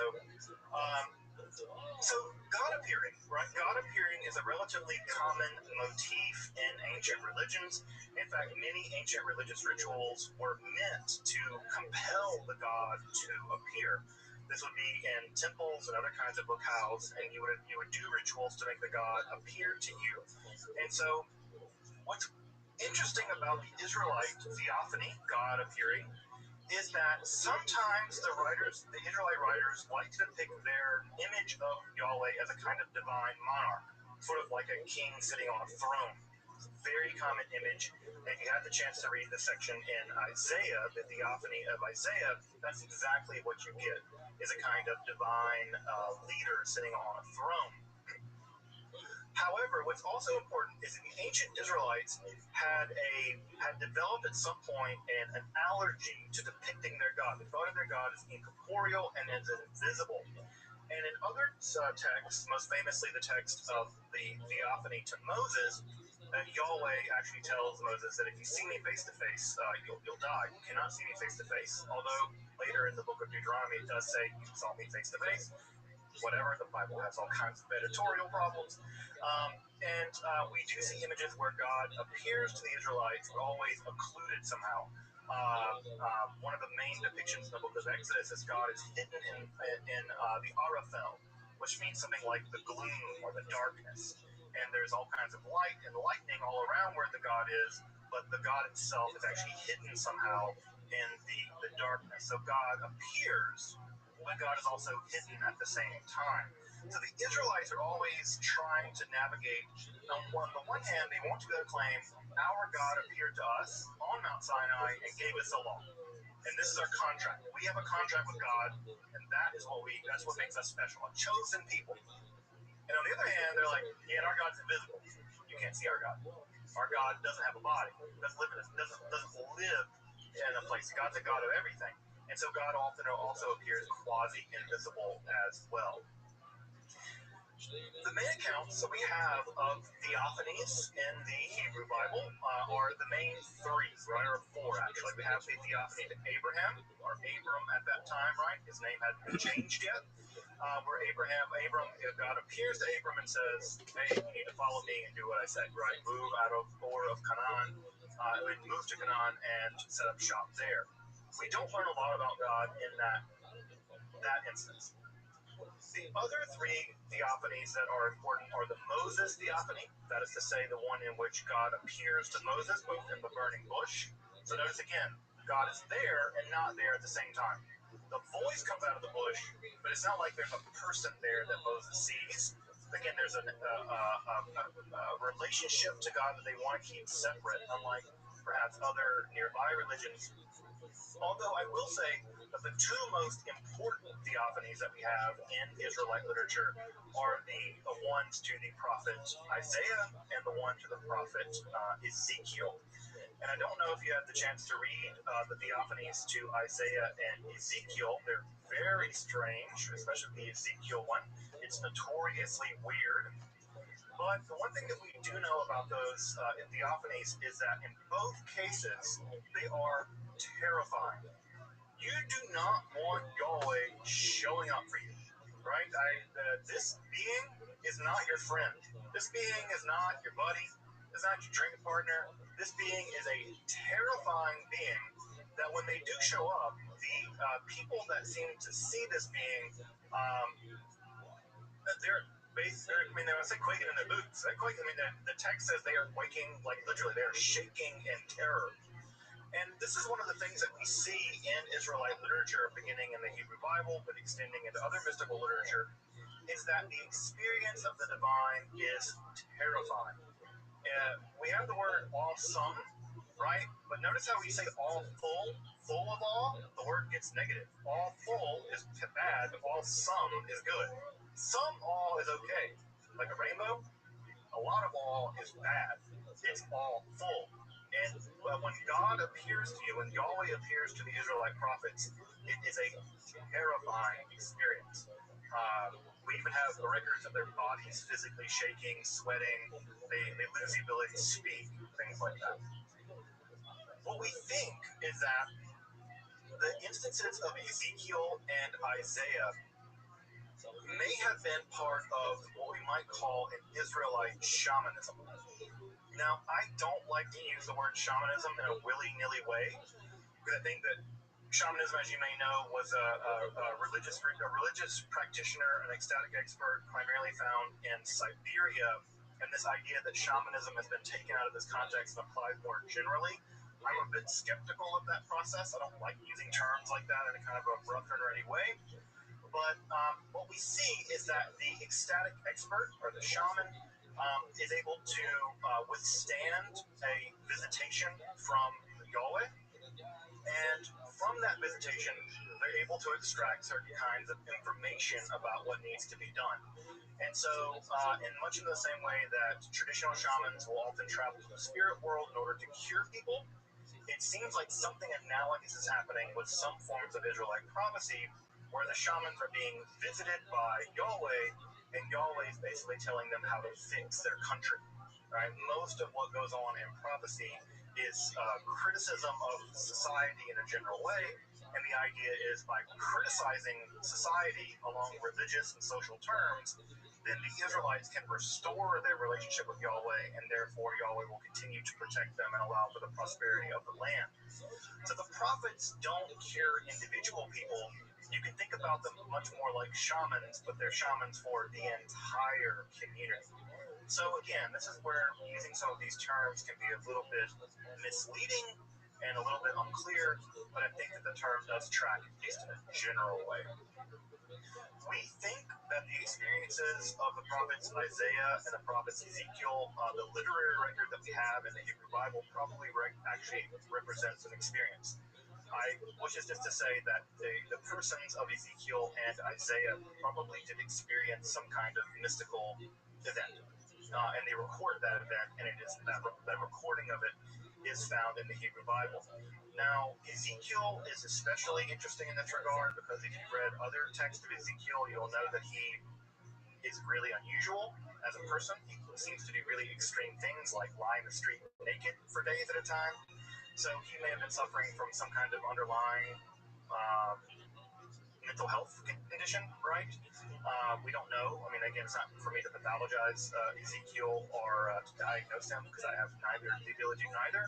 But from the record, it seems like Ezekiel may have had some other kinds of mental health concerns, we would say now, which is also interesting because it shows that what is insanity in one culture is prophecy in another, right? That a shaman functioning in one culture, right, is completely normal, but you take them out of that and put them into capitalism where they can't work, and now they're insane, they're crazy. And so it's just interesting to see how what counts as insanity can really change from culture to culture. Ezekiel is clearly a respected member of society, whereas I think now he might be institutionalized. So again, it's just interesting to notice how these things can shift enormously through time. It's also worth noting here that Ezekiel and Isaiah, the theophanies of Ezekiel and Isaiah, which the Isaiah one is also very terrifying, right? God appears to Isaiah, and basically Isaiah says, "I'm going to die." And he says, "I'm finished." Like, I'm going to die.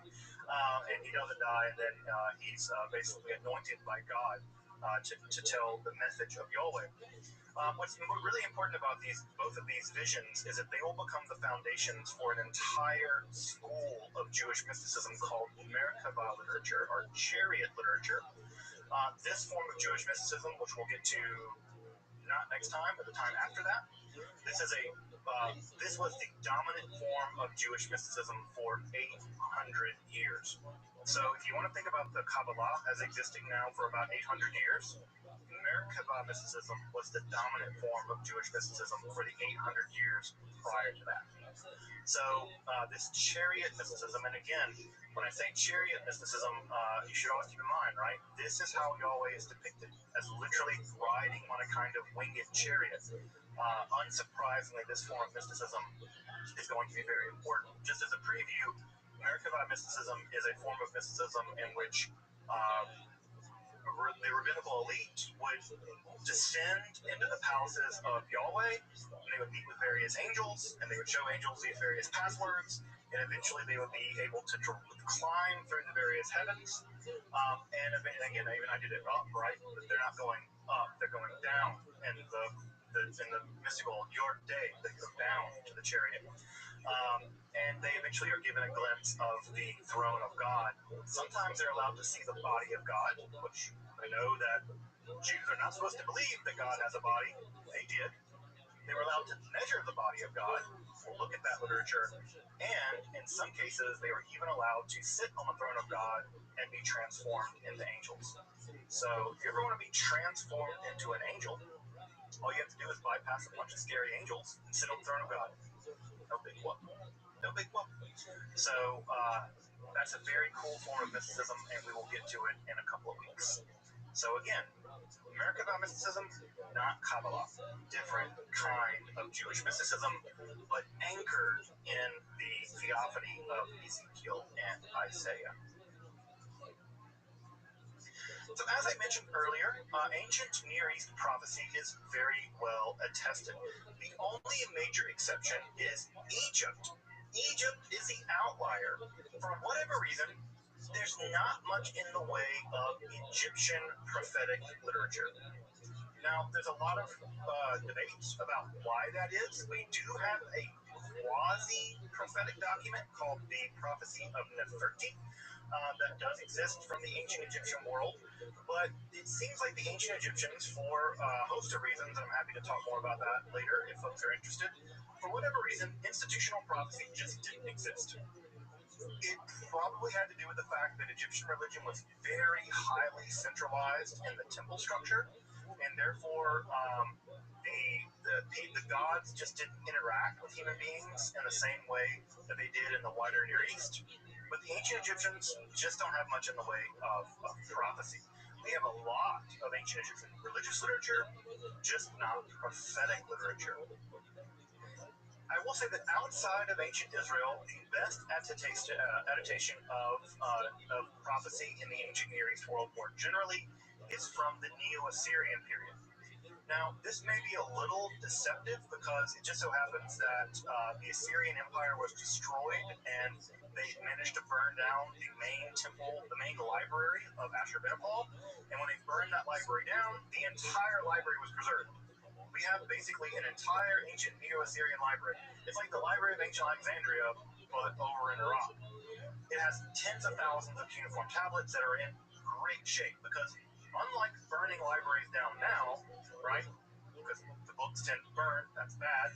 If you burn down an ancient cuneiform library, right, those texts are all preserved on clay tablets. And burning clay tablets makes them more likely to survive.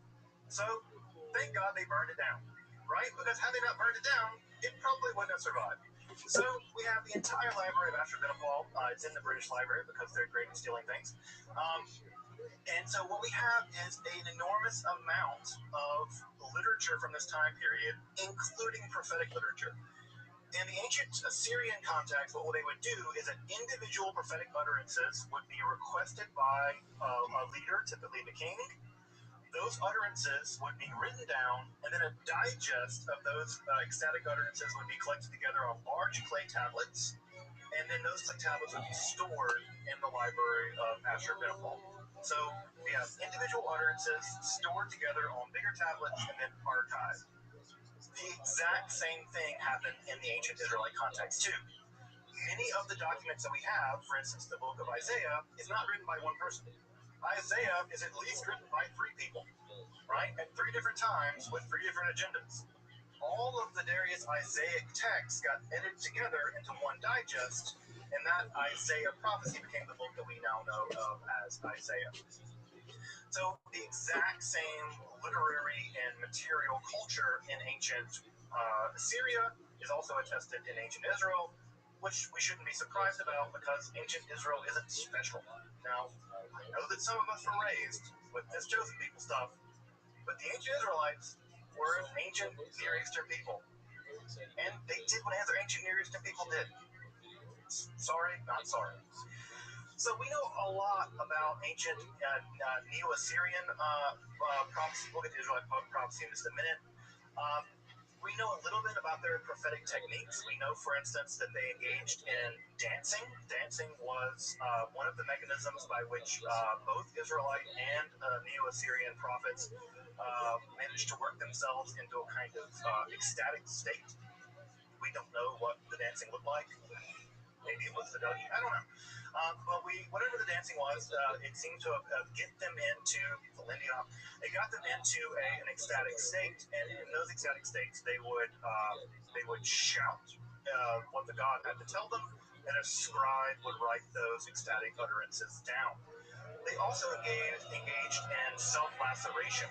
So, as you may or may not know, self-harm is a pretty common motif in many mystical practices, most famously, for instance, among the Maya people.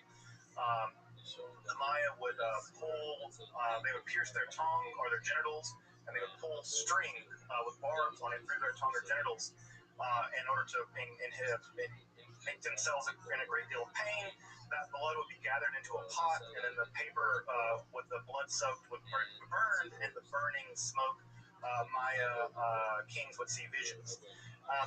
Self-harm is a very common thing that happens in many prophetic cultures. The self-harm also occurred in ancient Mesopotamian culture, and it seems like they engaged in something like flagellation, probably, so whipping themselves in order to use perhaps the endorphins or the serotonin release to get them into ecstatic states.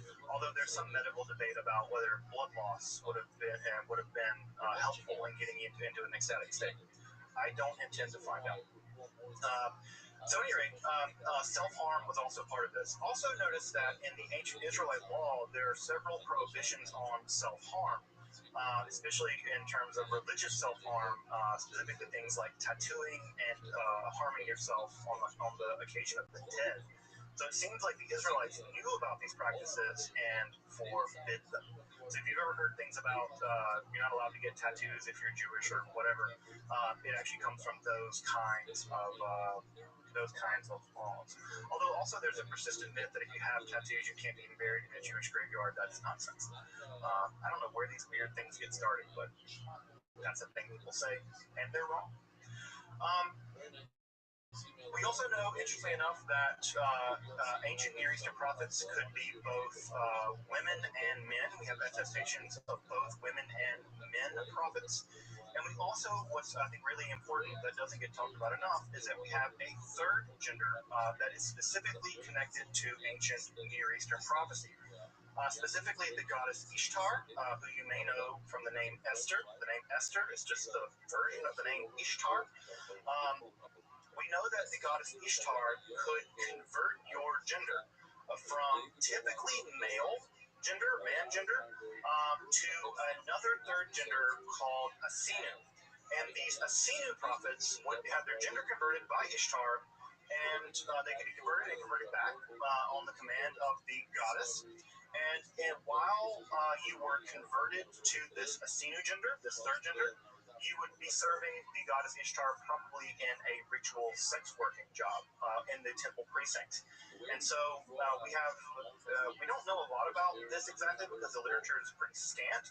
But I think what's interesting, again, from a material history and a gender studies study of this, is that the only attestation we have of a certain third gender with its own kind of grammar. The grammar here actually means womb person, but womb person is in the masculine gender ending in Akkadian. So clearly, womb is associated with female people, whereas the word here is asinu. They're clearly making it a gender bending category. And you can have your gender typically men. I don't know if there's any cases of women being assigned to be Asinu, but men prophets could be shifted to the Asinu gender. So if you're curious about that, FYI, there's a great study of that by the SBL called Prophets Male and Female. I can put it in the chat later. That is the most extensive study of this the role of gender and the Asinu gender in ancient Near East prophecy. We only know of one Canaanite non-Israelite prophet, and that is Balaam, son of Beor, who you may know from the Torah. He's also attested in another place outside of the Bible. He's attested in a shrine that there's a plaster. The wall is plastered, and he's mentioned on the plaster of the wall. And he's mentioned in a non-Israelite language. I think it's Moabite. And so he must have existed and been quite famous. In fact, he's the only prophet from the ancient Canaanite world attested outside of the Bible. So he was famous enough that the Bible had to include him, and he was so famous that he was also attested outside of the Bible as well. However, no non-Israelite Canaanite prophetic texts survive. If they existed, which they very well did, they very well likely did, they didn't survive. The reason for that might be that they were written down on papyrus and simply didn't get copied because of the eventual supremacy of the Israelites and Yahuism. It could just be that they haven't been discovered yet. But we do not have records of prophets, non-Israelite prophets, leaving behind a literary record. Unlike, I should mention this text that is on the screen here. This is probably one of the most important ancient Near Eastern religious texts. This is called the Descent of Ishtar. This is a tale where Ishtar descends into the underworld. If you've never read it before, I highly encourage you to take a look at it. It is a description of Ishtar going into the underworld and ultimately becoming trapped there and having to escape. And it's a really fascinating text about Ishtar's journey to the underworld. Many religions have journey to the underworld motifs. Christianity, for instance, has a pretty famous journey to the underworld. Orpheus in the Greek legends. So this journey to the underworld business is a pretty typical religious literature. And the journey to Ishtar is especially really wonderful to read, especially if you want to read again prophetic literature and religious literature from the ancient world in which women are the central focus, unlike in Israelite mythology where it's all dudes all the time, for worse. What we have in Israelite prophecy is a very complicated state of affairs. Very complicated state of affairs. Prophecy was a core component of ancient Israelite society. We know of hundreds of prophets from the ancient Israelite world. And when you put that into a sort of material cultural analysis, what that means is that Yahweh was perceived as basically being in constant contact with people. That is to say, you could kind of go down the street and there'd be a prophet in your village, very likely, and if you needed to get in contact with Yahweh, you could probably get into contact with Yahweh, like, right, Yahweh at Yahweh.com or gov. And so prophecy was widely attested. So first thing that we know is that prophets occurred in both genders. We have both women and men prophets. And in fact, the oldest literature attested in the Hebrew Bible are both prophetic pieces of literature from women, specifically attributed to Devorah and Miriam. As you may know, the Song of the Sea and the Song of Devorah, found in the book of Judges, are probably the oldest pieces of the Hebrew Bible. They are so old that there's no definite article yet in Hebrew, right? They are very old, probably dating back to the Bronze Age. And what we think is that at this period, both of these prophetic pieces of literature, the Song of the Sea and the Song of Devorah, are what we call warband prophecy. Warband prophecy was a very common form of prophecy all throughout the world, in which a prophet had contact with their god, and they would give advice specifically about military matters. And usually what would happen is you would consult the prophet about military matters, and then after you won, assuming you did, the prophet would sing your praises as having won on behalf of the god. And that's exactly what we have in the Song of Devorah and in the Song of Miriam. The Song of Devorah probably is a very early, probably Bronze Age or very early Iron Age account of a tribal conflict in which one group of people killed the other, right? This is also the story of Yael driving a 10 spike to a dude's head, which is metal. And so, Yeah, 10 spikes through skulls. That's the thing. And if you read the Deborah account, especially in Hebrew, it's very archaic. And of course, the Miriam story also probably is a memory of some kind of skirmish that occurred in ancient Egypt, where the Israelites were able to escape or at least defeat the Egyptians in that case. So I think what's interesting about this is that the earliest pieces of literature we have from the ancient Israelites that survive are mystical literature. They're accounts of the God speaking, and they're accounts of the God speaking to women. In both cases, this may indicate, and again, we only have two pieces of evidence here. This may indicate that women served a unique role in very, very archaic Israelite prophecy. It may have been the case that because they were accepted from battle, that they were allowed to talk to God about the battle, or it may be the case that they had, for whatever reason, thought of as some extra kind of connection to Yahweh. We just don't know. We have no idea. And it just is conspicuous that this earliest pieces of literature are both attested to women. We also have independent prophets. I like to call them freelance prophets. Those are people that basically go around condemning people for everything. Those prophets that you probably know are famous people like Amos, who is very famous for condemning the social practices of the ancient Israelites, specifically their excesses, being very wealthy. Amos is probably the most social justice-y, warrior-y guy of the Hebrew Bible. He really dislikes the fact that the Israelites are so wealthy and they use their wealth to oppress poor people. If you've ever read that great section on Yom Kippur, right, where it says, "This is the fast I want. I don't want you fasting from food and water. I want you fasting from all kinds of social injustice." That's Amos, right? And so those pieces that are really big in our tradition, I think, as more progressive people, come from the prophet Amos. So he was an independent social critic. We also know that the Israelite state employed hundreds of prophets. Hundreds. We have at least two different cases where ancient Israelite kings would have hundreds of prophets in their employ, and those hundreds of prophets would go into ecstatic states. They would often act out their prophecy.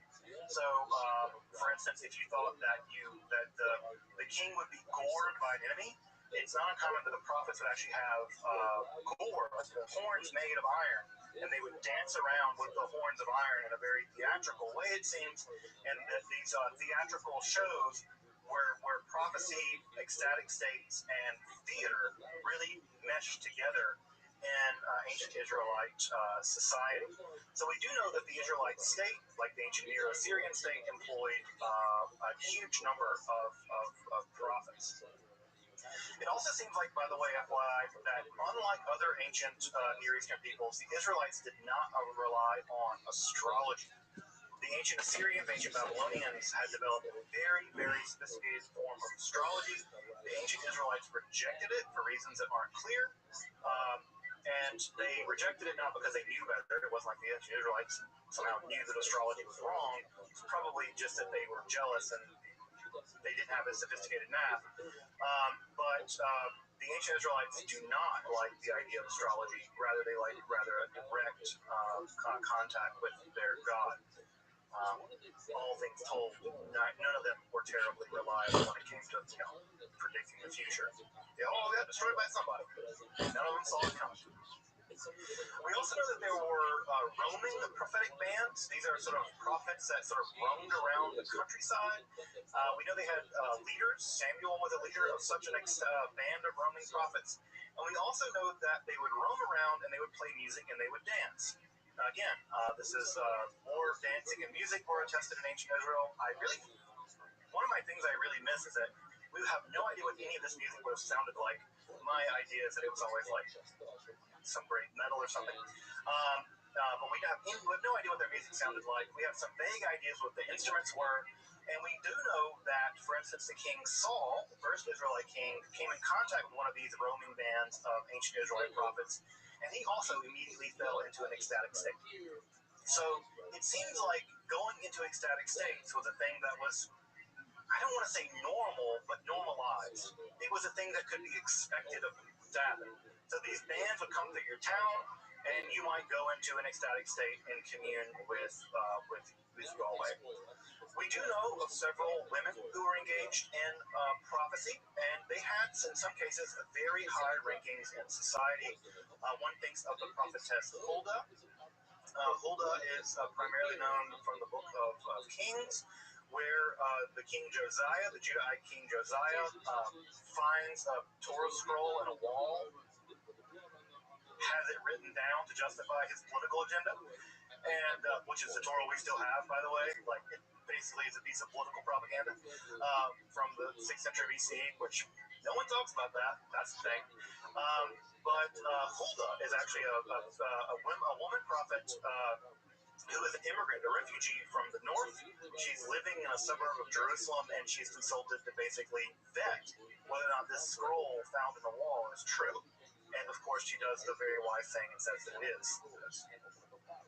Yeah, I'm sure her neck was on the line. So we do know that women had a relatively high-ranking position of power as prophets. They were not allowed to be priests, but they were allowed to be prophets, and they could do things as high level as basically vet scripture. And again, I want to restate that just so folks hear it. This is a woman vetting the legitimacy of the Bible. That is enormously important in the history of Judaism and in the history of religion, I think, more generally, considering how completely excluded women are on almost every level in this historical thing. The ancient Israelites vetted scripture, vetted the Torah almost as we know it, at least the book of Deuteronomy, by a woman. Right? The woman Huldah. We know virtually nothing about her, but clearly she was considered to be in contact with Yahweh, and at least for perhaps political reasons, vetted some sections of the Bible as we know them. We also know that there were professional prophets, that is to say, prophets whose job it was to be a prophet. You got paid. I don't know, you got a 9-to-5 job, and you were a prophet. I hope they had a prophet union.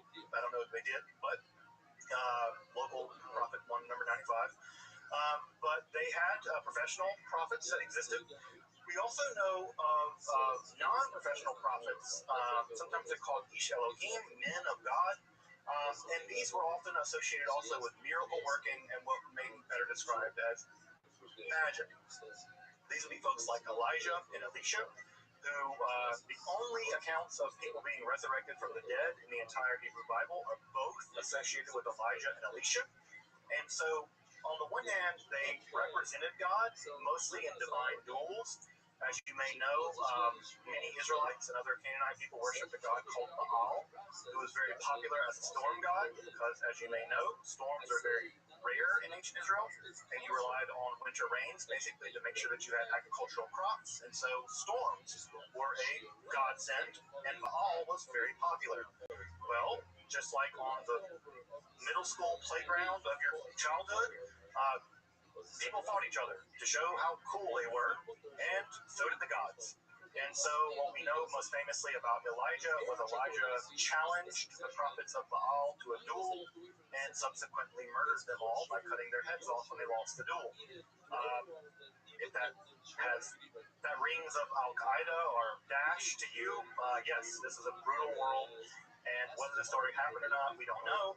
But the fact that the Israelite writer that recorded it relished in it at least meant that they wanted it to have happened, whether it really happened or not. So we also have prophetic duels. You know, my God can beat up your God kind of situation where they would engage in these prophetic duels, which if you've never read that story in the Book of Kings, it's really worth reading. Elijah was a weird dude. And again, he's on the fringes of society. It's not even clear he's even an Israelite. He's constantly called a Tishbite, a Tishbite, right? And so as a Tishbite, he may have not even been born Israelite. He's a kind of fringe character that people have a very strange relationship with, and we continue to have a strange relationship with him because he didn't die, allegedly, and now we invite him into our homes randomly. So just remember, right, when you invite him into your home, that he did cut off the head, allegedly, of like 500 people one time. So be careful who you invite into your home. This guy's murdered about 500 people. Elijah. We also know that prophets seem to have been both ecstatic and non-ecstatic, which is to say that some of them went into fugue states, we might call them, or ecstatic states to issue their prophecy, and others didn't. others didn't. So we have a range of prophetic techniques. Unfortunately, what we don't have is any accounts in ancient Israeli literature about how they did this. We know they danced and they played music. Nothing else.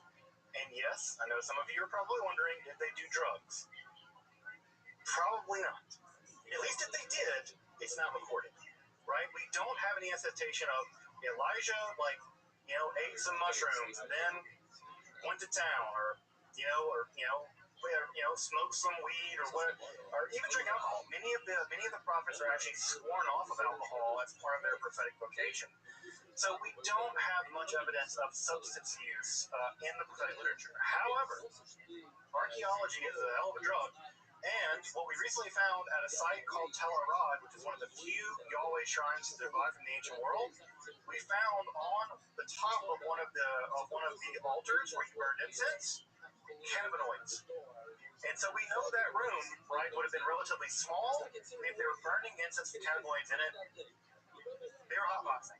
Maybe. We don't know, right? But we found it. We found evidence of cannabinoids at a Yahweh shrine, right? One of the only ones that survived. There are only two that survived. There's one in Tel Arad and there's one in Tel Dan. The Jerusalem one has been destroyed. And so the Shiloh one has never been found. But maybe they were getting contact eyes, talking to Yahweh. I don't know. I would encourage you to do your experimentation on your own time, see if it works for you. So I do not know. But this, by the way, that find about the Tel Arad cannabinoid thing was just like a year ago. So people who think that they've combed over everything over there, they found all kind of weird stuff. So actually, it's not that they found it; they just didn't think to test it. That shrine's been sitting in the Israel Museum for like 30 years. They just didn't test it for some reason. And so some guy scraped it and was like, "That's weed in here." So that's the thing. The image on the left-hand side here is from the Dead Sea Scrolls. This is from the Habakkuk Pesher. Pesher is a commentary. This is the first commentary we know of in Judaism. And if you know anything about the history of Judaism, commentaries are our jam. We are a commentary writing people. We love to write. We write things called hyper commentaries, folks. The hyper commentary is a commentary on a commentary on a commentary. Commentaries are our jam, and this is the first one. This is a commentary on the prophet Habakkuk. This is recovered from the Dead Sea Scrolls, and this is the first time where the prophet Habakkuk, is actually being read as a esoteric text. The commentator believes that inside of the prophecy of Habakkuk are secret things that are going to happen in the future. And so if you've ever heard curious people say that they found secret things in the Bible that are describing the future, this is the first guy or person to do this. Is in the Habakkuk Pesher found in the Dead Sea Scrolls. You can find this document in any collection of the Dead Sea Scrolls. But again, what's important to note here, right, is that even the idea that you can mine a prophetic piece of literature to divine the future, an idea that we all know is culturally very common. Again, you just flip on the radio, and I'm sure you can find some preacher right now telling you that the end of the world is coming because they found something in the Bible, the book of Daniel, whatever. The first time we see it actually happen in the Israelite literature is in this commentary on Habakkuk. So you could read the book of Habakkuk; it's relatively short, and then you could read the Habakkuk Pesher in the Dead Sea Scrolls and take a look at that one. This is also on display in the Shrine of the Book in Jerusalem. People always flock to see the Great Isaiah Scroll because they think that it's the biggest one, But just so you know, if you go to the Shrine of the Book, the Great Isaiah Scroll is a replica. It's not the real one. The real one's stored in a bunker somewhere. But the Habakkuk Pesher is the real one, and no one ever spends any time on it because they just think it's nonsense or they don't care. And I got to spend like an hour looking at it. It's a complete fanboy of the Habakkuk Pesher. So there we have it. As I mentioned, we know basically nothing about the material culture of the ancient prophets aside from the books that get written down. Clearly, the scribes that wrote these books down thought of them as incredibly important and copied them. We know nothing about their practices, their mystical practices, so we don't know anything about their meditation techniques, their breathing techniques, the drugs they may have used or not used. We know very little about how they achieved these mystical states.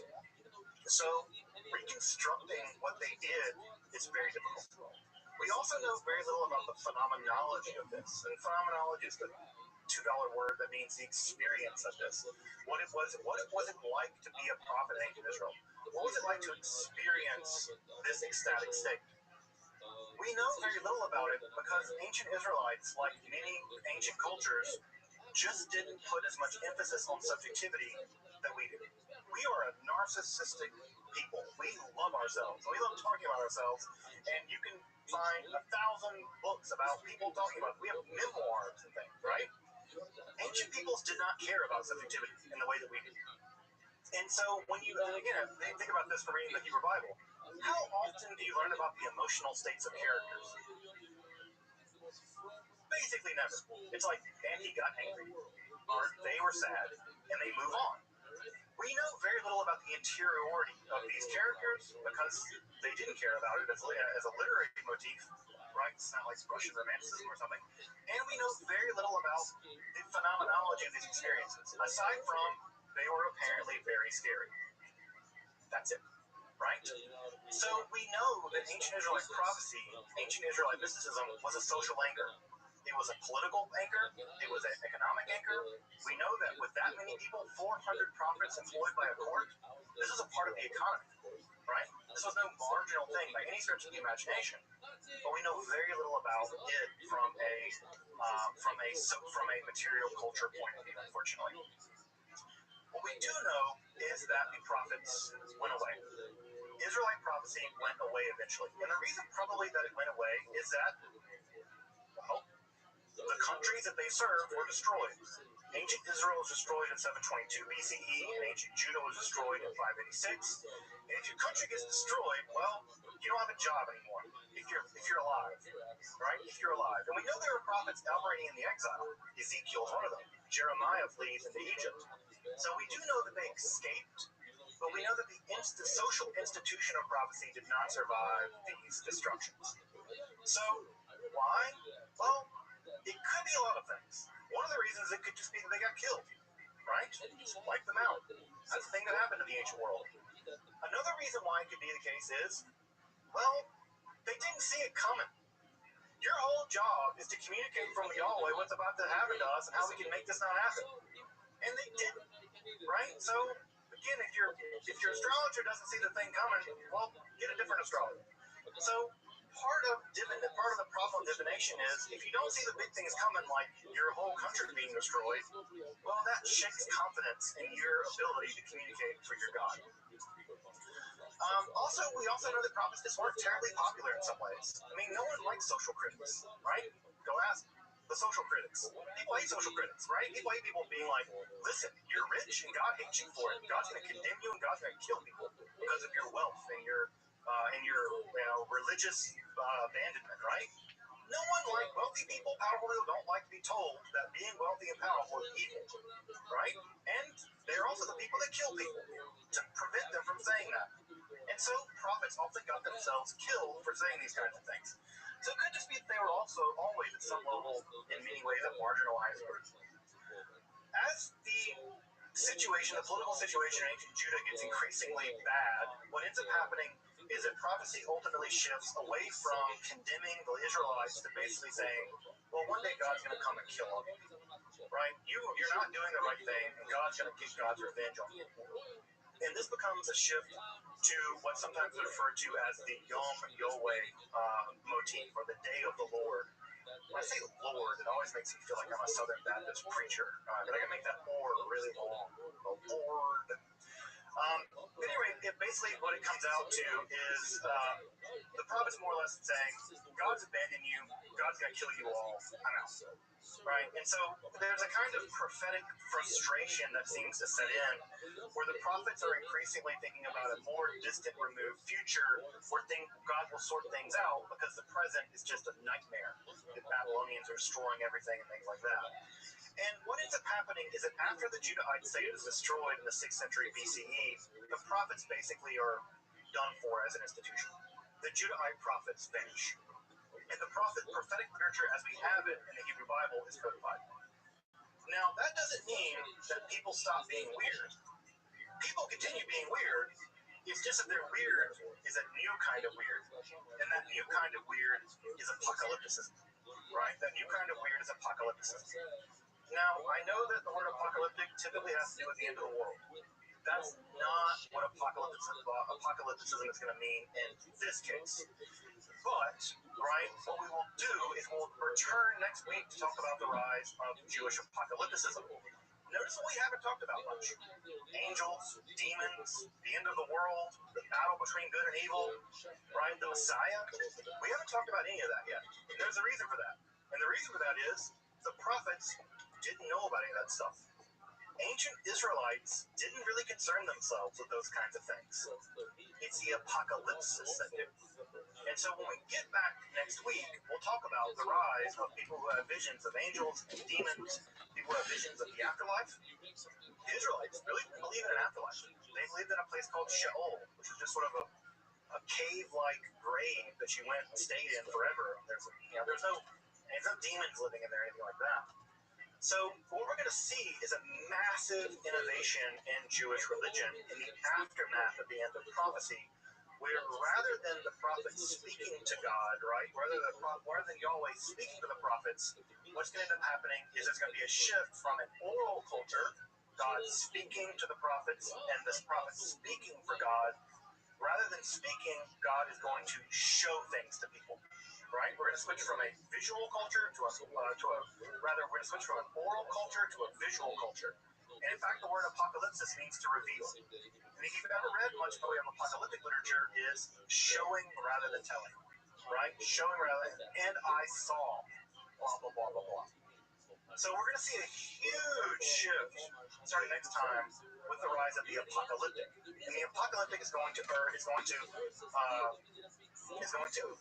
in the course of a new form of Judaism, and that new form of Judaism is going to be really, really, really weird, with a lot of weird beings and things like that.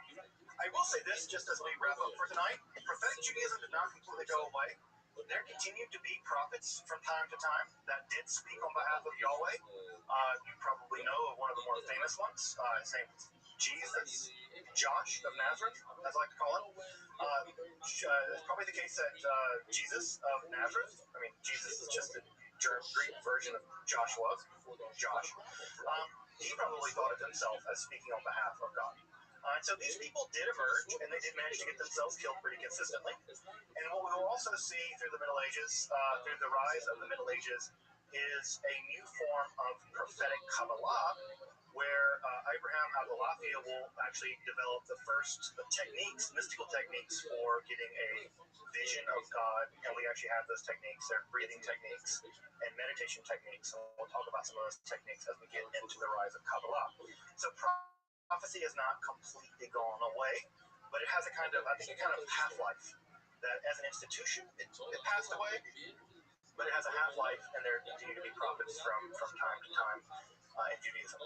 They also continue to have a pretty bad life. Abraham Abulafia was excommunicated, condemned, and died in obscurity. So I don't recommend. If you want to be happy, don't be a prophet. And if you want to make others happy, don't be a prophet. Welcome back, and thank you for joining me as I explore.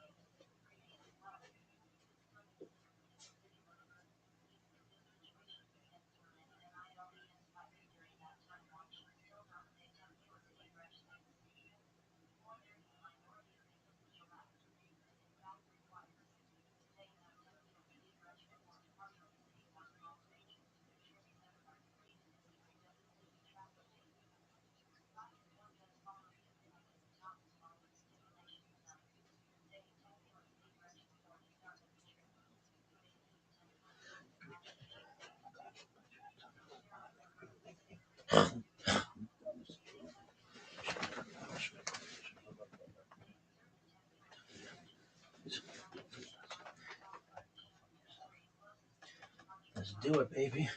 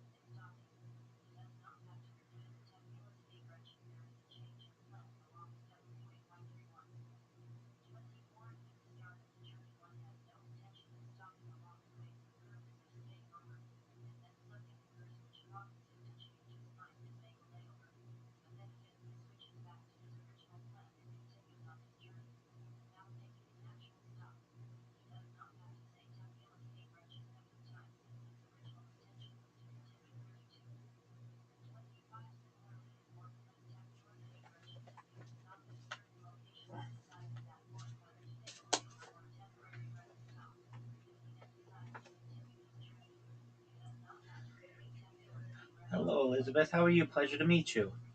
Good. How are you doing? I'm well, thank God. Just did a podcast earlier today, and excited to meet with you as well. Very nice. I have a couple quick questions. Sure. First of all, what are your pronouns? They, them, if possible. Yes, absolutely. And then these are just curiosity questions. How did you hear about the podcast? Great question. I believe I was going through um, podcasts on Google, perhaps, that had open invitations to individuals, and I think I saw that you had your email posted in the description of your podcast, and just thought, okay, well, let's this one sounds interesting, and sent you an email. Awesome. Did you listen to any episodes or did you just jump into it? I had an opportunity to listen shortly to one of the episodes, but generally wanted to go into it with a clear understanding, or pardon me, clear with little to no understanding, and just be open to anything you want to discuss. Good, yeah, very cool. Thanks for humoring me. This is Ampersand, my assistant. Hello. He will probably simmer down in a little bit, but when I start recording, he likes to jump in and show off. So Excellent. yeah, so this is super casual. I'll just kind of ask you some broad questions. I'll have you start off with like introducing yourself and if you're comfortable, like your background and faith and how that came about. Most of my listeners are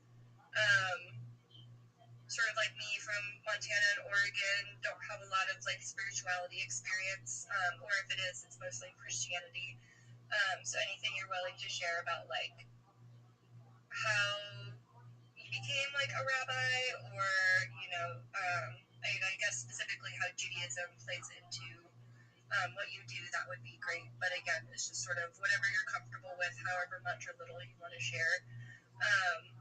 And then I'll kind of give you the floor to talk about like the intersection between spirituality and technology. And I love reading your bio. I just kind of want to give you space to share whatever comes to mind. I'm sure I'll have questions throughout. And then we'll just kind of go and see how the conversation goes in terms of time. And once we're done, we'll do like after I hit stop recording, we'll do like a quick debrief. And then if you'd like, I can send you the videos since this won't be airing until September, so you're welcome to use it however you want. This is just like a hobby for me, so I'm not particularly like particular, I guess, about how things are used. Do you have any questions before we get started? Well, I would just like to ask if it's okay. I'm also very much a futurist as well, so I have a list of topics that I'm passionate about. So I'd love to talk about religion, certainly, but also perhaps we might be able to touch on topics like, I think, that are very interesting mega projects like a Bering Strait tunnel, basically connecting Asia to North America. The idea of perhaps a tunnel or a bridge of like the Strait of Gibraltar, and other like really large infrastructure projects I love to discuss. And then additionally, I am an author, and there are some subjects that I write about regularly, and um, they're about I think probably your audience may find interesting. They're about many of the everyday issues that people are encountering, in addition to what I talk about, like ending world hunger and ending world thirst, and um, and ensuring that we have as many people on Earth as can be literate. It's other things like cell phone battery lifespans, and efficiency when it comes to technology. So, if you don't mind, I'd like to talk about those kind of topics as well. Absolutely, and I will try to remember, but if I don't, be sure to plug like your books and just anything that you're working on that you want to share with people. I'll also like whatever links you send me, I can throw in the show notes. So I just want to make sure you have an opportunity to promote anything. Um, Excellent. I'd like to do that. But yeah, conversation-wise, absolutely. Like I said, I like to just kind of let people take the lead in what they want to talk about. And yeah, I do a lot of editing. So if you say something, you're like, "Ooh, I wish I hadn't said that." Like, just let me know, and I can cut it out. And then I will, after it's done being edited, send you a link so you can listen to it ahead of time and request edits and stuff. Yeah, I just want this to be a pleasant experience for everybody. Excellent. Well, it already has been thus far, and I look Okay. forward to the conversation. Thanks. And I like your shirt, by the way. What does it say next to Sonic? Oh yes, so this is a cryptocurrency that sponsors me. It's Harry Potter, Obama, Sonic 10 Inu. And if you're like, what is that? So I years ago, about 3 years ago, would be in Twitter Spaces. I don't know if you're familiar with Twitter Spaces, but they're like audio spaces on Twitter. And this is basically the center of cryptocurrency. And I was unaware of this. I was just promoting myself and my project. And people would hear me talk about futurism and they found it fascinating. And they said, Rabbi, we have to have you in our community. And I was like, okay, I don't really know that much about what you're discussing, but sure. And so I started live streaming my life in this cryptocurrency Telegram, and I've been doing it for more than 3 years. And they sponsor all of my merchandise and such. So the name of the cryptocurrency is Harry Potter Obama Sonic Tenino. And if you think that's a long name, that's kind of part of its cachet that has a really long name, and it's worth tens of millions of dollars. So it's one of these things that has become kind of a very serious joke. So I do wear the merchandise as much as possible. Very nice. Oh, and last thing, sorry, I haven't done an interview in like almost a year because I did them all like over the summer. I might mute and unmute myself as you're talking. It's just because I have dogs, cats, and background noise. So if I unmute while you're talking, you can just keep talking. Don't worry about it. Absolutely. And I saw that you said that the conversation could go from like 30 minutes to 2 hours. Uh, I can talk, I have a lot to talk about. So um, if at any point you have a question or you want to interject, please do. But just know that when people let me go, I'll talk, about what I do because I am passionate about it. So I did want to make you aware that if it seems like I'm covering a lot, it's because I'm really happy to have the opportunity to be able to talk in long form. I've done some podcasts recently, uh, and I've got to say they've been wonderful. Uh, the podcast that I've done, though the format originally was going to be 30 minutes, and the podcast host liked me so much that they wanted to have me on for like a series. So I just finished one 5 weeks in a row last week with an Australian podcast host, but those are like 30 minutes each or so. And then this morning I did one 4 weeks in a row. Those were like 30 minutes, but they've been like cut up. So the fact that this is an extended opportunity to talk, just know I find it refreshing. And so if I do go in depth on some of the subjects, it's because I'm excited to have that opportunity. Awesome. Yeah, and if we're not able to cover everything you want to cover today, we can definitely do have you back on.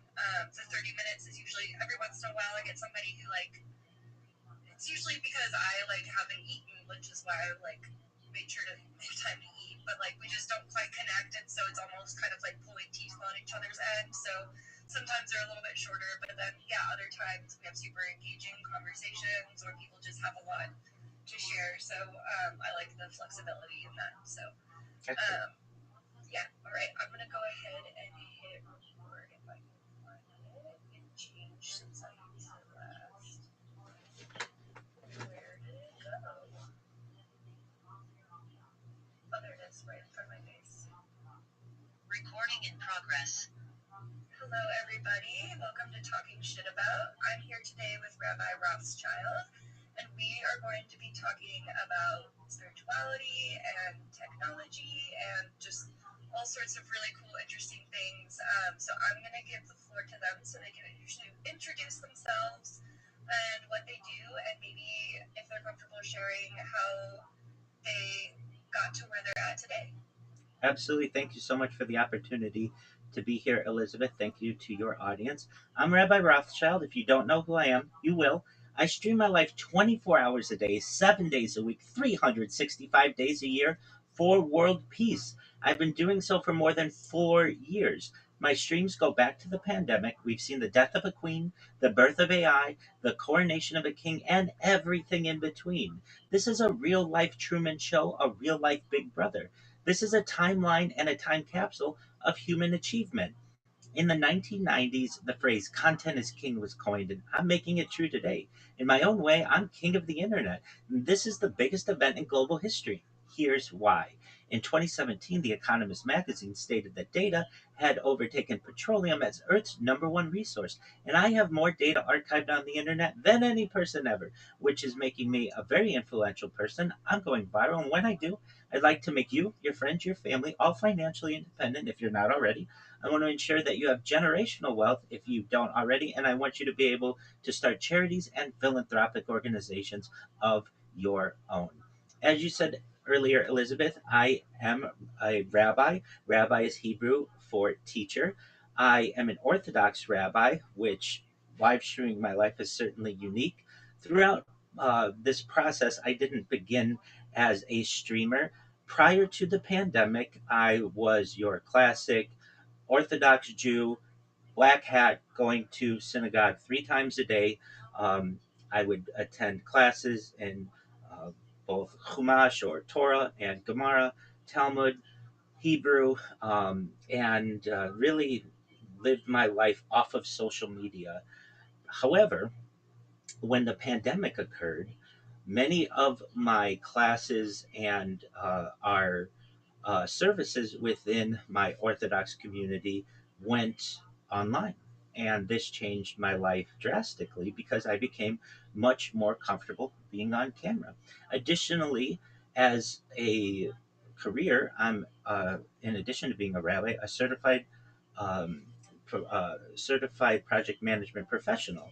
I've launched apps on the App Store and Google Play, and additionally have had major contracts with Fortune 100 organizations. And my role as a certified project management professional also went online remotely when the pandemic ensued. So those aspects of my life where I was generally never on camera, really didn't do any social media, uh, drastically changed during the pandemic. And I went from being never on camera generally to being on camera anywhere from 8 to 12 to 14 hours a day.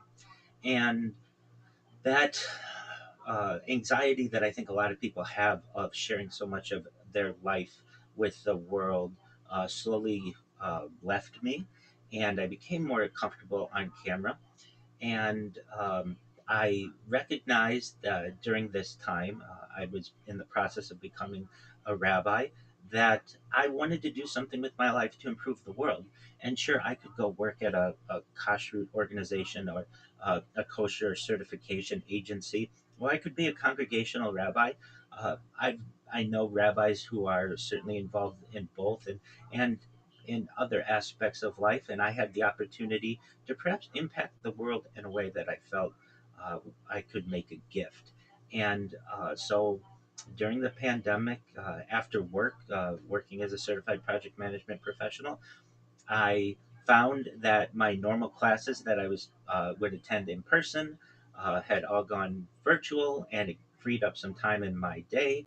And I would, after work, hit golf balls at Tiger Woods' golf course in Anaheim, California, and I wanted to see what my golf swing looked like, to be honest. And I began recording my golf swing on camera. And I noticed that I would say some funny things on camera. Just maybe I'd slice the ball, or top the ball, or hook the ball, and I would just make some little jokes. And I thought, you know what? God willing, someday I'd like to have a family, and if I do, they might want to know what their dear old dad was doing during the pandemic, and just how what he was like before they were even a glimmer in his eye. So I began uploading the camera footage onto Google, my Google Drive, every single night. And it was taking me a long time, and I was also getting throttled. So I found that, you know what, if I'm going to do this, I said to myself, I want to share my life with the world, and I want to do it better than any person had ever done in global history. So I began to purchase different devices, including like 33 total devices, and handheld devices, tablets, laptops, Chromebooks, you name it, I've got it. And I put them all around myself and basically began my live streaming journey. And I do my best to maintain as orthodox a lifestyle as I can. Every morning, well, 6 days a week aside from Shabbat, I don tefillin, these black boxes that your audience may be familiar with if they know any Orthodox Jewish men. Additionally, I teach a Kabbalah class for at least an hour per day, and that's something that I've been doing for more more more than this calendar year, and that's been a new addition. Additionally, I say blessings on food. Certainly, have all of my blessings and prayer on camera, and want to just give the world a portal into the life of a religious individual who is also very conscious about the world and peace, and peace as a motivation. And so, for anyone out there who may not be Jewish, may not be an Orthodox Jew, they should know that my streams are for them as well as they are for the Orthodox world. I want to unite people, and I do my best on the streams to talk about things that unite us as a people more than that which divides us. We are 99% the same DNA, actually, more than 99.9%, all the same DNA. And there's a lot that unites us as a species than that which divides us. And I do my best on a daily basis in my conversations, both religious conversations and non religious conversations, to be as inclusive as possible and focus on that which unites us as a people. It's great and admirable that you make yourself accessible to everybody regardless of faith. I'm curious what sort of the response has been to, I guess specifically the live streams, in both like Jewish spaces, but also just like your audience in general. Yeah, so I am in many discords. Discord's usually the easiest way that people can connect with me. And in the Jewish discords in which I am, especially the Israeli discords, the response has been extremely positive, as has the response generally of everyone with whom I encounter anywhere on the internet. It's been very positive. People like to recognize that we're all not that different, that we all sleep, that we all eat, that we all drink, that we laugh, we cry, we all just want to be comfortable generally and happy in life, no matter what your faith is, no matter what your background is. And I think that from a Jewish perspective, people really like the ability to be able to connect with the rabbi whenever they want. I answer classic questions on halakha, that's Jewish law, in my Discord. We additionally will review topics on Talmud. I have a podcast going on Talmud 24 hours a day. So even when I'm asleep, people can learn while watching my streams. In addition, we watch Kabbalistic documentaries. We review Yiddish and Hebrew and Aramaic, and I do my best to give the the stream a Jewish flair, but additionally, it is open to everyone. So, from the non Jewish world, generally has been extremely positive as well. With any project like this, where you are open to so many different audiences, you will get some negativity, but it's really nothing that I've done personally. I treat people with respect. I do my best to ensure that all sides are on matters are discussed as best that I can. I maintain neutrality, especially in terms of things like politics. I do my best to not necessarily get too involved with it. I personally am someone who does my best to avoid those types of conflicts. And in terms of religion, I think overall people find it refreshing that there's someone out there, a religious leader you can watch whenever you want. They teach classes, they'll answer your questions. It's really a quite an interesting endeavor, and I really would like to do this for the rest of my life. I'd like to have at least some way of having people to be able to connect with me 24 hours a day whenever they want. And if I'm asleep or something like that, perhaps I can't answer them immediately, but I do have a section within my Discord and within my other platforms where you can send me a message. And as soon as I'm conscious and able, I answer every single question. And so overall, from a religious standpoint, from a Jewish standpoint, people are very positive towards it, as well as non-Jews. Very cool. And you mentioned peace, and then when we were doing our emails back and forth, you brought up, the idea of peace and maybe some of the barriers that are keeping us from that. So I would love to hear like your sort of definition of what peace would look like for like a world. I know it's kind of a big question. And then again, like the barriers, and they don't have to be like specific, like geopolitical things, unless you want to go there. But just barriers to peace and what that would hopefully look like. Absolutely. So I am a futurist. I'm someone who has transhuman philosophies, and so when I talk about peace in perhaps the upcoming centuries, it may be something that you, Elizabeth, or I may actually be able to experience. So I see this as a real challenge in my life, and not just something that hopefully future generations have the opportunity to be able to experience. And when I talk about peace, really what I'm talking about is at the ground level, you don't put your hands on me and I don't put my hands on you without consent. That's basically what we're talking about, treating others the way that you want to be treated.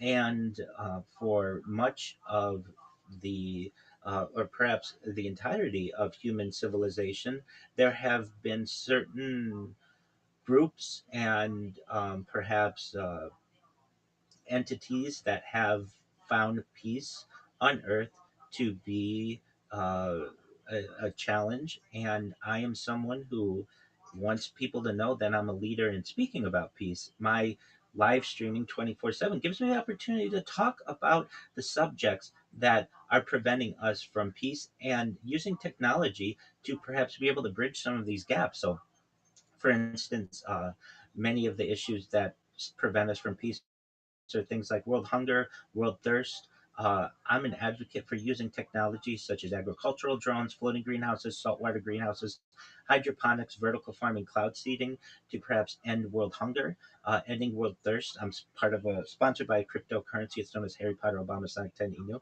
It's a very long name, but something that we do is we build wells in developing nations, wells and water towers. And I feel like that this type of a platform gives me the opportunity to be able to give more publicity and more of a spotlight to these types of projects. I'm additionally an advocate for the LifeStar program, but most importantly, desalination technology, where we pump Earth seawater onto land to make it drinkable. If we're able to feed humanity and essentially quench humanity's thirst, that is a huge step in the right direction towards peace, because that helps to avoid some resource scarcity that occurs. And additionally, I call upon the military industrial complex that exists, companies, and I'm not afraid to name them, like Lockheed Martin and perhaps Boeing and um, perhaps Rafael Advanced Defense Systems, L3, Northrop Grumman, to recognize that they have an extremely valuable opportunity to transition their factories that may perhaps be creating weapons of war into weapons of peace, or really machines of peace. Things like robots that can mine for humans so that we no longer have to put ourselves in danger, or drones that can pick crops for us so that we no longer have to struggle in the hot sun of the afternoon. These types of technologies are available, and I call upon the major defense contractors of the world to recognize there's an extremely excellent opportunity to still make a lot of money, still make a lot of profits, but transition their their um, their their profit strategies into that which aids humanity. I am a student of history, and if you study history, you recognize that countries that have explored in the past generally do so when they have peace at home. They don't go exploring. They don't have colonies. They don't uh, go to the ends of their known world when they have civil wars or civil unrest. It's too difficult to do so. And I use that analogy in the same way as Earth, that we aren't going to be able to get off planet and explore and perhaps terraform other planets in the near future while we have war at home. And it's an inevitability that eventually we will either destroy our own planet or we will find peace so that we can eventually begin space exploration in a real manner, and perhaps in the inner solar system, perhaps the outer solar system, perhaps interstellar travel, and terraforming of other planetary bodies. But we can't begin to have those types of discussions while we have wars at home. And so I call on not just the leaders of the world, but the United Nations, that we need to transition our discussions from that which divides us to that which unites us, and come up with real plans how we can end wars globally and essentially stick to that type of behavior in the far future. I think the United Nations has an incredibly important role in the peace process, and really doesn't advocate for peace as much as I wish that they would. And I don't think that they market themselves as well as they could. Very few people know the UN Secretary of General's name currently or the previous. And it's really an issue, I feel, that was once discussed quite often. Peace during the 1960s was discussed quite often. There's the John Lennon lyric, all we are saying is give peace a chance, and I agree with that lyric. John Lennon and Yoko Ono did something in um, decades ago called the bed-ins for peace, where they actually stayed in their bed for weeks, once in Amsterdam and once in Quebec, and all they did was advocate for peace. And while I do go outside and I do IRL streaming, much of my stream takes place in a similar manner. And just as their bed-in gave them the platform to be able to promote peace, my streams give me the opportunity to promote peace. And while I can't guarantee to anyone out there that I can make peace occur, what I can say is I'm doing everything that I can from a single individual's perspective to promote peace into the egregore, into the zeitgeist of humanity. And I want other people to share in the mission of peace. Peace has to begin somewhere, and so I'm doing my best to at least be the rock in the pond that starts the ripple to have perhaps be able to spread it. Thank you. And it sounds like, you were trying to use like social media and our current technology for what I would say is good. And I'm curious if you feel that technology at the same time, and I guess I'm thinking more specifically of social media, is negatively impacting the way that we interact and how we view, other parts of the world and such. Absolutely. Social media tends to show us polarized results. It shows us what is going to get the most amount of interactions or the most amount of clicks, and it also sets us up sometimes for to be pranked. It can set us up for propaganda, and it's really, I feel, poorly led and poorly managed. In terms of things that you're going to see on your feed on TikTok or Instagram, generally it goes by the old news adage, if it bleeds, it leads. The idea that if it causes a reaction from someone, it is going to perhaps get a lot of interaction. So it will, these social media platforms tend to promote things that they find will either scare people or shock people. There's a lot of shock value in these things, and also the way that they pay their creators many times is who can get the most amount of interaction. So instead of someone, let's just say we're looking at a picture of a park, and someone who just took a picture of a park, and they say, "I just took this picture. I think it's really nice. I hope you do too." Something positive like that. they notice will not get as many interactions as if they just leave it open ended and take a picture of a park and say, "What do you notice?" Well, then they generate all kinds of false interaction, and people go into their comments and they're naming things that aren't relevant. And the idea of social media has completely changed the way that we communicate and express ourselves. And people are so motivated by beating their previous mark on social media in terms of likes and comments and reposts or whatever it may be. And the algorithm, in many ways, harms our ways of uniting and connecting. Uh, Basically, the algorithm pushes certain agendas. It pushes advertisers. It pushes political or views. It pushes social views. And I'm old enough to remember when social media started, we didn't have algorithms. It was chronological. You would see what your friends had posted chronologically, and you could go back and see exactly what it was. And little by little, different things would maybe be added to your feed, but it wasn't like it is today, where you really, many times, rarely see what people you know or people that things that you in which you may be interested, and things are pushed on you for one reason or another.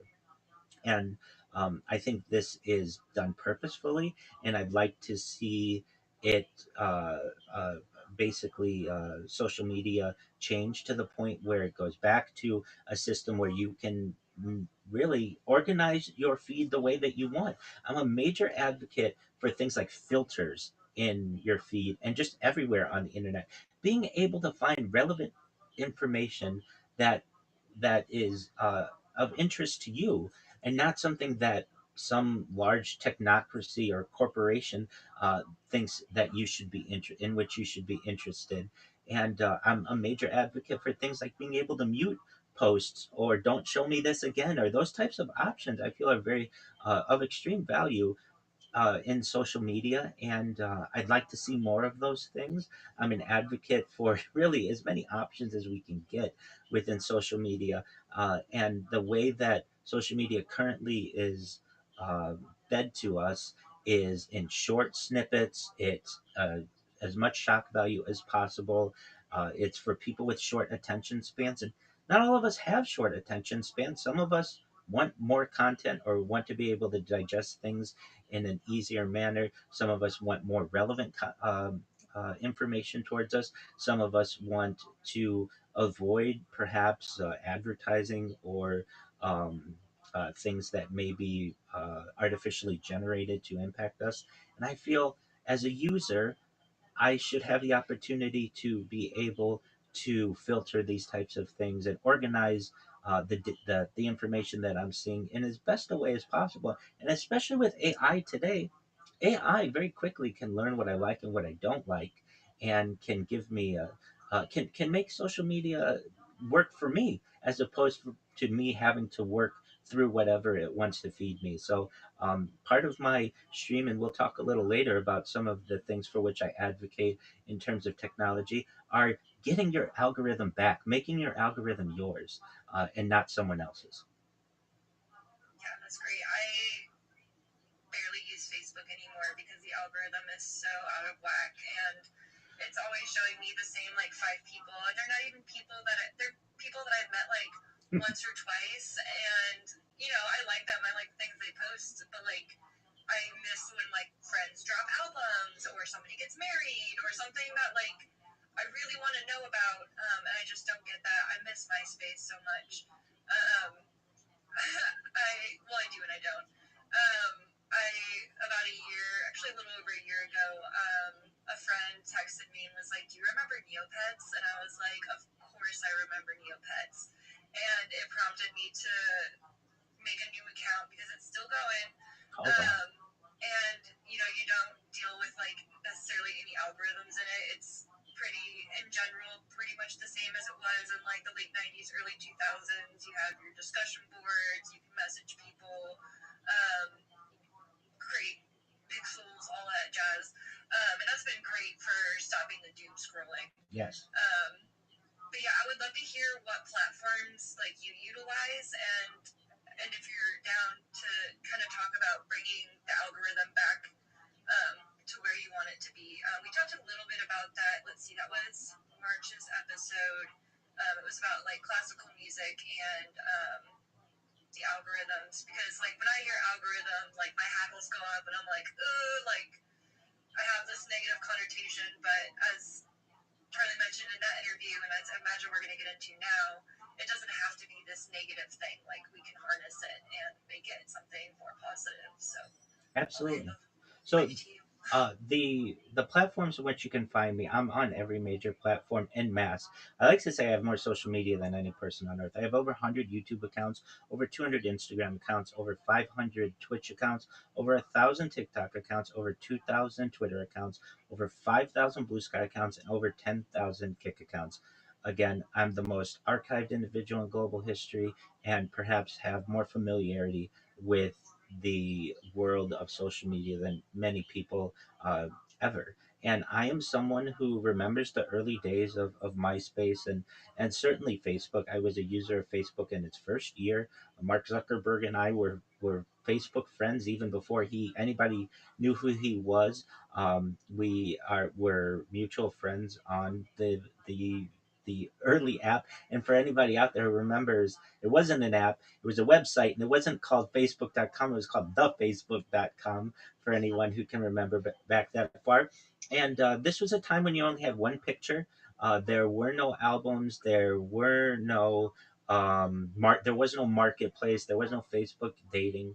I believe maybe you might have had groups at some point, but it was the very early days, and it was really innocent and really beautiful because it was a way where, I mean, the way that I used it, if I met somebody at a party and perhaps didn't have the opportunity to exchange telephone numbers with them, this was a great way to be able to connect with them and continue friendships up until this day.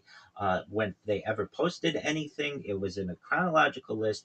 I could go through it and see those people who with whom I had close association and what was going on in their lives. And slowly but surely, Facebook offered albums, and that was wonderful. Then you got to see people's vacation pictures and have mutual friends, and when you go to parties or um, events or whatever, vacations, whatever it would be, you could be able to share that with the world. And it was still quite innocent then. But then around 2010 to 2012, the monetization aspect of Facebook in particular really took over, and you started to see the algorithm take over, and Facebook's acquisition of Instagram took over, and things like promoted posts and sponsored content and these types of strategies were being used and manipulated, that which we were seeing as individuals. And I long for a day that I could change my algorithm to go back to chronological. I want to see in order of everybody who I follow exactly what happened. If I find something to not be as relevant, I can say, show me less of this, or show me more of this, or I really like this and like it. And then perhaps I won't miss the things that are important, just like you stated, that you miss that somebody got married, or you miss that somebody had a child, because you're seeing someone else who you barely know, or maybe didn't even meet at some point, or you mutually connected with them somehow, and they are promoting a clothing line or something that's not relevant to you, or a new product that's not relevant to you. You want to get back to the people and less the products, and I feel that that should be an option to people. And that's why I'm such a huge advocate for filters, in all aspects, not just your feed, but in, for instance, Google.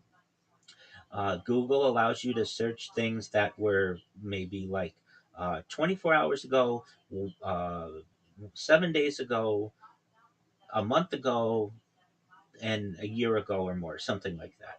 Well, what if I want to search from, like, um, I don't know, last summer? Why can't I search from like May of 2025 until perhaps like September of 2025? Why can't I use like a little um, calendaring search model? Why doesn't that exist? Why doesn't it exist that I can show Google results from which website is used the most versus what they want to show me? Same with the different algorithms that I find in social media platforms. Why is it that basically why is there only one way to show an algorithm? Why can't I customize it for myself and show like, hey, if they're a close friend of mine or family of mine, I want to see their stuff first. Or I want to see everything chronologically. Or I want to see pictures first because that's what's important to me. Or I want to see things on whatever sports, golf, sports, theater, movies, film, television, whatever it may be. Those are the things that I find relevant. Instead, it's you barely have any options. It's just like if you like something, then maybe it's going to show up in your feed, but you have no control over how it's going to show up. And there's the unfortunate aspect that if sometimes you like this stuff and it is just thrown at you and it's too much, you may have accidentally clicked something a year ago and you're still seeing promotion for it. And it's something that you didn't even mean to click. There are very few options in the algorithm system, and I'd like to see that changed. I know that that Google itself has changed the way that it shows results to people, and until 2024 you had an option that was known as infinite scrolling where you could just doom scroll if you want, if you were searching for something.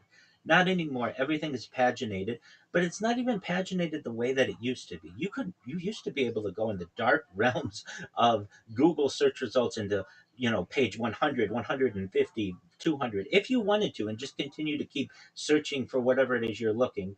And it's no longer that way. You're shown maybe 5 or 10 pages, and then it says, "Oh, well, that's the end." And it's like, no, it's not. You have many other pages that you could be showing me, Google. And the argument from Google's standpoint is we want to make sure that searching remains fast. And it's like, well, 10 years ago or 15 years ago or 20 years ago, Google was still very fast. It would show you, it was even proud to say that we were able to do the search in like less than a second. Well, guess what? I know that your systems have only improved since then, Google, and yet you're not showing me the same amount of results. Additionally, if you go into something like YouTube, YouTube is one that just really, I don't know what they're doing in terms of trying to get people content. In the past, you used to be able to type a search query into YouTube and continue to search and continue to, if necessary, doom scroll, but you might be able to find it on page 2 or 3 or 4 or 5 or something like that. Now YouTube doesn't allow that. It just ends it after showing you maybe, let's say, of 20 results, 10 of them are not relevant to you. They're not relevant to the search query that you had. 5 of them are YouTube shorts, which you didn't even want. And maybe 2, 3, 4, 5 of them might be something in which you're interested. There should be options to say, don't show me YouTube shorts. There should be options to say, don't show me videos longer than 20 minutes. Uh, an interesting one with YouTube, you can you can filter by duration, but the duration are 5 minutes, 10 minutes, and longer than 20 minutes. Well, what if I want something that's 3 minutes or 1 minute, or I want to focus it on maybe something that's 15 minutes? Well, you don't always have those options. You're going to have to see a lot of unnecessary content before you find what you're going to be able to enjoy. Other things that really bother me about this system are the lack of the desktop experience mirroring the app, mirroring the mobile experience. So, like on YouTube, uh, it's very difficult to be able to find live content on a mobile device.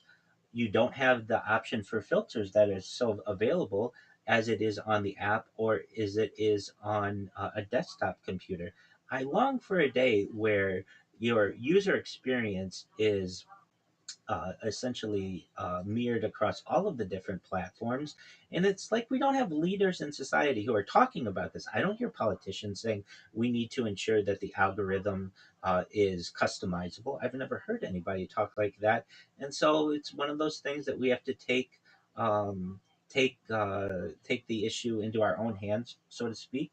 And the way that I've done it is I write on these types of topics, not just on certainly technology, but all aspects of society where I see a gap in from our leadership, and I feel that perhaps my opinion may be valued. I like to write on it. If anyone out there wants to know where I write on these things, Medium is a great place for me to be able to promote my thoughts. And so if you go to rabbirothschild.medium.com, you can find more of the specifics of how I advocate for the changing of the algorithm, including more filters, including more options for individuals, and really where I see the lacking from leadership perspective in terms of the CEOs of these companies who don't give you really great opportunities to be able to listen. There isn't a support system. Uh, you basically are a, uh, at the behest of what these different organizations want to spoon feed you and force you to digest. And I want to give the power back to the people a little bit. So, in terms of how the algorithm could be improved, really, if I had to summarize it in one word, it would be customization. Yeah. I'm not sure what YouTube is doing to promote my podcast to people, but I get the most unhinged comments on YouTube. I don't know why YouTube specifically. Like, I've had one or two people go like, "Yeah, this podcast was like recommended to me, and I like that." I was like, "Sweet, awesome!" And then I get some that are like just way left field, and I'm like, "This podcast definitely isn't for you. I'm sorry you spent all that time listening, and that I had to read your terrible comment." I usually just don't say anything for those ones. I'm like, I'll just let you say your thing. Um, but what else was I gonna say? Oh, you mentioned Blue Sky. I switched from Twitter to Blue Sky. I think after Elon bought Twitter, I was like, ooh, I think this is gonna go downhill, and I believe I was right on that one. And what I like about Blue Sky is my feed is very curated. I've tried using the Discover tab, and it usually just shows me people I already follow, but I don't follow that many people. Um, but I love the block function. It works great. Every once in a while, I'll see somebody, I hate the skeet, but re-skeet something that somebody else said, and it says blocked, and I'm like, okay, cool. Like, I know that OG take was terrible, and I don't have to read it, but I get to read the sweet dunk on them. So I'd love to hear your experience with Blue Sky and how you feel it maybe differs from like the culture of Twitter. Absolutely. So you were part of the mass exodus from Twitter after Elon purchased it. I believe it was like November 2024, something like that. And many of us who were fed up with Twitter didn't really have a new home, and Blue Sky basically became that home. And I found, as I previously said, I have over 5,000, or have had over 5,000 Blue Sky accounts. And so I have to say, I have not been the best Blue Sky user. I promote myself for world peace, and so, what does that mean? Um, well, it means that, like, occasionally I will, or at least in the past, have created many different accounts to be able to promote myself and my channels. This is something that I have basically had to do, I find, because I'm not promoted many times in the algorithm. I'm just one individual. So how do I promote myself? I don't. I would maybe like I created a follow bot, so it would just follow people. So it was just an extra follower, and I'd get people who would interact with me.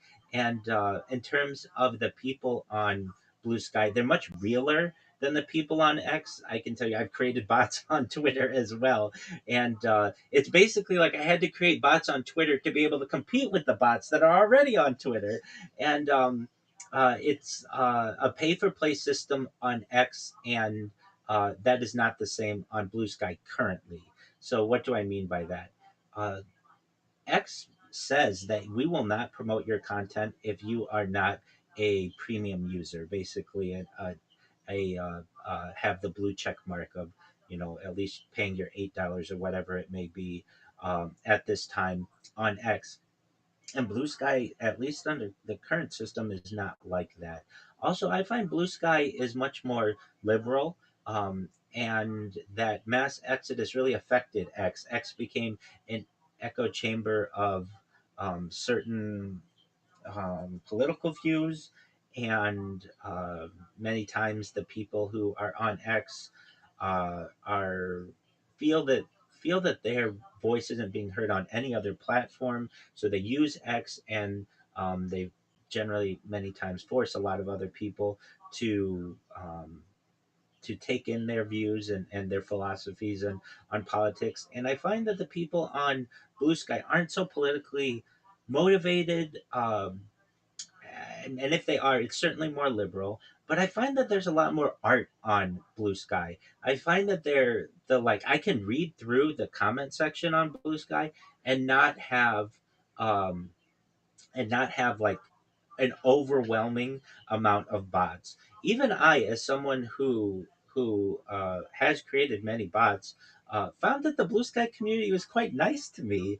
They would say things like, "Hey, I just got a follow from Rabbi Rothschild. That's like my third this week." I actually went to their Discord and talked with them. They're a really nice person, and like they were really kind to me. And I no longer bought Blue Sky, but even I'll check the feed and I'll see people like, man, I really miss Rabbi Rothschild. They were really nice to come in, and they always would be the first person to like my stuff, and they would always be the first person to who would reski. I don't like that term either, but anything that I posted, and so it was like, wow, even the people there were really kind to me. In terms of X, I find that X is. There's no support system on X. Blue Sky seemed a little bit different. Um, the X system, you can randomly lose your X account for for any reason that you just have no idea why. You don't have to bot anybody. You don't have to self promote. You don't have to uh, do anything. You could lose an account that you haven't used in 10 years and just randomly it will say your account is suspended, and you might look and it might be just some vague reason, inauthentic behavior. What does that even mean? So then you go to support and you ask for some type of resolution to the matter, and you're not going to get anything back from a human. In many ways, I feel that Blue Sky, while it's a smaller team, it is more. It's still in its infancy. I think in terms of user base, Blue Sky has something like between like 30 and 40 million users, and uh, X has hundreds of millions of users. So it's a much easier audience to be able to perhaps have perhaps moderate. But overall, if I if I mean I use both X and Blue Sky. I found though better interaction on Blue Sky. I found that the people were nicer on Blue Sky, and it just wasn't as botted. And look, and what do I mean by that? If I post something, I want the comments to be relevant to what I posted. I don't want it to be like frankly someone else's website or someone else's content that's not relevant to what I posted. um, and I think that Blue Sky has a lot of opportunity to grow. I know it's very expensive to have these microblogging websites and to add features, but I think things that they offer, like when you go live on one platform, there's at least like a notification that you can give to your friends or your followers on Blue Sky. I think that's a nice system, and I'd like to see Blue Sky it create other opportunities for people, like something like a Twitter Spaces or perhaps live streaming. I know these things will come with time, but overall, my experience on Blue Sky has has been more positive. And if I were a user and I had to use either one of them, and I was really creating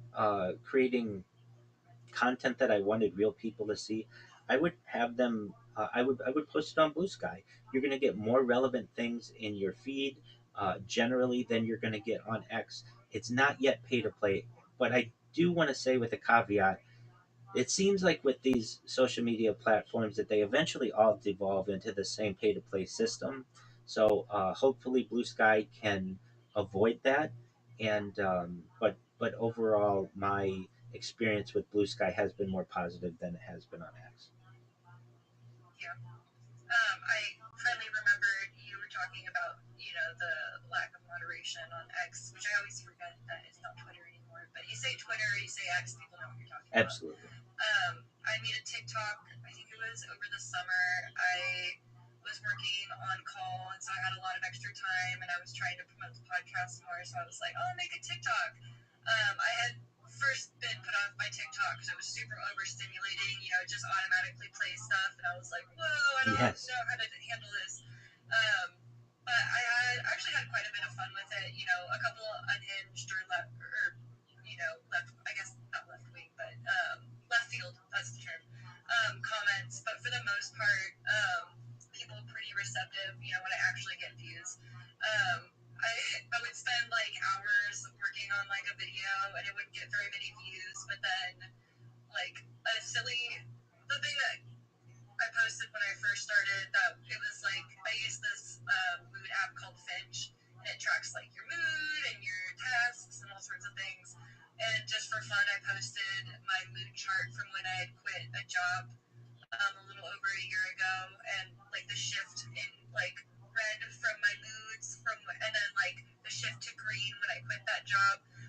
And it gets views like every day. It's got like however many thousand or whatever, but yeah, the algorithm is beyond me on TikTok. But I posted a video of which I thought was pretty innocuous. From that interview I mentioned earlier about like classical music and the algorithms, and it got flagged for some reason. And it's been like a month, and I still haven't. And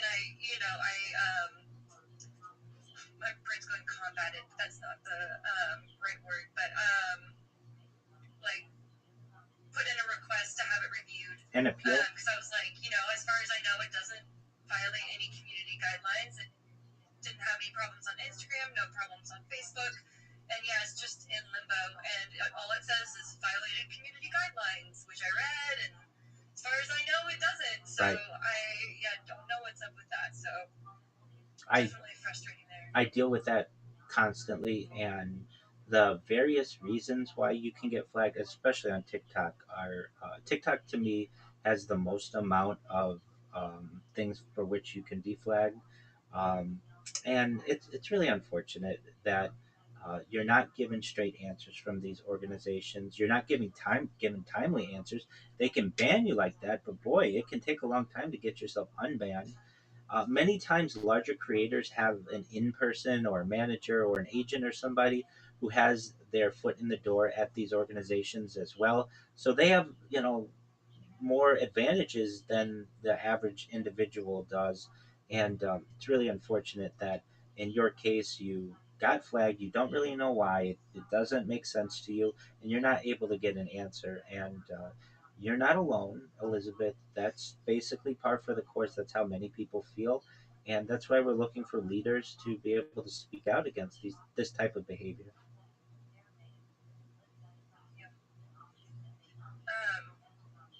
I feel like we covered a lot of ground. As you were talking, was there anything, we can totally shift topics or keep going with this, but was there anything that came to mind that you really want to talk about? Yeah, so we will continue to talk a little bit more about technology and stuff because I have I have written some articles on that. So if we can bookmark that to just for a little bit because I would like to talk about some of the futurology topics that I really enjoy, and to any of the listeners out there. Who are wondering, okay, so I have this Orthodox rabbi who's talking about world peace, and all of that sounds really great. But what else is there? You're streaming your life 24 hours a day. I do IRL streaming. I've streamed as far north as Santa Barbara, as far south as San Diego, as far west as the Pacific Ocean, as far east as the desert and mountains. I've streamed in Beverly Hills and Los Angeles, at Disneyland, basically everywhere in Southern California. But it's easiest for me to have conversations like this and with my community, generally doing desktop streams. And some of the things that I like to discuss on desktop streams are things like futurology and so some of the topics that are very fascinating to me are things like anti-gravity, antimatter, faster than light travel, faster than light communication, fission energy, fusion energy, things like teleportation, things like perhaps telepathy, Santa Claus machines, which are like replicators. Basically, think a 3D printer, but instead of using plastic, any kind of element can be used to make whatever it is that you want. Things like de-extinction. People don't know this, but the first successful de-extinction took place in the year 2003 with the Pyrenean ibex, which was a goat located in northern Spain, southern France. Fast forward to the year 2021, a company out of Dallas, Texas, is founded known as Colossal Bioscientific. They've made it their goal that within the next 2 years to reintroduce the woolly mammoth into the Arctic Circle utilizing Asian elephant surrogates. They recently made headlines with their direwolf project, following the reintroduction of the woolly mammoth into the Arctic Circle. They want to reintroduce the Tasmanian tiger, followed by the dodo bird. I find these kinds of topics to be absolutely fascinating. We're at the forefront of really a lot of really interesting aspects of society, and we're not really discussing them. And so I like to give these types of topics certainly some more of a spotlight. Additionally, I like to talk about things like life extension technology. As I previously said, I perhaps have some transhuman tendencies. And when I was born, the average life expectancy for me, or someone like me, and perhaps the same with you, it was about age 80 years old. But really, with my consent, with your consent, and anyone else out there who hears this, I'd like to eventually give them the resources to be able to utilize types of life extension technology like oxygen therapy, human growth hormone, stem cells, cryonics, cryogenics, peptides, nootropics, cold shock therapy, red light therapy, perhaps blood transfusions, testosterone replacement therapy, whatever it is to be able to allow people to live longer, eventually perhaps be able to reverse their own their own aging, to be able to live longer than age 80, longer than age 100, perhaps as long as 120 or more. But at age 120, they may say to me, Rabbi, my body's starting to break down. What's the next plan? And for anyone out there who's interested and I want to only have this happen if you consent to it, you may be able to utilize a type of technology known as mind uploading technology, where we scan your brain into a computer like a CAT scan or an MRI, knowing where every atom is in your central nervous system and your peripheral nervous system for later download as an android, an avatar, a cyborg, a cybernetic being, a clone of yourself, a robot, an ethereal being, whatever you want to be. But what I'm saying to you and to your audience is essentially there may be a day in the not too distant future where people may be able to have their own digital immortality. And this is a really interesting aspect of human development because no longer do we have the traditional idea, perhaps, that we are born, we're going to die, and it's inevitable. There may be a way to perhaps be able to at least delay death and perhaps eventually maybe to avoid it altogether. And I don't feel this is being discussed enough. And so this is something that's near and dear to my heart. It's the transhumanist movement. And for those of you out there who don't want this, I don't want you to have it. I want what you want. There's for some people it's attractive to perhaps be able to restart their life or live longer or spend more time with their family than they normally would have, and that's absolutely fine. And I want people to be able to do that. And those people generally have transhumanists or transhumans. Then there are people who have traditional ideas that they just want to die at their normal age or whatever it would be, and I want people to have that as well. I want whatever people want, and I don't want things forced upon individuals. So those are some of the topics that I like to talk about from a futurology standpoint. Additionally, I like to talk about mega projects, things to unite the world. So things like from an intercontinental tunnel and bridge system, a Bering Strait crossing proposal. Basically, either more likely a tunnel, but perhaps a bridge could be conceived, but generally a tunnel that connects Asia to North America. I feel as if this type of bridge, from a diplomatic and an economic and just an infrastructure um, uh, point of view, would be able to allow people to be able to drive from New York City to Paris or from Mexico City to Cape Town. And that's a really interesting aspect that the world has never had before. Generally, we've had to get onto planes or onto boats. It takes time. But the idea of being able to go with your friends on a road trip from Los Angeles to Shanghai might be of interest to some individuals out there. Additionally, and again, some of these may be in the coming decades, some might be in the coming centuries. But things like a transatlantic tunnel, something from like New York City to Paris or London, might be of interest to some individuals out there. a Strait of Gibraltar crossing, a tunnel or bridge linking Europe and Africa, a Japan Korea undersea tunnel, or perhaps a Taiwan Strait Tunnel project. These are things that basically usually need a ferry or a plane to be able to bridge, and I'd like to be able to connect the world more, not just from a network perspective, but from an infrastructure perspective. Additionally, I'm an advocate, not everywhere, but for greening of some places to be able to benefit humans more, such as greening of the Sahara. Perhaps a Great Green Wall, which is a real ongoing project that is currently stretching in some areas of the world. Perhaps Lake Chad replenishment proposal, basically diverting the Congo Basin water northward. Floating cities and ocean megastructures. These are fascinating topics, and if anything, maybe they're not practical right now in the 21st century, but maybe in the 22nd century or beyond. They're conversations that I find are important to have, and at least to be able to plant the seeds in some people's minds. Things like a sea scraper concept, basically an underwater skyscraper city, or a a permanent something like it's called a freedom ship. There are other names for it, but a floating city, basically a roaming city ship.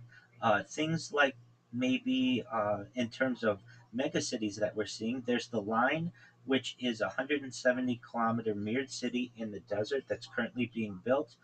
Some other ideas maybe are things like vertical cities. So basically, having the entirety of a city, everything that you may need within one building.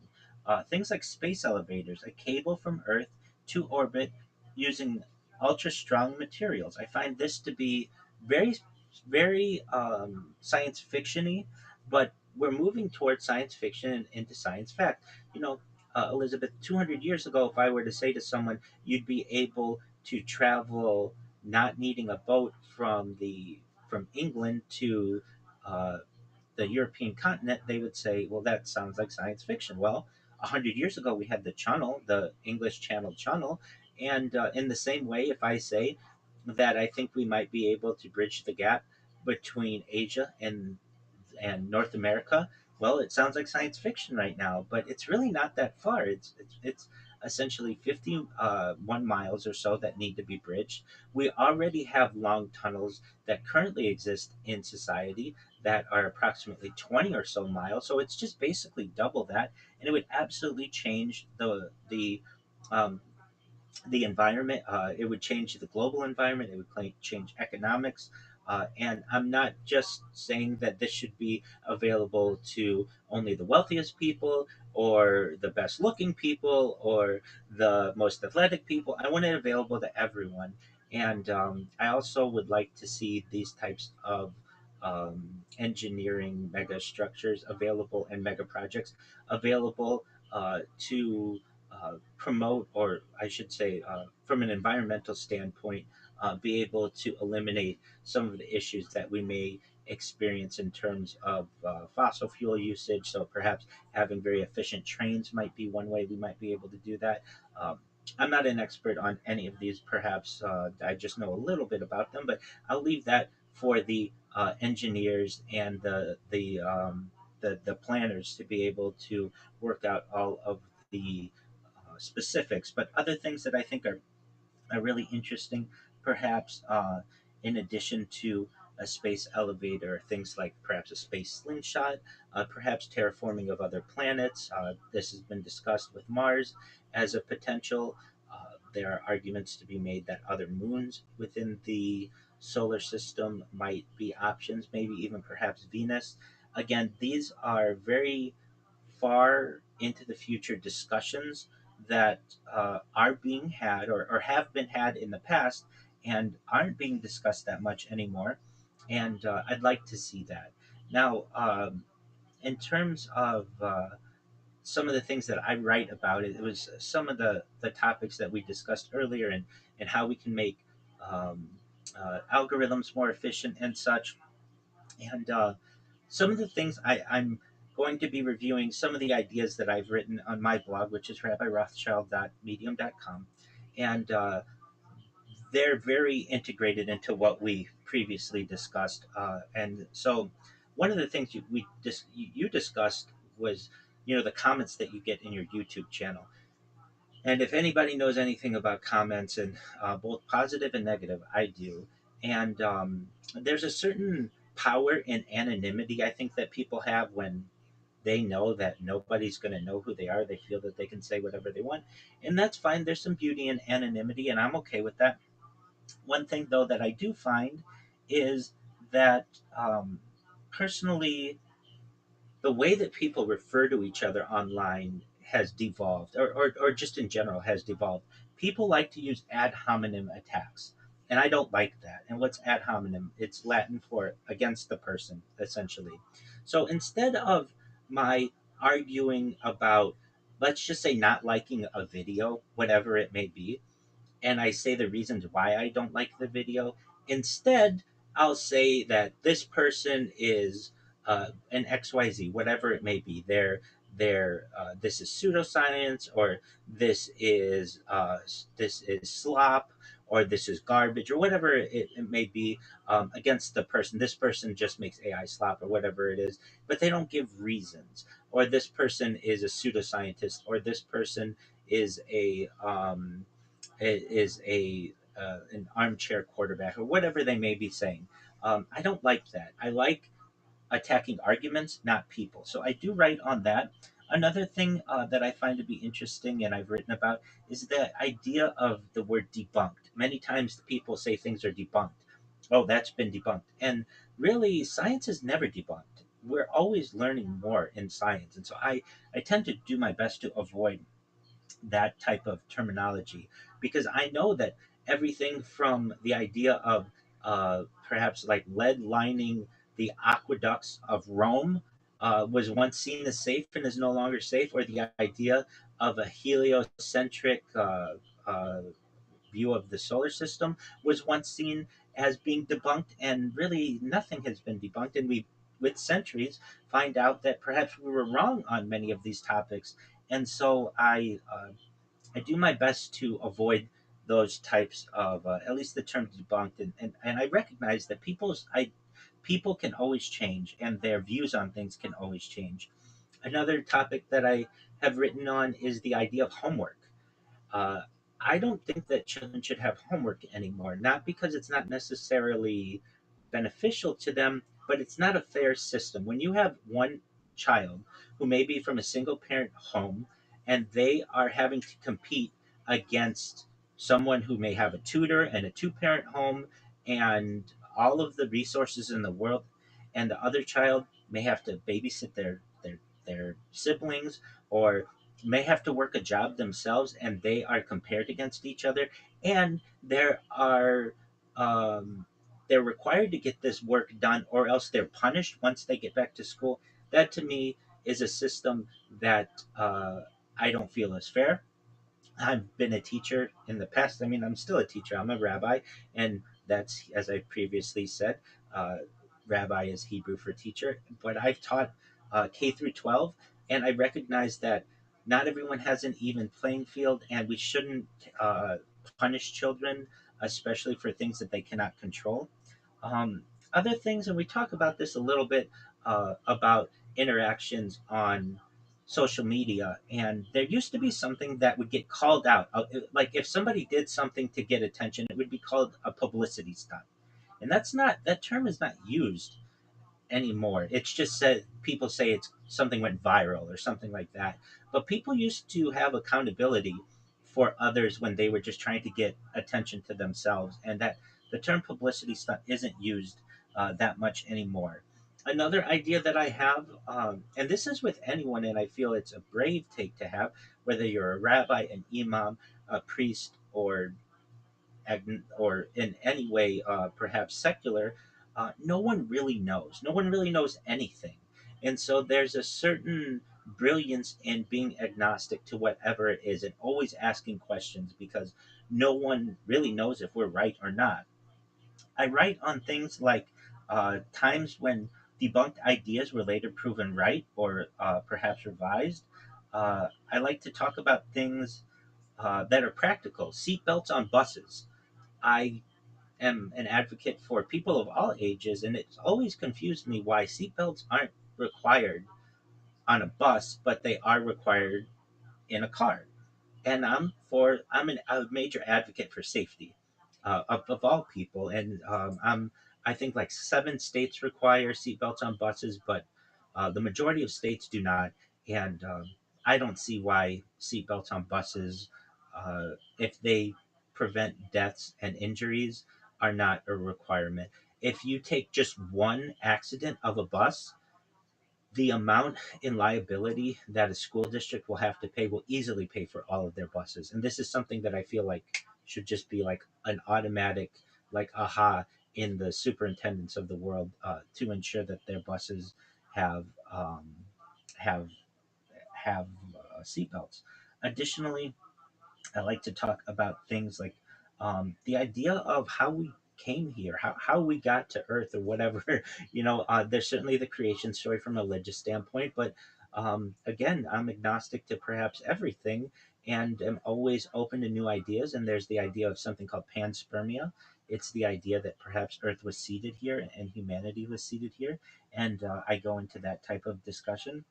Something that I do with my live streaming, and I consider myself a foremost perhaps leader and trailblazer, is something called continuous human activity data and continuous human data infrastructure. This idea of always being able to watch an individual, and so I like to talk about things like that.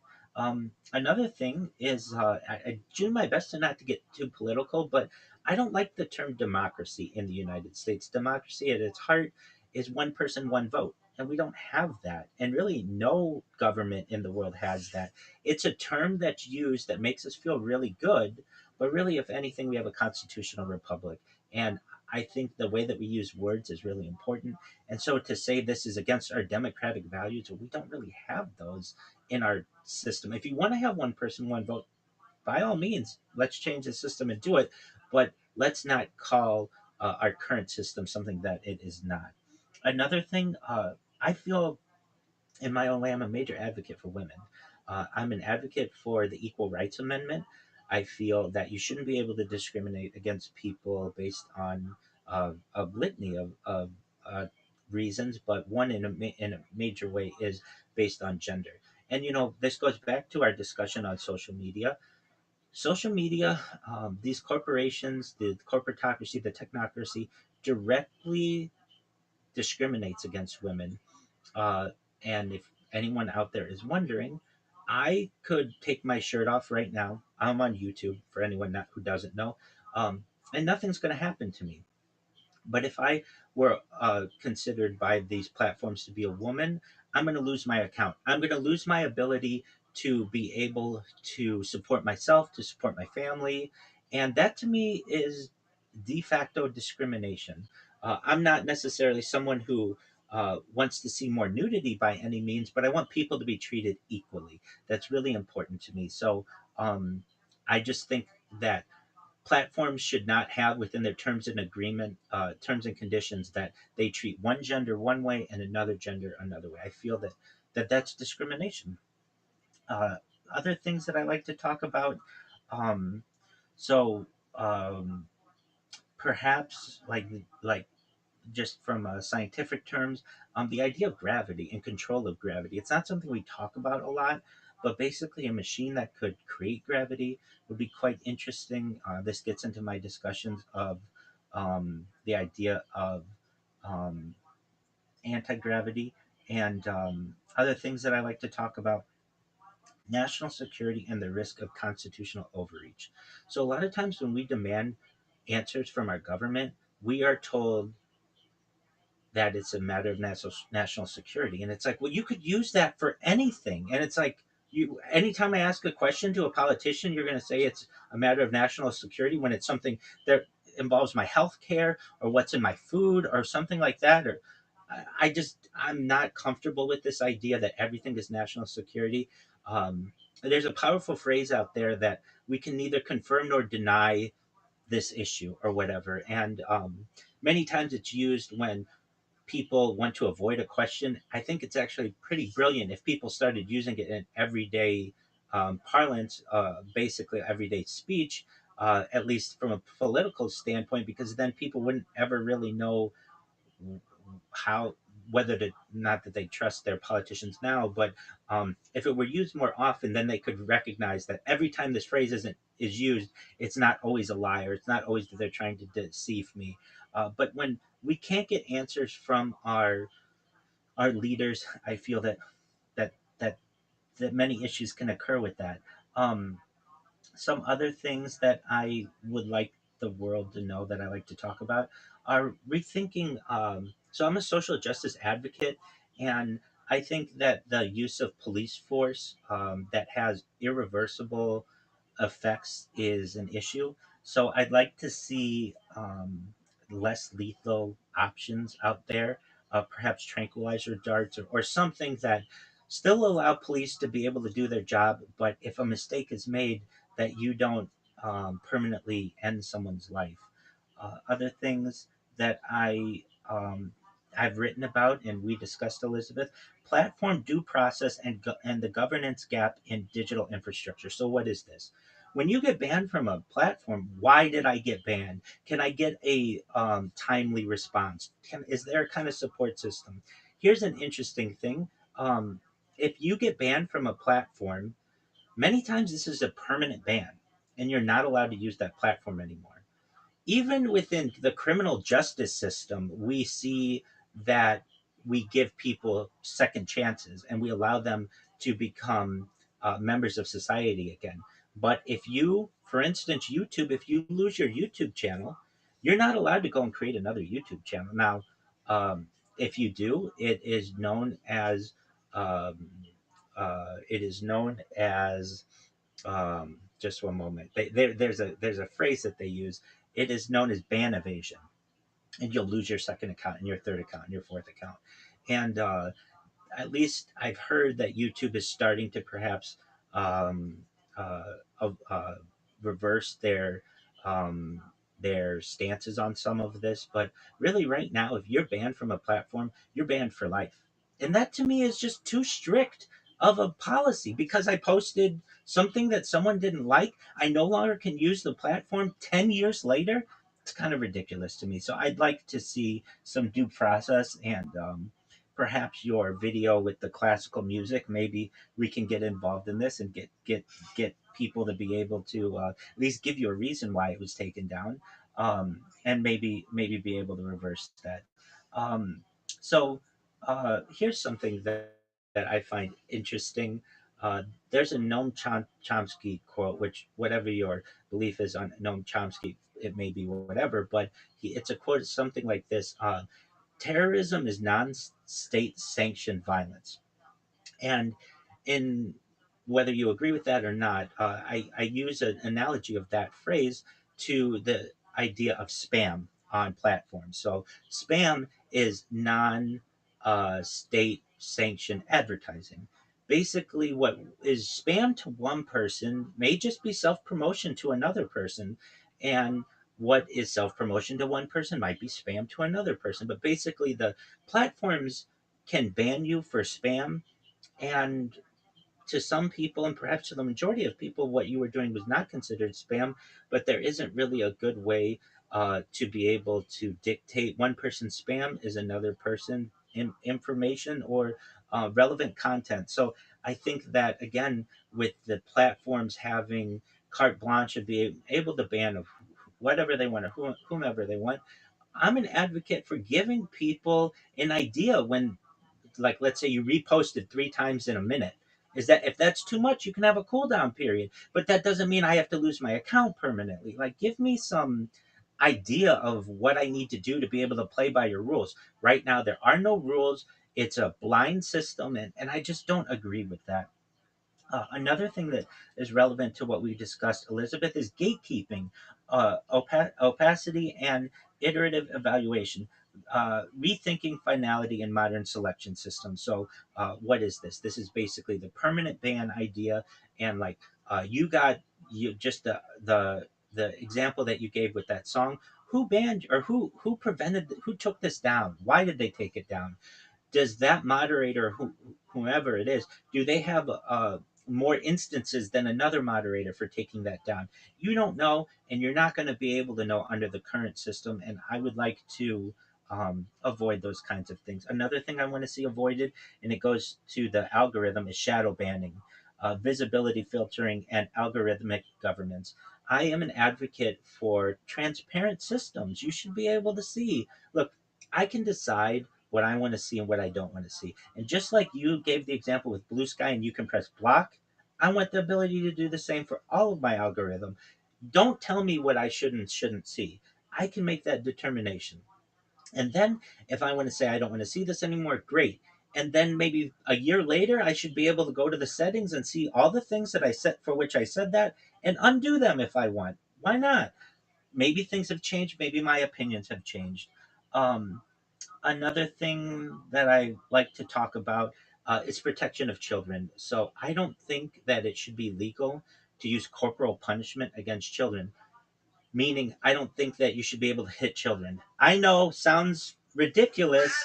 Yeah, it does. But in many states in the United States, it's not only legal for parents to hit their children, but for other people to hit their children. And this is just an outdated philosophy, and I want to avoid it. Uh, I I want to protect children, and I really think this is something that if it went before Congress, it would go through unanimously. Nobody's going to vote against the "Don't Hit Your Child" Act or whatever you want to call it. And so there are a lot of laws that I think that just need updating in the current system, and the ability to hit children is certainly one of those. And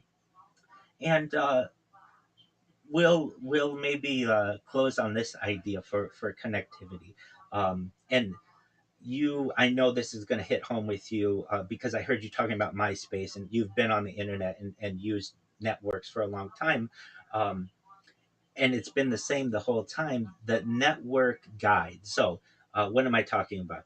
With your cell phone, going back to as long as you've ever had a cell phone, the symbol to tell you your connectivity has been 1 bar, 2 bars, 3 bars, or 4 bars. Why isn't it like a percentage? Like, why don't I know that I have like 60% signal strength wherever I am, or 90% signal strength? Why does it fluctuate? Sometimes I'll just be in the same place and it'll go from 3 bars to 2 bars. And I didn't move. Is it because of the clouds? I don't know what it is, but there isn't any kind of transparency in the connectivity. And the same with Wi Fi. It goes from 3 bars to 2 bars randomly sometimes, maybe from 2 bars to 1 bar, whatever it is. All I'm asking is just a signal strength. Give me a percentage. Let me know what's affecting it. That I feel that type of transparency and connectivity would do a lot to improve society, a lot to improve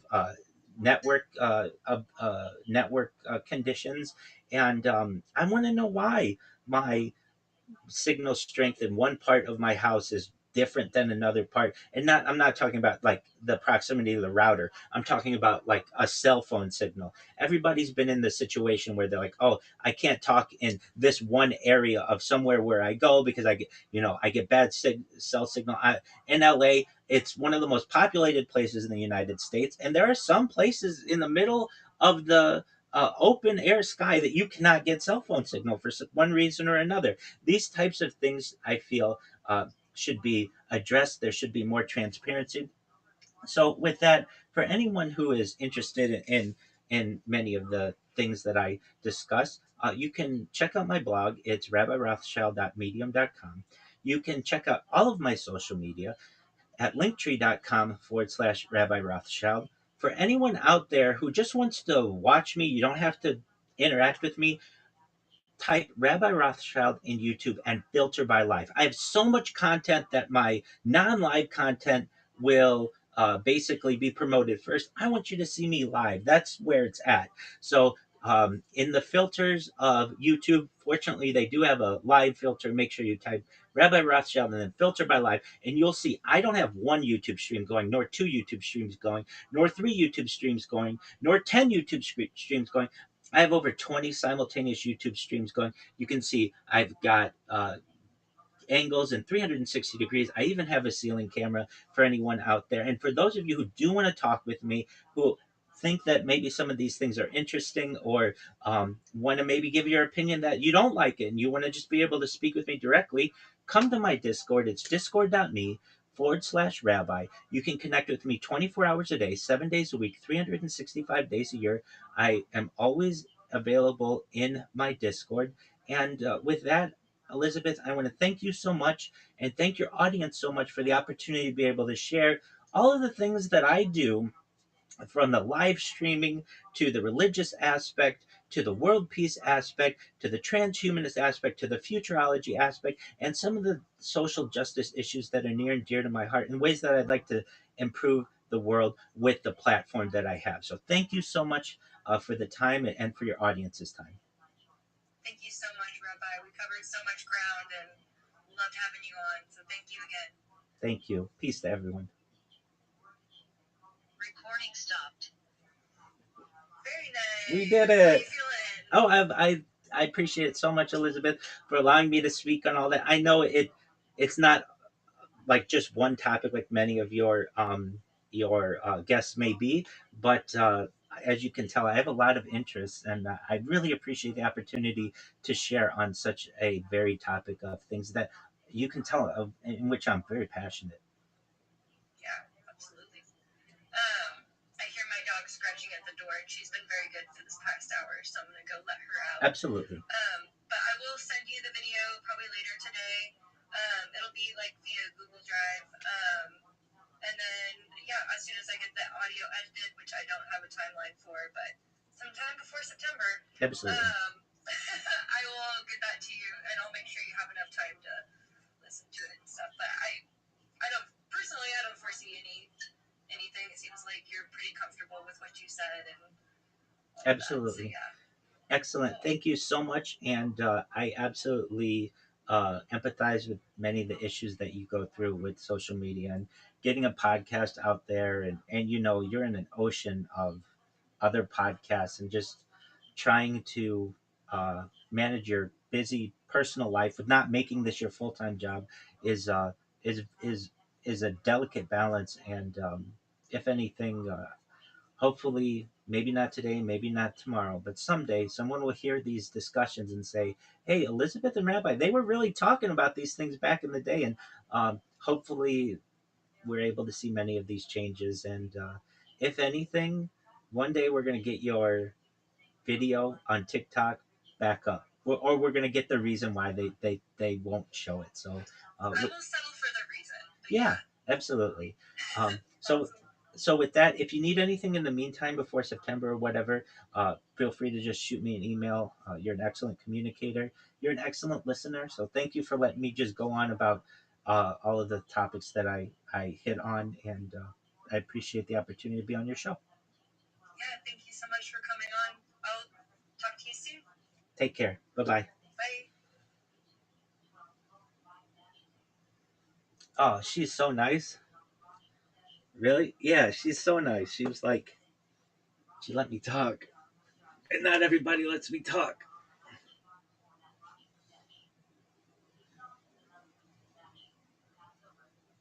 She was really nice. Really? Yeah, and an amazing animal lover. That's cool too.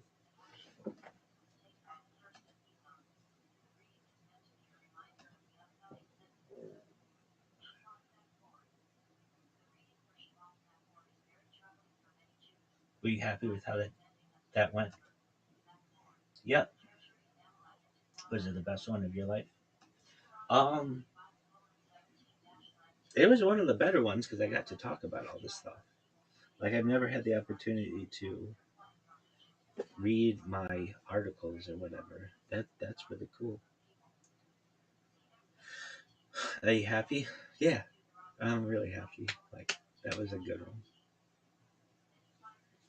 And the others weren't. No, others were good too. Have you ever had a bad podcast? That I've been on? No, God willing, or God, thank God. I one time had a podcast of someone who was just trying to troll me. They were on my podcast though. But, I was able to take it in stride. You like Elizabeth? Yeah, she's really nice. Elizabeth